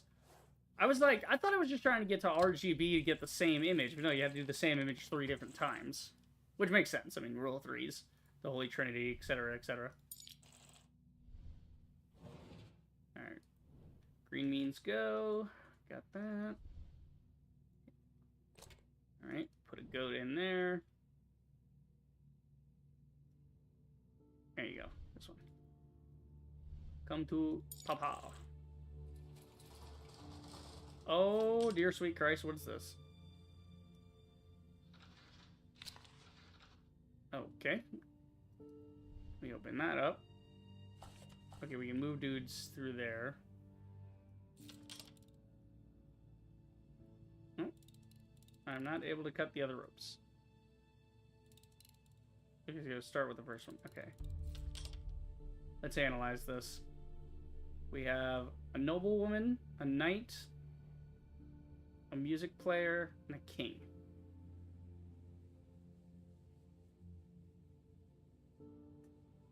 Okay. There's the noblewoman. There's no. Okay, there's 3 noblewomen. There's. Okay, how many in total? 4 by 4, 16. 8 slots on the back. What are they getting at here?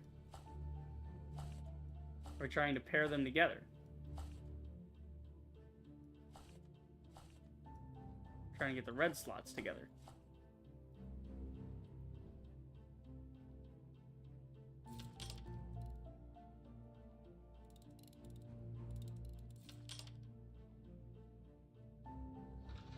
Oh, okay, you're supposed to pull it from there.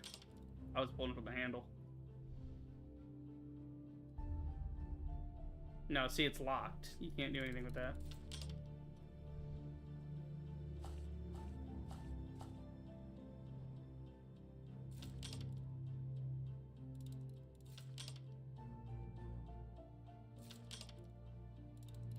What the fuck? When I use scissors in the middle of the complex mechanisms on the right cabinet, opposite the large door, part of the square grid above them folded, I think I'll have to do more with the grid if I want to continue. No fucking shit, Sherlock. It's a useless hint. I know I gotta do more, I just don't know what the fuck you want from me.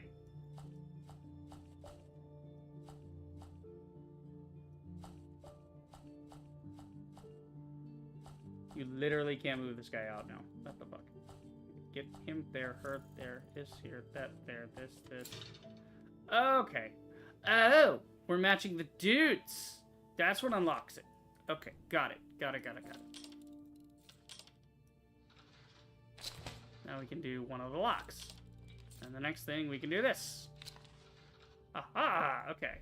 So we want the green chick down here. Now I got it figured out. Okay, we don't have to do the rest of that. We can just move on. Okay. Wait, what? Why aren't you opening? Oh, this one opened. Yeah, okay, you can pull from the handle. I was right. Okay, let's see. Queen up top, king at the bottom. Well, we can't get to the king, so king's gonna have to change eventually, but... To the noblewoman. Okay. There you go. See, these are really kick-ass puzzles. I like these, because I can figure these out. Like, okay, it's not... That sounds bad. Because I know how to solve it, it's a good puzzle.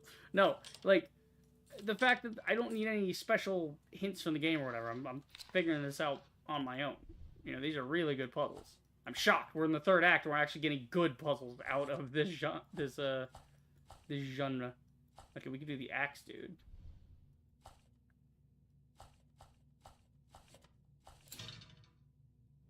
Sweet. Nailed it. Get fucked. Alright, there's the lion's head.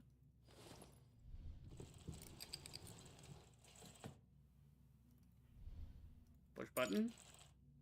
Might as well. Now we're on to purple.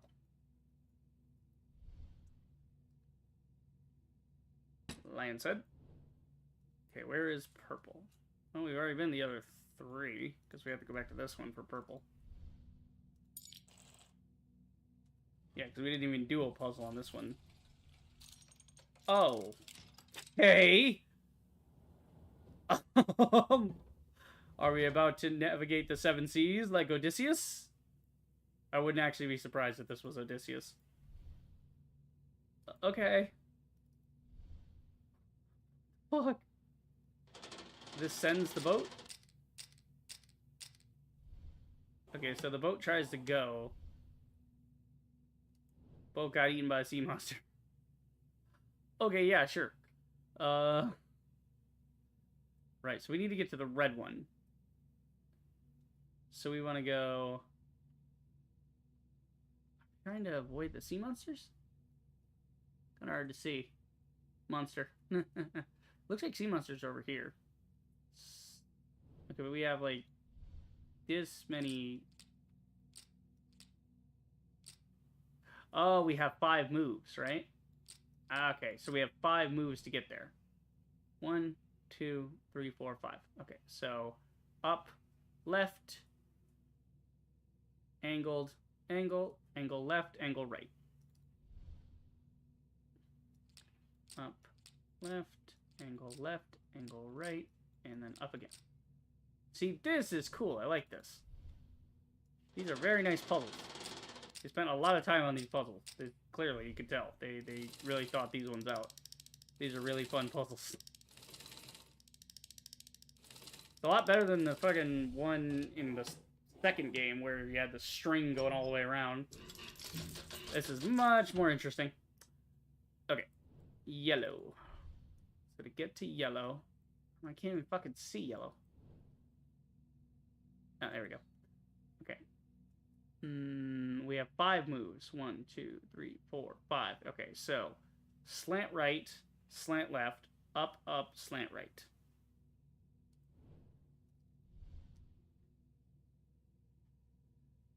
Right, left, up, up, right.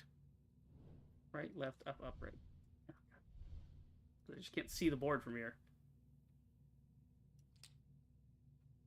Right, left, up, up.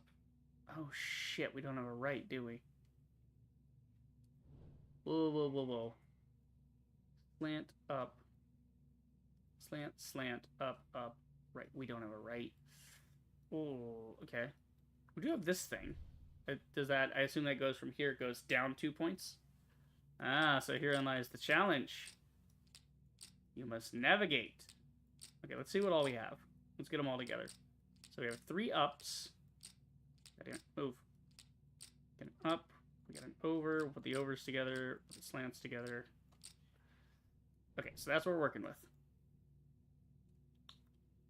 Can we go up? Okay, we have a slant for left and a slant for right. So we only have 1 slant each. Up, slant, up, slant, slant. No, not going to work. Might need a pinball, this one.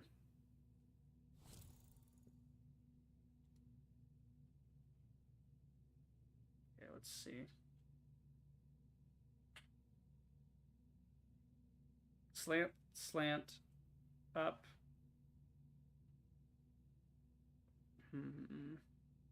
No, we gotta save the slants for here, because we have to slant right and then up. So maybe that one we have that looks like a pinball, looks like maybe you ricochet that. Think you ricochet this? Yeah? Maybe that's what it does. So if we could bounce from here down to here and then just slant left. So that gives us a slant right. Okay, but when can we use the slant right to get in? We have to use the slant right. Okay. Trial and error. Let's see. If we go slant, slant, no, slant up, slant up, slant. Then maybe pinball at the end. We'll see what happens. Pull the lever, Kronk. So how does this work? Okay, well, it's kind of like Mastermind. It at least tells you what the correct thing is. Yeah. So you got eaten by a she-monster because it couldn't go anywhere. Okay, so it's more like Mastermind than I thought it was. Mastermind, for those of you who don't know, it's a game. It's the game where you like change the colors and whatever. The reason it's called Mastermind is it's supposed to be like a 2-player game. One guy picks a pattern, the other guy tries to guess the pattern in a certain amount of steps, and you can only give like hints of, you know, oh, this is, you've seen this before in other puzzle games and things. It's like, you know, red, green, yellow, blue, right? If that's my sequence and you have those pegs available, you know, it might take Fallout. Actually, Fallout's hacking minigame is exactly what Mastermind is, where you just go in, you try to guess it, and it says, "Oh well, only only 3 of these 5 characters are right out of this 5-letter word." So then you have to try and think of what the other possibilities are. Yeah, that's basically what it is. Okay, so slant worked. So slant. That's good. Yeah, it's got to be slant. So slant, up, pinball. Slant, up, pinball? Because I don't know how this pinball one works. I'm trying to see how it works. Okay, those are all good except the pinball maneuver. The pinball maneuver doesn't work? Why does the pinball maneuver not work? Shouldn't it go bouncing me that way? How the hell do you get this thing to work?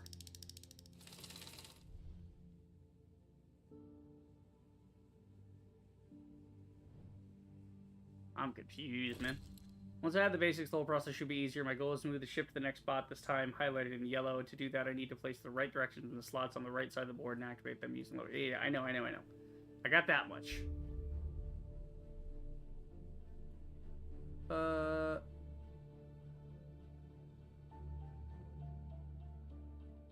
Maybe that piece breaks the chain.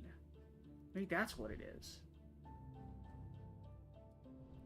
So if that's the case, up, slant, up, slant, up, break, up. Okay, let's try that. Up, slant, up, break, up. Maybe that's what it means. It's a chain break. Because I could look at the hint, it'll explain it, but... Is that how it works? I think it is. I think it worked. Is that what it means, as you break the chain? Yeah! Okay! So that's a terrible, terrible fucking, thing. I thought it meant you bounce from one to the other. Y'all gotta work on your iconography. That... I mean, that's kind of a puzzle in and of itself, but... No? Just have, a broken chain. Literally just a circle and just, literally two chains like you got on the thing. And then snapped in half. Snapped. That would explain that a lot better. Okay. Last one. Oh, it's gonna be a doozy. Okay, we have... Let's start by getting everything together. We got some slants. Get these together on their respective sides. There you go. Okay, so we got an up, we got a double up. Let's move that down here. We'll move the up here. So we have an up and a double up. So obviously we will want to use a double up. So double up has to be first. No exceptions. It must be double up. Oh my god, go down to the thing, Jesus. So that you can actually get into the thing. You can double up. Let's see. Double up. Slant. We don't have 2 slants. We can't chain break. Up. Left. Slant left. I don't have 2 lefts, do I? I do have 2 lefts. Okay, yep. Okay, up. Okay, I know the last one's left, and that one's left, and there's a slant. And what was the other one? I think it was just one more up, yeah? Yeah, it was just one more up. So just straight up. That should be right. I'm really enjoying these puzzles. Y'all saw how annoyed and, frustrated I was in the other 2 games. I'm enjoying the third act puzzles very much for this one. They are quite good. They're challenging, but they're not frustrating. It's not like they're hiding shit from the player. They're putting things on display, giving you logic, and saying, okay, figure it out. And it's good. It works. I mean, it works is what I'm doing. Trial and error. A little bit of trial and error, but it doesn't feel like it's wasting my time. It feels like I am just stupid, and I, as the player, feel that I am failing, not that the game is failing to give me proper direction. I think they finally ironed out the details. I think House of Tesla is going to be pretty good. Oh, man, look at all that. Yes! Fucking finally. What the fuck? Okay, giant guy. Yep. Okay, they have a stone tablet of giant guy. The fuck is that noise? Oh, it's a warning bell. The shittiest fucking warning bell ever. Shouldn't have just been ding ding ding ding ding ding or ding ding ding ding ding ding ding ding ding. Because usually when you get, that's actually what modern bells are based on. There's the old naval bells, and modern bells are based on the same idea of rapidly striking something to get somebody's attention because nothing else in the world sounds like that. Nothing else in the world sounds like ding ding ding ding ding ding ding ding ding ding.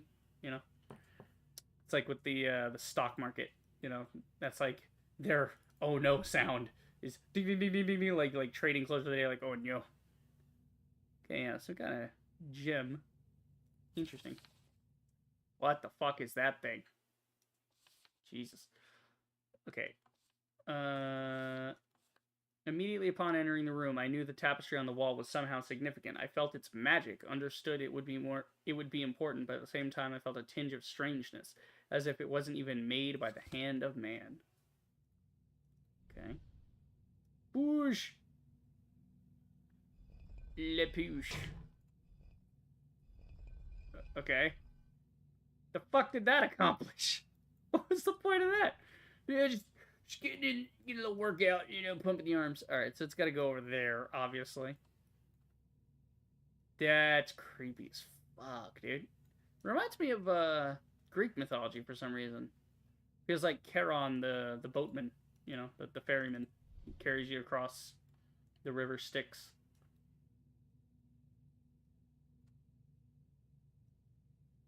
Okay, yeah, I think we just gotta move that over. What are we doing here? Bowl thing. Okay. What a fucking meteor. What the fuck? Hello? What the shit? Oh, that's outside. Okay. Jesus, if they do a House of Da Vinci 4, you'd be like dimension hopping and shit. You're gonna have 4-dimensional, no, not even 4-dimensional, you're gonna have like 5-dimensional fucking puzzles. What the shit? Okay. Alright. I'll take that. I need that. Thank you. Metal rail. Oh, hi, spider. There's a spider in the corner. Now we're thinking with portals. Okay, we gotta put this on the track so we can get it all the way over. What the shit? I was slowly getting used to the fact that miracles aren't simply a part of stories, but also of my everyday life. But the newest one surpassed all the others. Just the touch of a ray of light created a hole in a several-foot-thick outer wall of floor. Well, it's not that it created a hole, it's that, like, when you say create a hole, okay, I can create a hole in thick wall too, give me some explosives, but it didn't make a hole, it made a fucking tunnel. It made a tunnel without actually destroying the rock.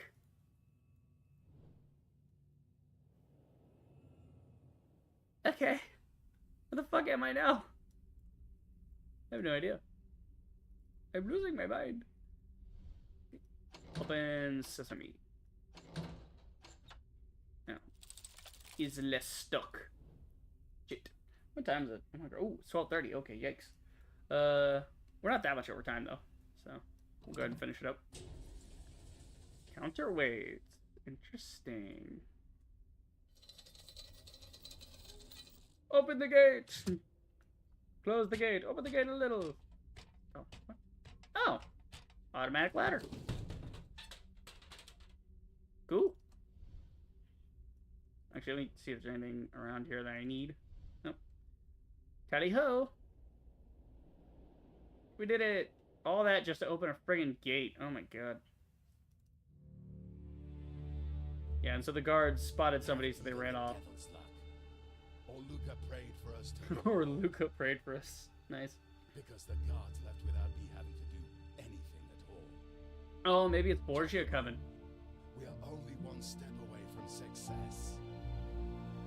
First, light the boiler, just like you did in Badia Fiorentina. Oh god, not again with the boiler. I'll do the rest by pumping the fuel into the machine. No, not the boiler again. I was enjoying these last couple puzzles. Now we gotta do the boiler again. Oh, I hate this thing.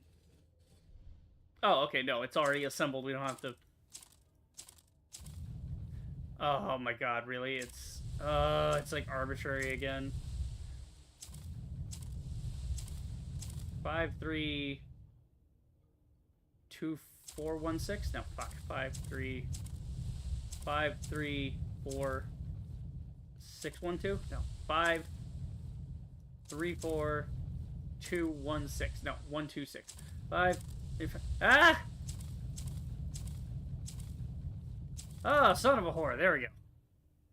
Easier than last time, though. Still a pain in the ass. Huh. That's cool. I like the motor being sideways, the way they're angled. Nice. Portal time. Come on, use them muscles, Da Vinci. Hell yeah. Dude, I love how he just kicks it down with his foot like an absolute Chad. Does that even go there? That looked like that clipped through. It doesn't look like it was designed to actually go in that. They just went, oh shit, how does he get down here? Quick, put a ladder in there. The game launches tomorrow. Just put the ladder in! I like the side ladders. Those are cool. It seems that fortune really favors us. Nice. We did it, Giacomo. In the end, we will be able to go together. Nice. Not so fast, Master. Oh no! I implore both of you to avoid... What's wrong with your making leg, sudden bro? moves. One of my great passions is hunting rabbits, and they are, as I presume, quicker than you two. Okay, something happened to his leg. No cause for Oh, you know what? It's because I hit him with the cart, isn't it? I fucked up his knee. And he's also suffering from the fact that they poisoned his ass. I'm sure we could somehow. One day you're up, the next you're down. I could write a book on this. I could write a book on this. I feel like that's a historical joke. Like he actually wrote a book in his memoirs. He put that. Move in the opposite direction. I'll tell you how this is going to play out. You will drop the amulet on the floor and slowly retreat. I will thank you for all the preparation you made on my behalf. It was just like, this motherfucker. Oh, God damn it! Uh-oh. Roger, throw the weapon down. Wait, I just thought of something. What if this runs right into the house of Tesla? Like you fall through the portal and you end up at Nikola Tesla's house. I don't think so. I don't think that's how the stories line up, but it would be kind of wild. What are you waiting for? Go. Aw. It's kind of sad. Like, yeah, Duke Borgia was a dick, but he wasn't... Shoot him, you fool! He was desperate like anybody else would be, you know? Oh, well. My Perpetua has been broken. Yet again. My head. Okay, so I ended up in the thing again. Oh, the tablet's not broken. Maybe this is before the siege. Yeah. So I gotta tell him, like, yo, dudes. What? Oh, okay, now we're just freezing time on a whim. Okay, where does the necklace want to go? Wow, so that's the actual gate. Yeah, I could see them calling that a gate to the Temple of Wisdom. That's pretty fancy. It's pretty tight. There better be a fucking payoff here. Yeah, because there's a 9th chapter. That was chapter 8. There better be a fucking payoff. I want to see the Temple of Wisdom. I did not spend this entire game being told about a Temple of Wisdom to not see the Temple of Wisdom. Uh-oh. Oh, the map is gone. We are out of time. We are somewhere else. We're in the ancient temple in Palestine. Don't know fucking when. Okay. Utilizing the miraculous device, I finally reached the controls of the portcullis leading to the courtyard. Our plan really worked. The guards left their posts, Leonardo mixed the fuel, and I ignited the boiler. The time machine started moving with a loud roar. Our victory was mere moments away. Suddenly a familiar face showed up, that of Cesar Borgia. I was just one move of his finger away from death, but then the guards returned. The situation was chaotic. They caught Leonardo, and Borgia found himself in a heated conflict. I was unable to do anything but watch the events unfolding before me. At the last moment, when precious seconds were passing quickly and the chance for us to use the machine was shrinking, Borgia suddenly stopped struggling. He turned to me and told me to hurry. I don't know if he was secretly hoping we would succeed and the machine that had possessed him and caused him so much pain would be destroyed, or if it was just his hatred of Ordo Justitalis that made him say those words. Either way, it was the nudge I needed. I love a mustache-rolling villain. I really do. I love villains that are evil and they revel in the fact that they're evil. But I equally like, not a sympathetic villain, not a, oh, poor baby had rough life, now he's a villain. It's like, you don't just get to hurt other people just because your life sucked, okay? And now you have power. It's like, well, now that you have power, you have an obligation to use your power to make sure somebody else's life doesn't suck. A la Batman, right? But I do like a villain who has a bit of humanity to them, because not that it's like, oh, he could be redeemed. Like, I don't want him to be redeemed. It's just that it sort of levels it and goes, yeah, you know what? Maybe you judged the guy too harshly. Did you ever actually consider his motives, or were you just seeing that he was an antagonist, you know? Was he an antagonist, or was he a villain? Like, what's the thing? Ready Player One does this fantastically, by the way. There's Nolan Sorrento is the bad guy in Ready Player One. He's the antagonist. He's the director at IOI. He's basically a piece of shit. He's trying to, like, kill kids and shit. Like, that's evil type shit. Like, I will kill people to obtain the Oasis and win the contest, okay? Like, he takes the game way too far. The thing in the end, though, is when Parzival eventually wins, because of course you know he's going to win. When he eventually wins, everybody's, like, in awe. They're watching him accept the prize. And Parzival's, like, crying, like a single tear drawing down his thing, because he's like, I actually won, you know? And he's holding in the virtual world, he's holding the egg, but in the real world, it's going through his haptic feedback suit, and it's, like, his hands are glowing. And so everybody sees what he sees, right, on TV monitors and stuff. It's being televised. And then Nolan Sorrento shows up, and he's about to shoot Parzival. But he realizes he's too late. He won't get away with it anyway. There's no... Even his hatred, he couldn't just shoot this guy down in his moment of victory. And there's this wonderful, wonderful shot of him. And he's just... his face.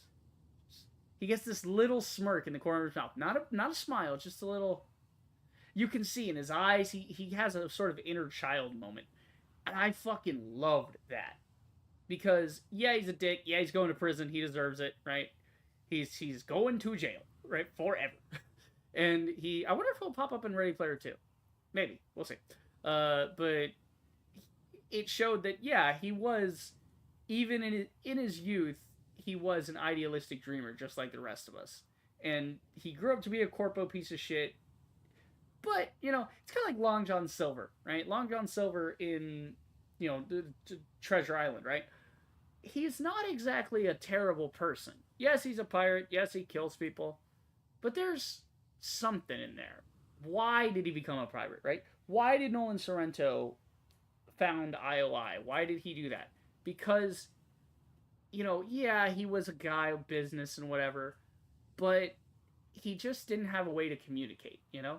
And it sort of ties back into whole that, please, for the love of God, go watch Ready Player One. It's a great story. James Halliday, fantastic representation of, and I don't want to speak for people because I'm not diagnosed or anything, but even normal people, I think, can understand, like, when you see a person that has something going on upstairs, you know? And it's not like, oh, I'm not talking like Forrest Gump, like he's deficient, or like Rain Man, where he's a savant. It's that he had social problems.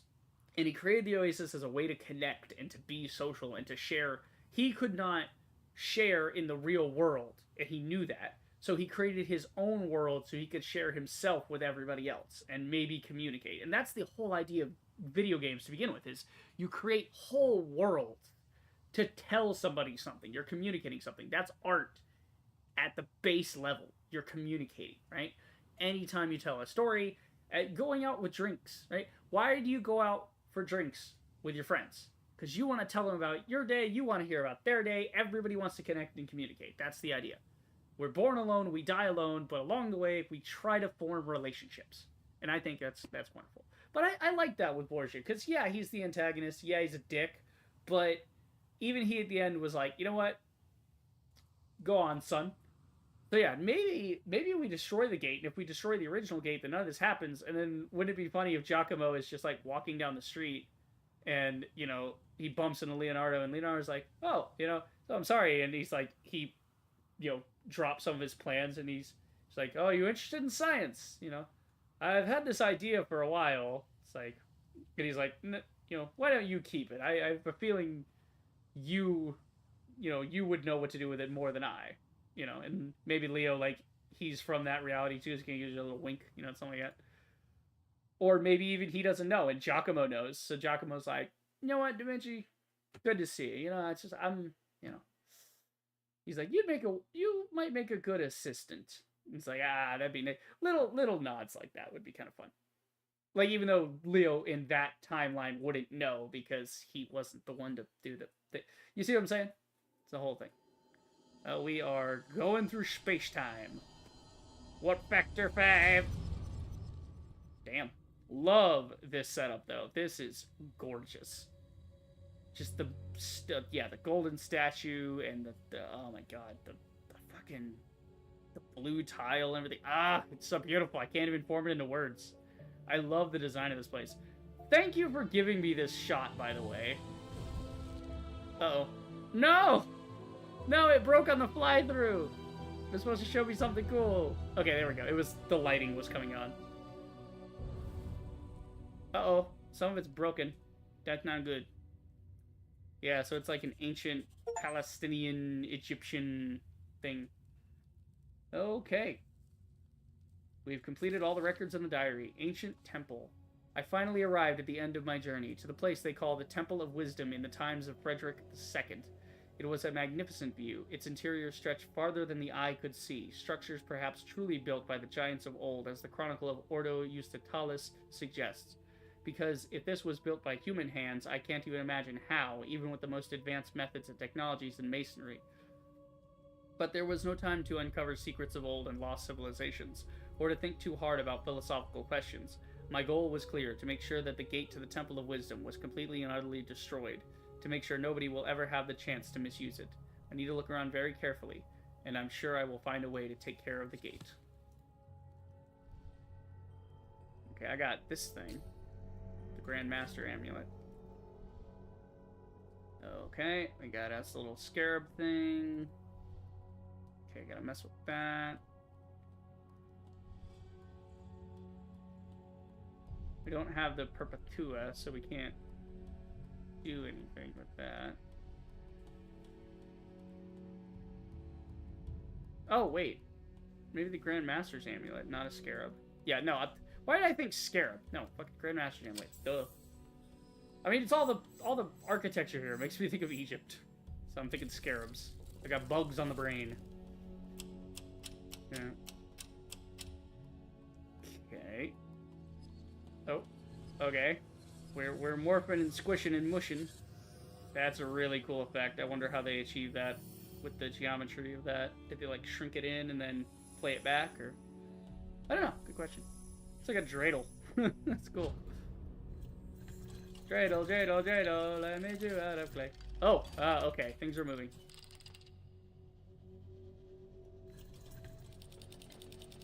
Okay, so we're trying to maybe match the picture we had. We had a picture on the tapestry. Hands together, wings out. With no face.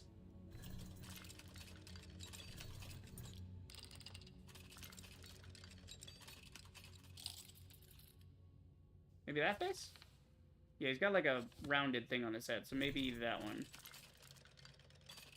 No, not the jackal mask. Definitely not. That one. That's the one, right? It's got little horns on the side? No. Well, it's got little dangly bits and horns, so maybe that one. Is it that one or this one? No, see, we need the one with the dangly bits. Like that. And we need the wings to go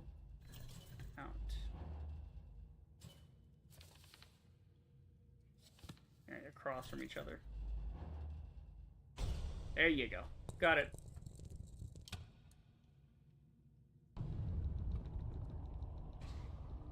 See, that was good. I had a note, I consulted the note, I solved the puzzle. That's something. Whoa. Here come the lava.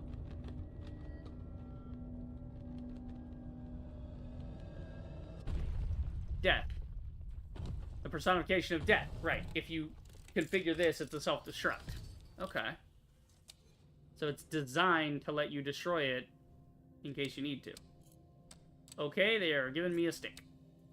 Oh, it's a lever. Okay, it's just straight up a lever that assembled itself. Cool. So, when we started House of Da Vinci, did anyone else think we were going to be in a precursor alien temple in Palestine? No? Yeah, me neither. Ah! Okay, that genuinely got me. Look at Jesus Christ. Whole thing's coming down. So I guess the idea is now it's going to start melting everything with the lava. Everything's going to start coming off and just destroying itself. Right. Wouldn't it be funny if this was like a cyclical thing? Like, you were the one that destroyed the temple, and that's when they found the temple later, and it just goes around in a loop.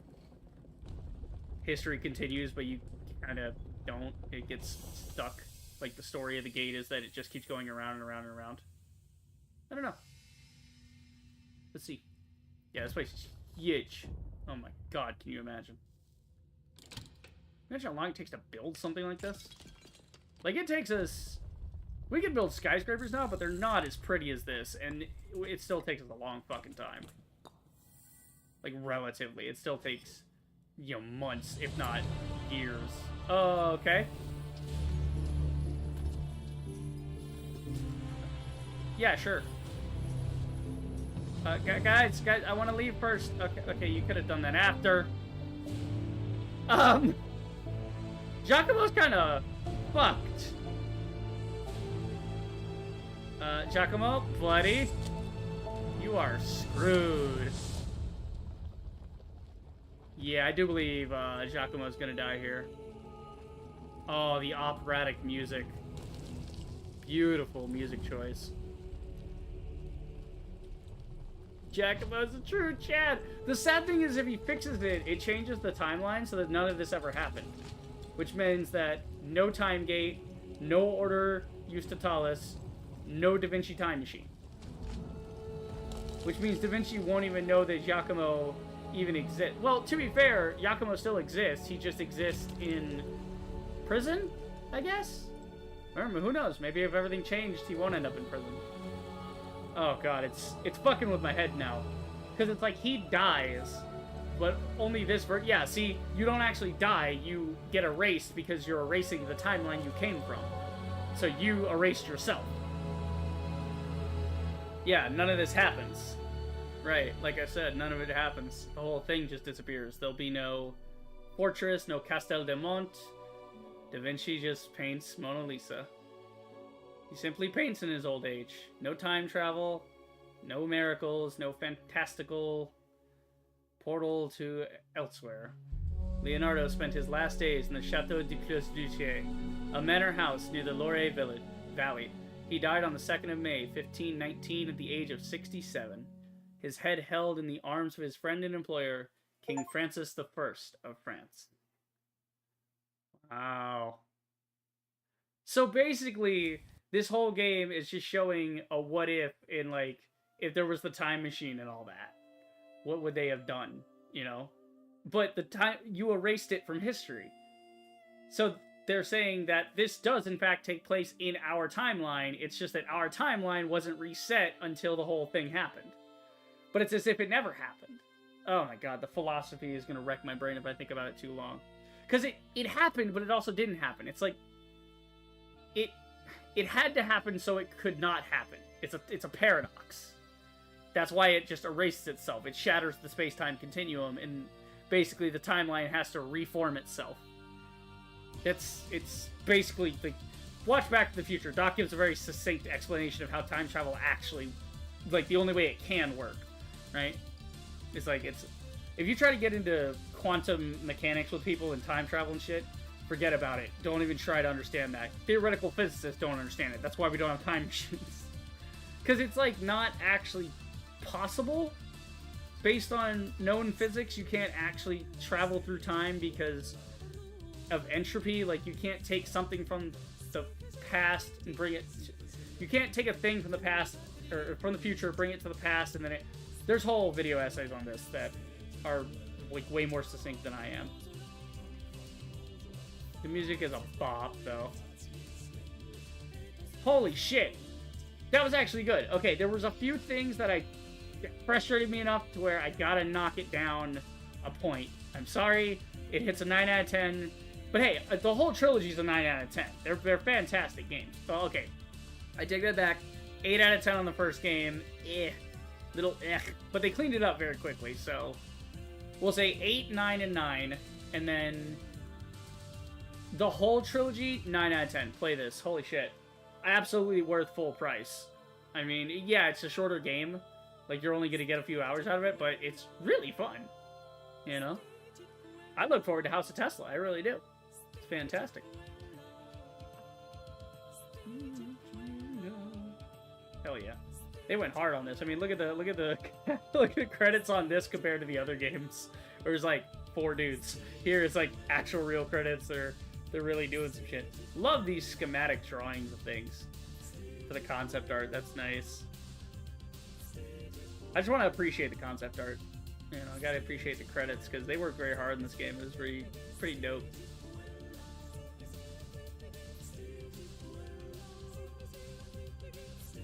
So it's like winding back through time, by the way. Did you notice that? We started at the end with the gate, and then we wound back to the Ocula Perpetua. The first thing was we were given that. That was the beginning of the story. Nice. Okay, Blue Brain, you seem to have redeemed yourself with the puzzles. The puzzles seem to have gotten really good. If you can keep it to a minimum of 1 frustrating-ass, stupid puzzle design per game from now on, you're going to have 10 out of 10 games.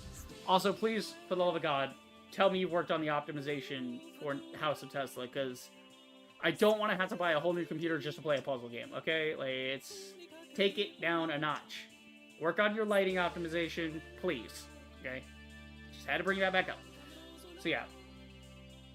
Yep, same thing, as Master Leonardo once said. Yeah, so you only get, like, 7 hours out of every game. So, the whole series, 20 hours.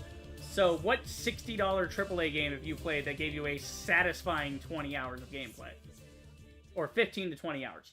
That's how games used to be. Games used to be like, here's a nice campaign that's, like, 20 hours. They got the super big mega games. It's like, I don't want to play the super big mega games. I like this. I got this done in, like, what? 3 or 4 streams? We did, like, a couple of streams of this. This is stream number 6. So, yeah. It's great. We love it. You love to see it. This is why House of Tesla is on my list. Because I knew from playing that demo, I'm like, oh, this is cool. This is why I picked these up. You know? I picked them up on sale, but I still picked them up. Like, yeah, I want to support them, you know? And whenever House of Tesla's out, then I want to get that too. If they plan on doing multiple, I might wait and pick up the whole trilogy, though. Just because, cool. Yeah, House of Da Vinci. That's the trilogy done. Okay, cool. Fantastic. So yeah, overall, I mean, the whole series, 9 out of 10. 8, not in order, 1, 2, and 3. 8, 9, and 9, right? So they got very, very good with the puzzles and shit in the later games. They really expanded on the story. I don't know if the story was always there. I don't know if they maybe just started with, like, hey, what if Da Vinci did a time machine? Okay, well, what happens when you fall through the time machine? Don't know. But then like, it seems like they had a blank slate type of guy, like a self-insert in the first game. And then they said, well, what if we actually made Giacomo Leonardo's assistant? What if he was a spy for Borgia? Like, who's the guy chasing you in the beginning? You don't fucking know. You don't know that the guy that chased you through time was Borgia. He was the guy that fell through the portal with you. Okay, cool. Like, all of it's very, you know nothing in the first game. So they can fill those in and it doesn't retcon anything. It doesn't change anything about the first game. But no, that was pretty tight. I think, I'm just feeling the chill games lately. I'm thinking, we go do My Little Universe. We do that. And we get back on that. And just chill, man. Just chill. But yeah, that is it for the House of Da Vinci. I hope you guys enjoyed. If you did, then do the usual. Like, subscribe, check out my streams, and I will see you guys in the next video. Reaper the Rager, signing off.